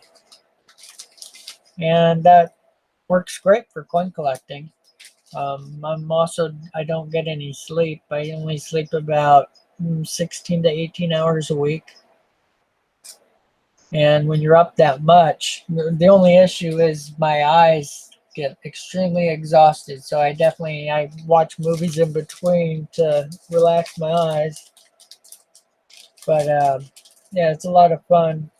Coins are my childhood hobby that has grown into a business, and it's a lot of fun.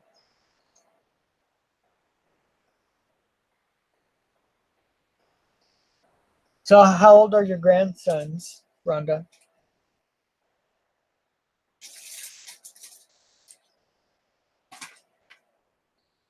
So if you could send me your address, I'll send them a couple some coins. Since Grandma doesn't want them, I'll send them to your grandkids.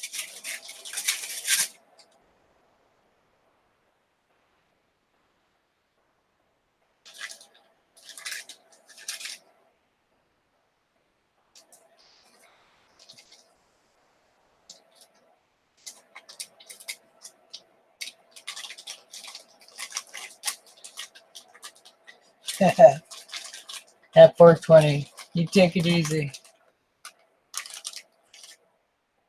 California medicinal.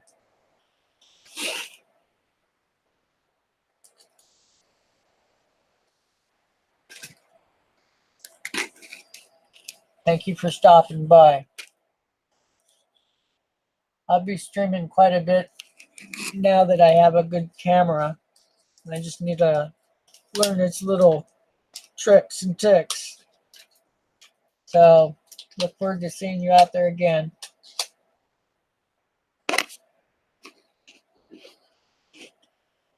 And I do coin trades for silver and many other things. So, if you're into trading for coins, I've got a whole bunch to trade.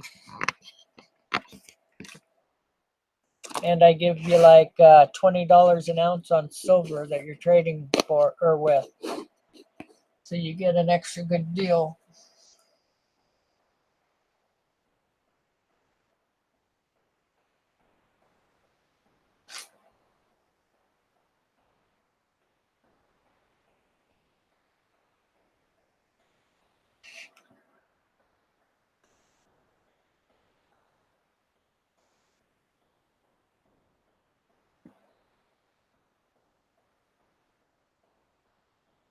So does that look okay, Rhonda? Is it in focus?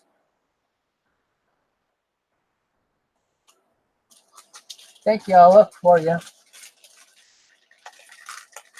Thanks again, 420.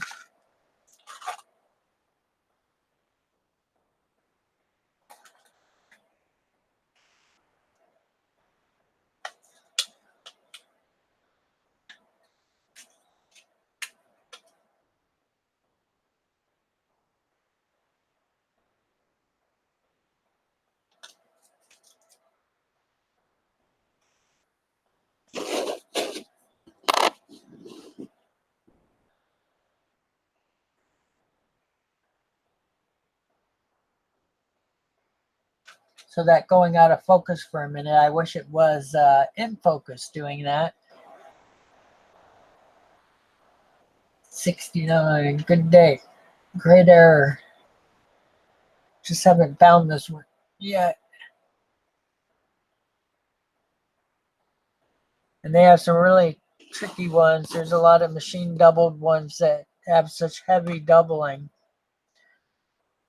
But not the right kind of doubling.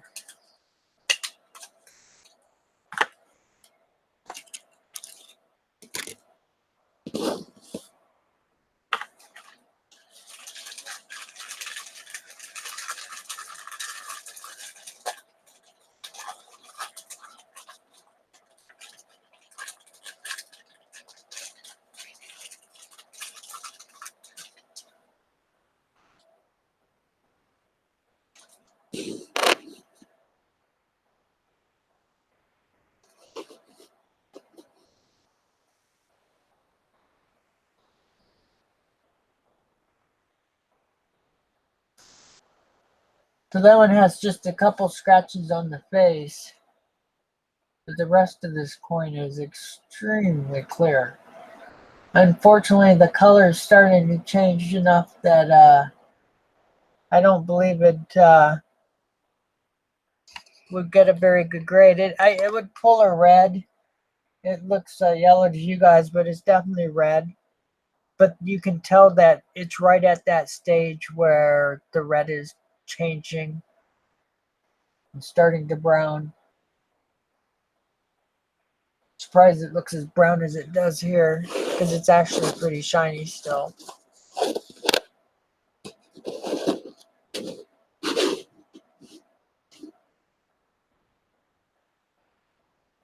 That's pretty clear.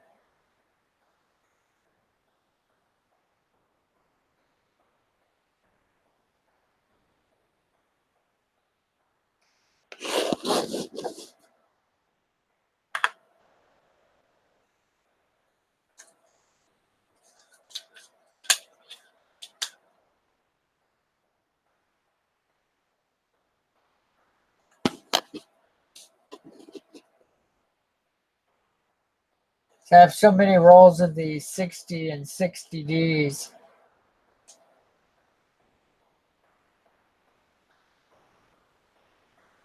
So this one looks, if you see the ring that's there where In God We Trust is, unfortunately this is a deteriorated die and it would definitely affect the grade. They like a really clean strike. You can't get above 65 with a coin like this.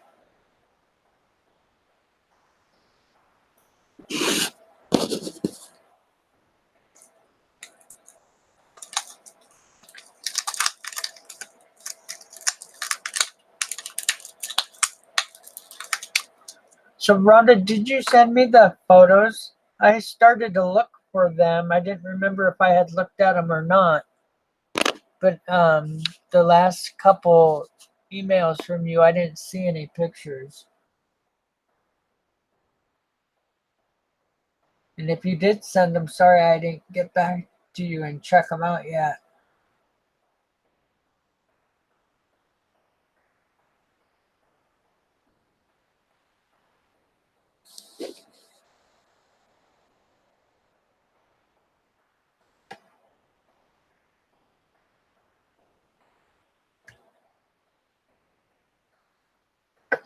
See if I can turn this down a little more.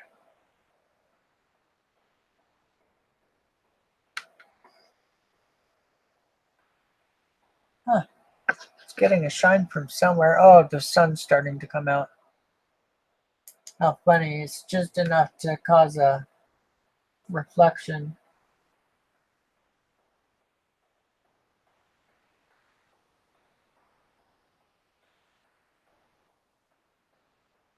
Yeah, that's why I try doing that. When I hold the coin and I turn it at a real steep edge, you can start to see the color.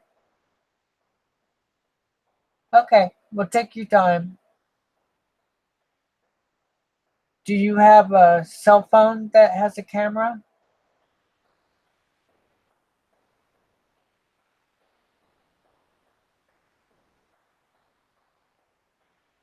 I just bought a lens for the cameras for the cell phones. It's called a Oleo, and it has there's one that has 3 choices, and it's got one macro. And there's one that has 4 lenses, and it has 2 macros. Boy, they are a great little lens to get. Let me see if I can see it here so I can show you what I'm talking about.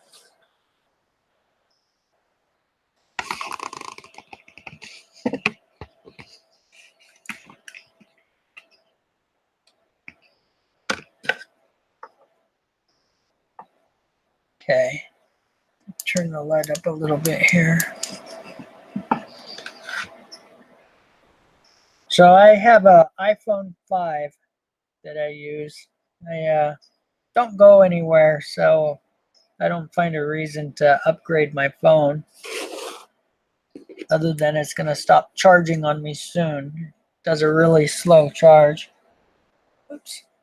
I guess it helps if I put it in the picture. So what this does is it slips on the corner of my phone. Oops. And has the macro lens here. And it does fantastic pictures. I can zoom in on just the date. Pretty cheap way of going. I think I paid $15 for this one. And they have cheaper ones, but a lot of them, the glass isn't very good. This one has really good lenses. I've bought these a couple times for my grandkids. And they've got a telephoto one too, and that's what they always use so they can get a little better distance shot. But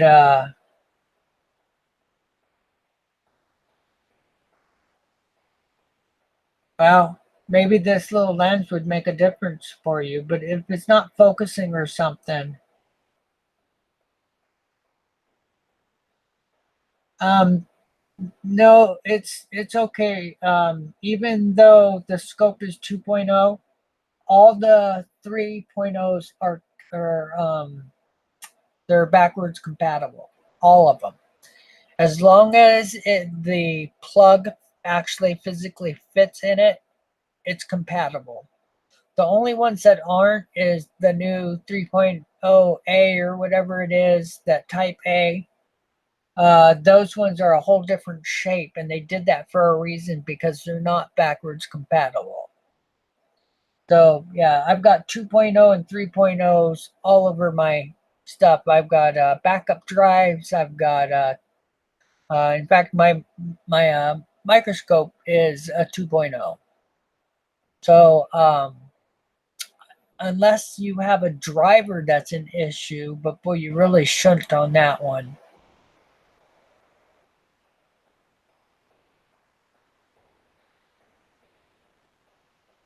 Now, if it was the other way around and it was a 3.0 scope and a 2.0 computer port, that could be an issue.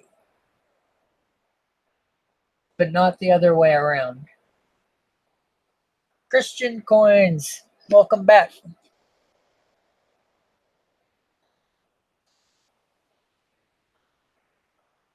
So I'll do a video with this little lens here soon and show you how good it does. I'm really impressed with it. I was going to do a video about it anyway, because I truly am impressed. I had one before a long time ago, and it made such a difference for me. I'm glad I bought another one. And for 15 bucks, you know, that's a driver issue. Then what you can do is, let's see here. I can help you with that one. Send me the make of your computer, and well, in fact, one day when we're chatting, I'll walk you through getting to the specs of your computer. And because I built my computer and I've built tons of them. If it's a driver issue, I should be able to help you figure it out or figure out another way to do it. There's ways that you can add a card to the back of the computer and add more ports. And if the camera is a 2.0, we can actually put in a 2.0 port, and there shouldn't be any issues because it'll be a 2.0.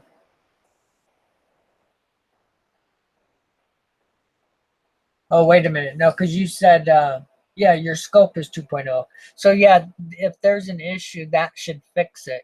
And those just slide right in. They don't take power or nothing.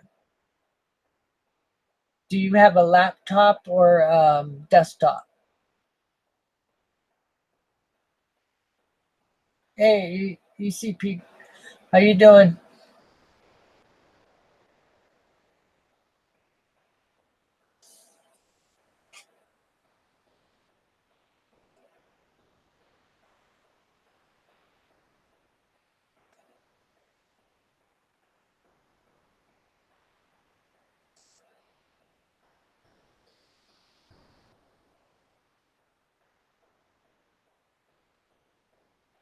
A laptop. That changes things a little bit, but there's still some options. So just get me the model and make of the computer, and then one day I'll walk you through getting the specs, and I'll be able to tell what I can do with it. Because there's other ports on the laptops that will allow us to use another device. HP 15. How old is it?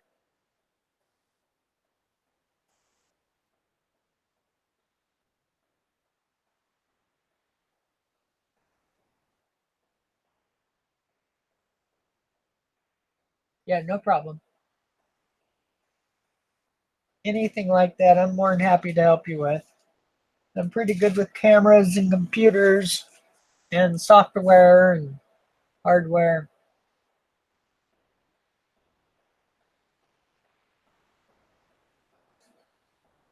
See the way my camera is focusing? I need to figure out why this camera starts bouncing.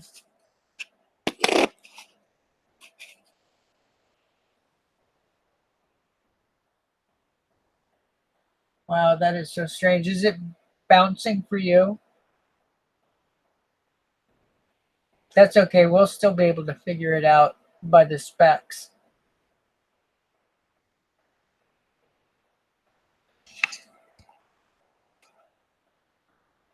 There we go. I really like these. That one's pretty messed up. It was actually still in the cellophane. And you'll see coins like this from time to time. And sometimes they're really heavily pitted in these spots. And it's actually from being in the mint plastics that has been scratched and little holes have formed. And that's where oxygen is getting through, and a little bit of moisture, it can cause that much damage. I have some Franklins that are just completely speckled because of that.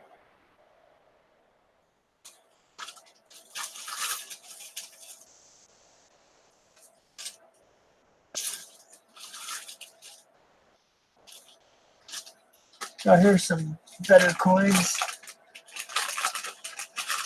Maybe.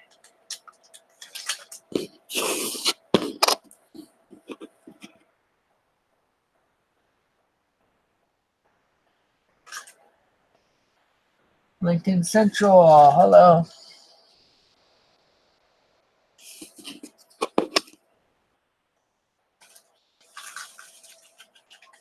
Well, that one's got a kind of neat tone.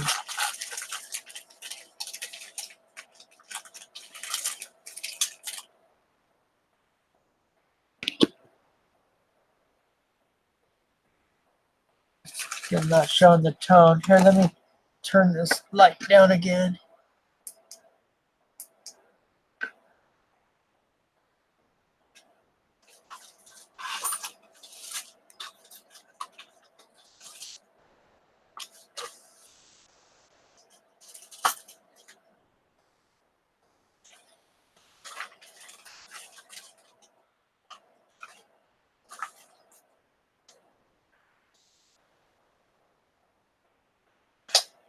Oh, cool. Okay. Here's what I was trying to show the other day, and I couldn't find it.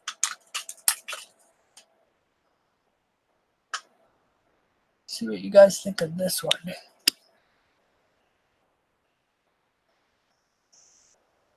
Well, it doesn't show very good. It's actually pretty brilliant. And the neat part's on the other side. See if it shows up. It may not show up.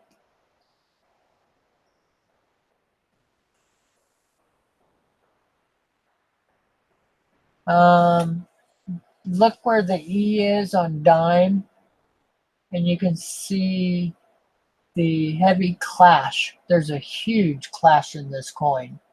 I'm surprised it shows up so lightly.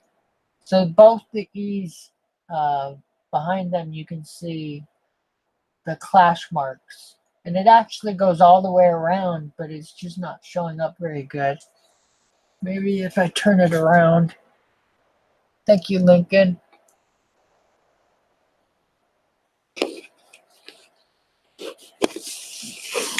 Move it out of the way here.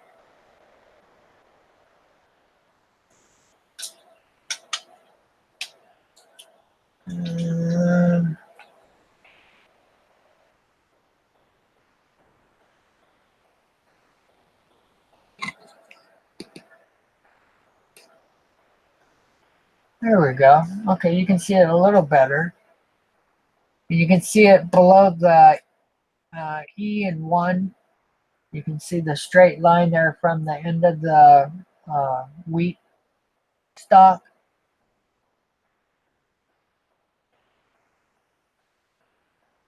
Some of my barber dimes and stuff are for sale, but not this one because of the clash. It's one of my favorite coins. But I've got a lot of real high-end coins. If there's something specific that you're after, or if you'd like me to come up with a small list of better coins, just let me know how much you want to spend or what grades you're after, what types you're after. The 1900 and up is my best coins, but I have a fair amount before too.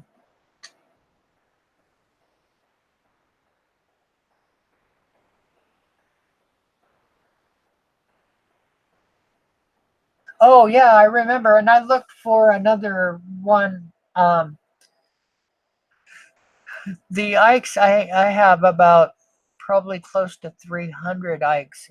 Are you after Ikes or are you trying to trade them? You like the Ikes, I'm remembering now.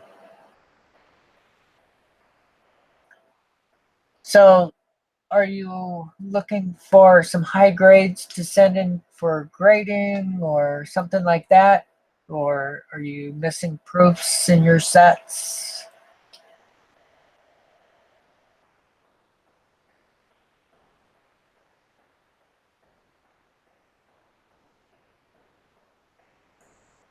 So I'll send you a little more info in that email because I saw that email last night and I started to research it a little bit to see if we had emailed before that. Um, and I can give you, okay. Yeah, I have a ton, and my Ikes almost probably 3/4 of the ones I have in my top drawer are from sealed mint sets, sets of 5 and 10, straight from the mint in sealed boxes that were inside a safe for about 30 years, 40 years, something like that. They'd been in there since they were bought and never opened. I opened them, I did it on camera, and yeah, they're just gorgeous. I've got browns, blues, I've got proof sets and mint sets. So yeah, we'll talk.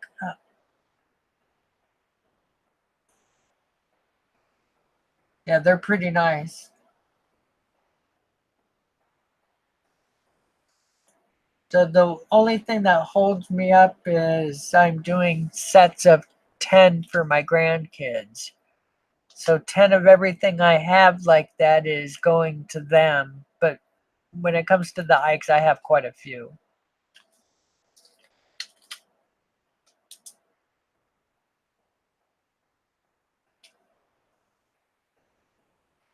So in fact, if I'm gonna be on for a couple minutes here, let me go ahead and stick some of them up because I think they're right here in front of me. I had just pulled them out today.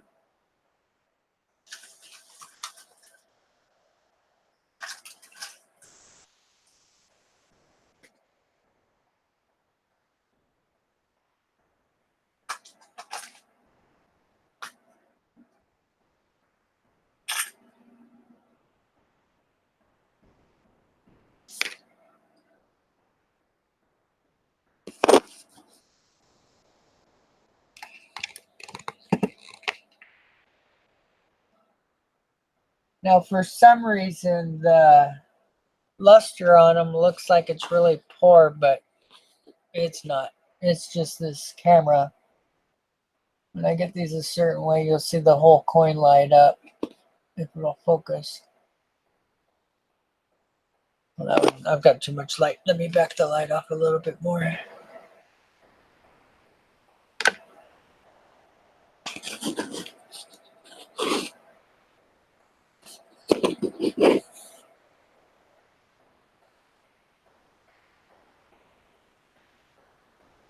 Come on, camera.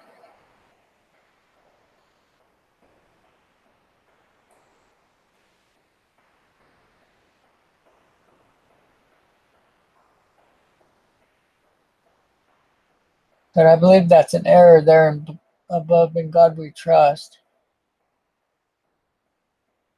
I have a couple errors that I noticed on my Ike's. Such a big coin to strike. Okay. These are the silver.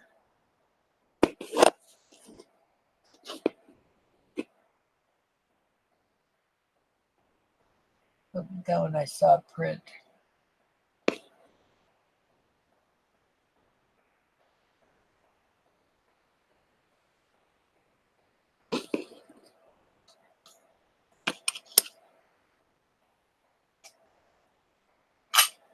Yeah.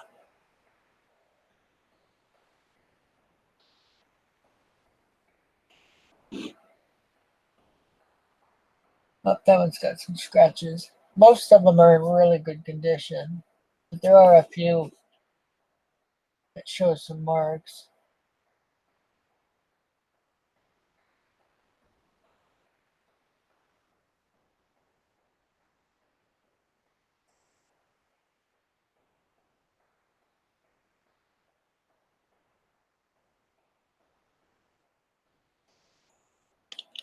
So when I show any of my proof silvers, I just showed my 50s proof sets, and some of them are near flawless and really high luster. And for some reason with this camera, they show up with this flat look. But when I get them at a certain angle, the luster flashes. So I don't know what it is about this camera. It's a 4K camera. Maybe it just has a little too much magnification, or like that one looks spotted, but if you look under a 10 times, you don't see anything. Really strange.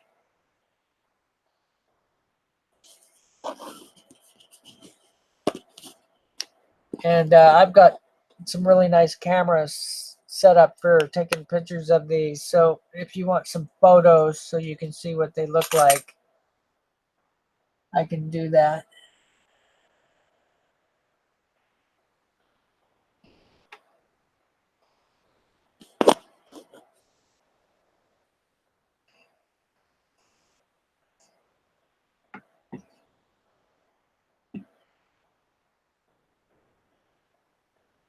So strange. So I was shocked that the dime showed up so well, because that was really nice luster too. And that's the way these coins look. But I can do, I've got my other video camera, I can zoom up really close. I can actually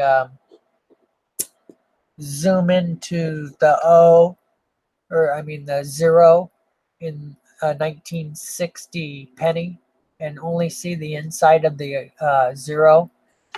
So I can use that camera and show you better pictures of these. It's what I did if you look at my other videos of my 63D pennies, that's the camera I used.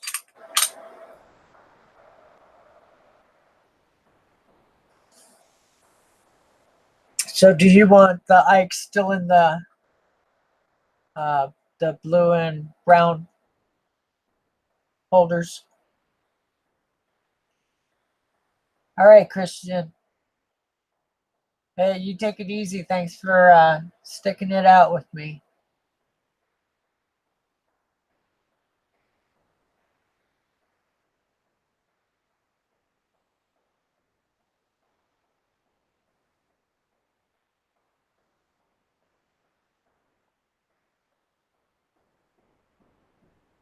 Alrighty. Yeah, I'll get back to you and give you a little list of stuff. I'm not into selling a whole bunch of it, but I certainly would sell some. And when I put some of this stuff up at my, when I do my um, trade stream, if you trade for silver, I think we've already talked about that. I'll give $20 an ounce this week. And depending on price, I'll probably be close to that or the same again when I do the next one.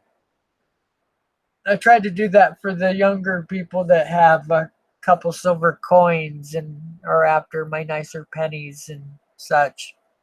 Gives them a better opportunity to be able to afford this stuff.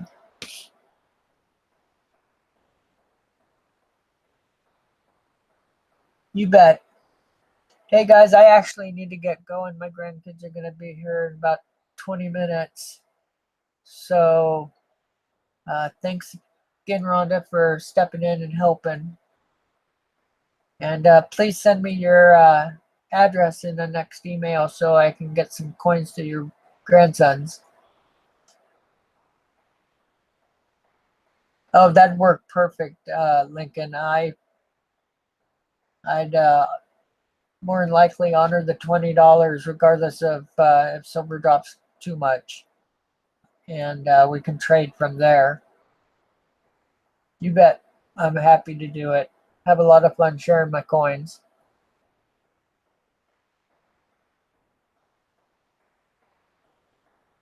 So thanks guys for stopping by.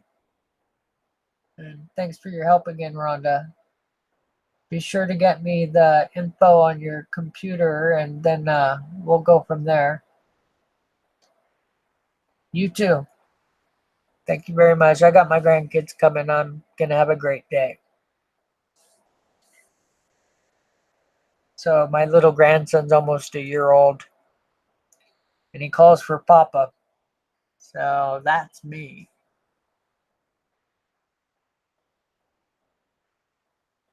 Thanks, guys. Thanks, Lincoln.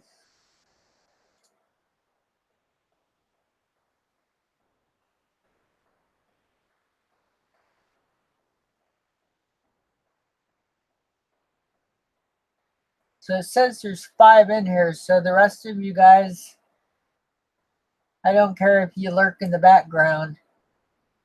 So take it easy. If it's ECP and the others that were here earlier, thanks for stopping by. Always going to be around like the last 5 or 6 hours is normally when I'm up and doing this. So hope to see you again. Bye-bye. Love my grandkids. They're what keep me going. I can be having my worst day ever and my little grandson scoots from sofa edge to sofa edge, from tabletop until he reaches me and just wants up and not to be put down. Makes all the pain go away. All right, bye-bye, guys.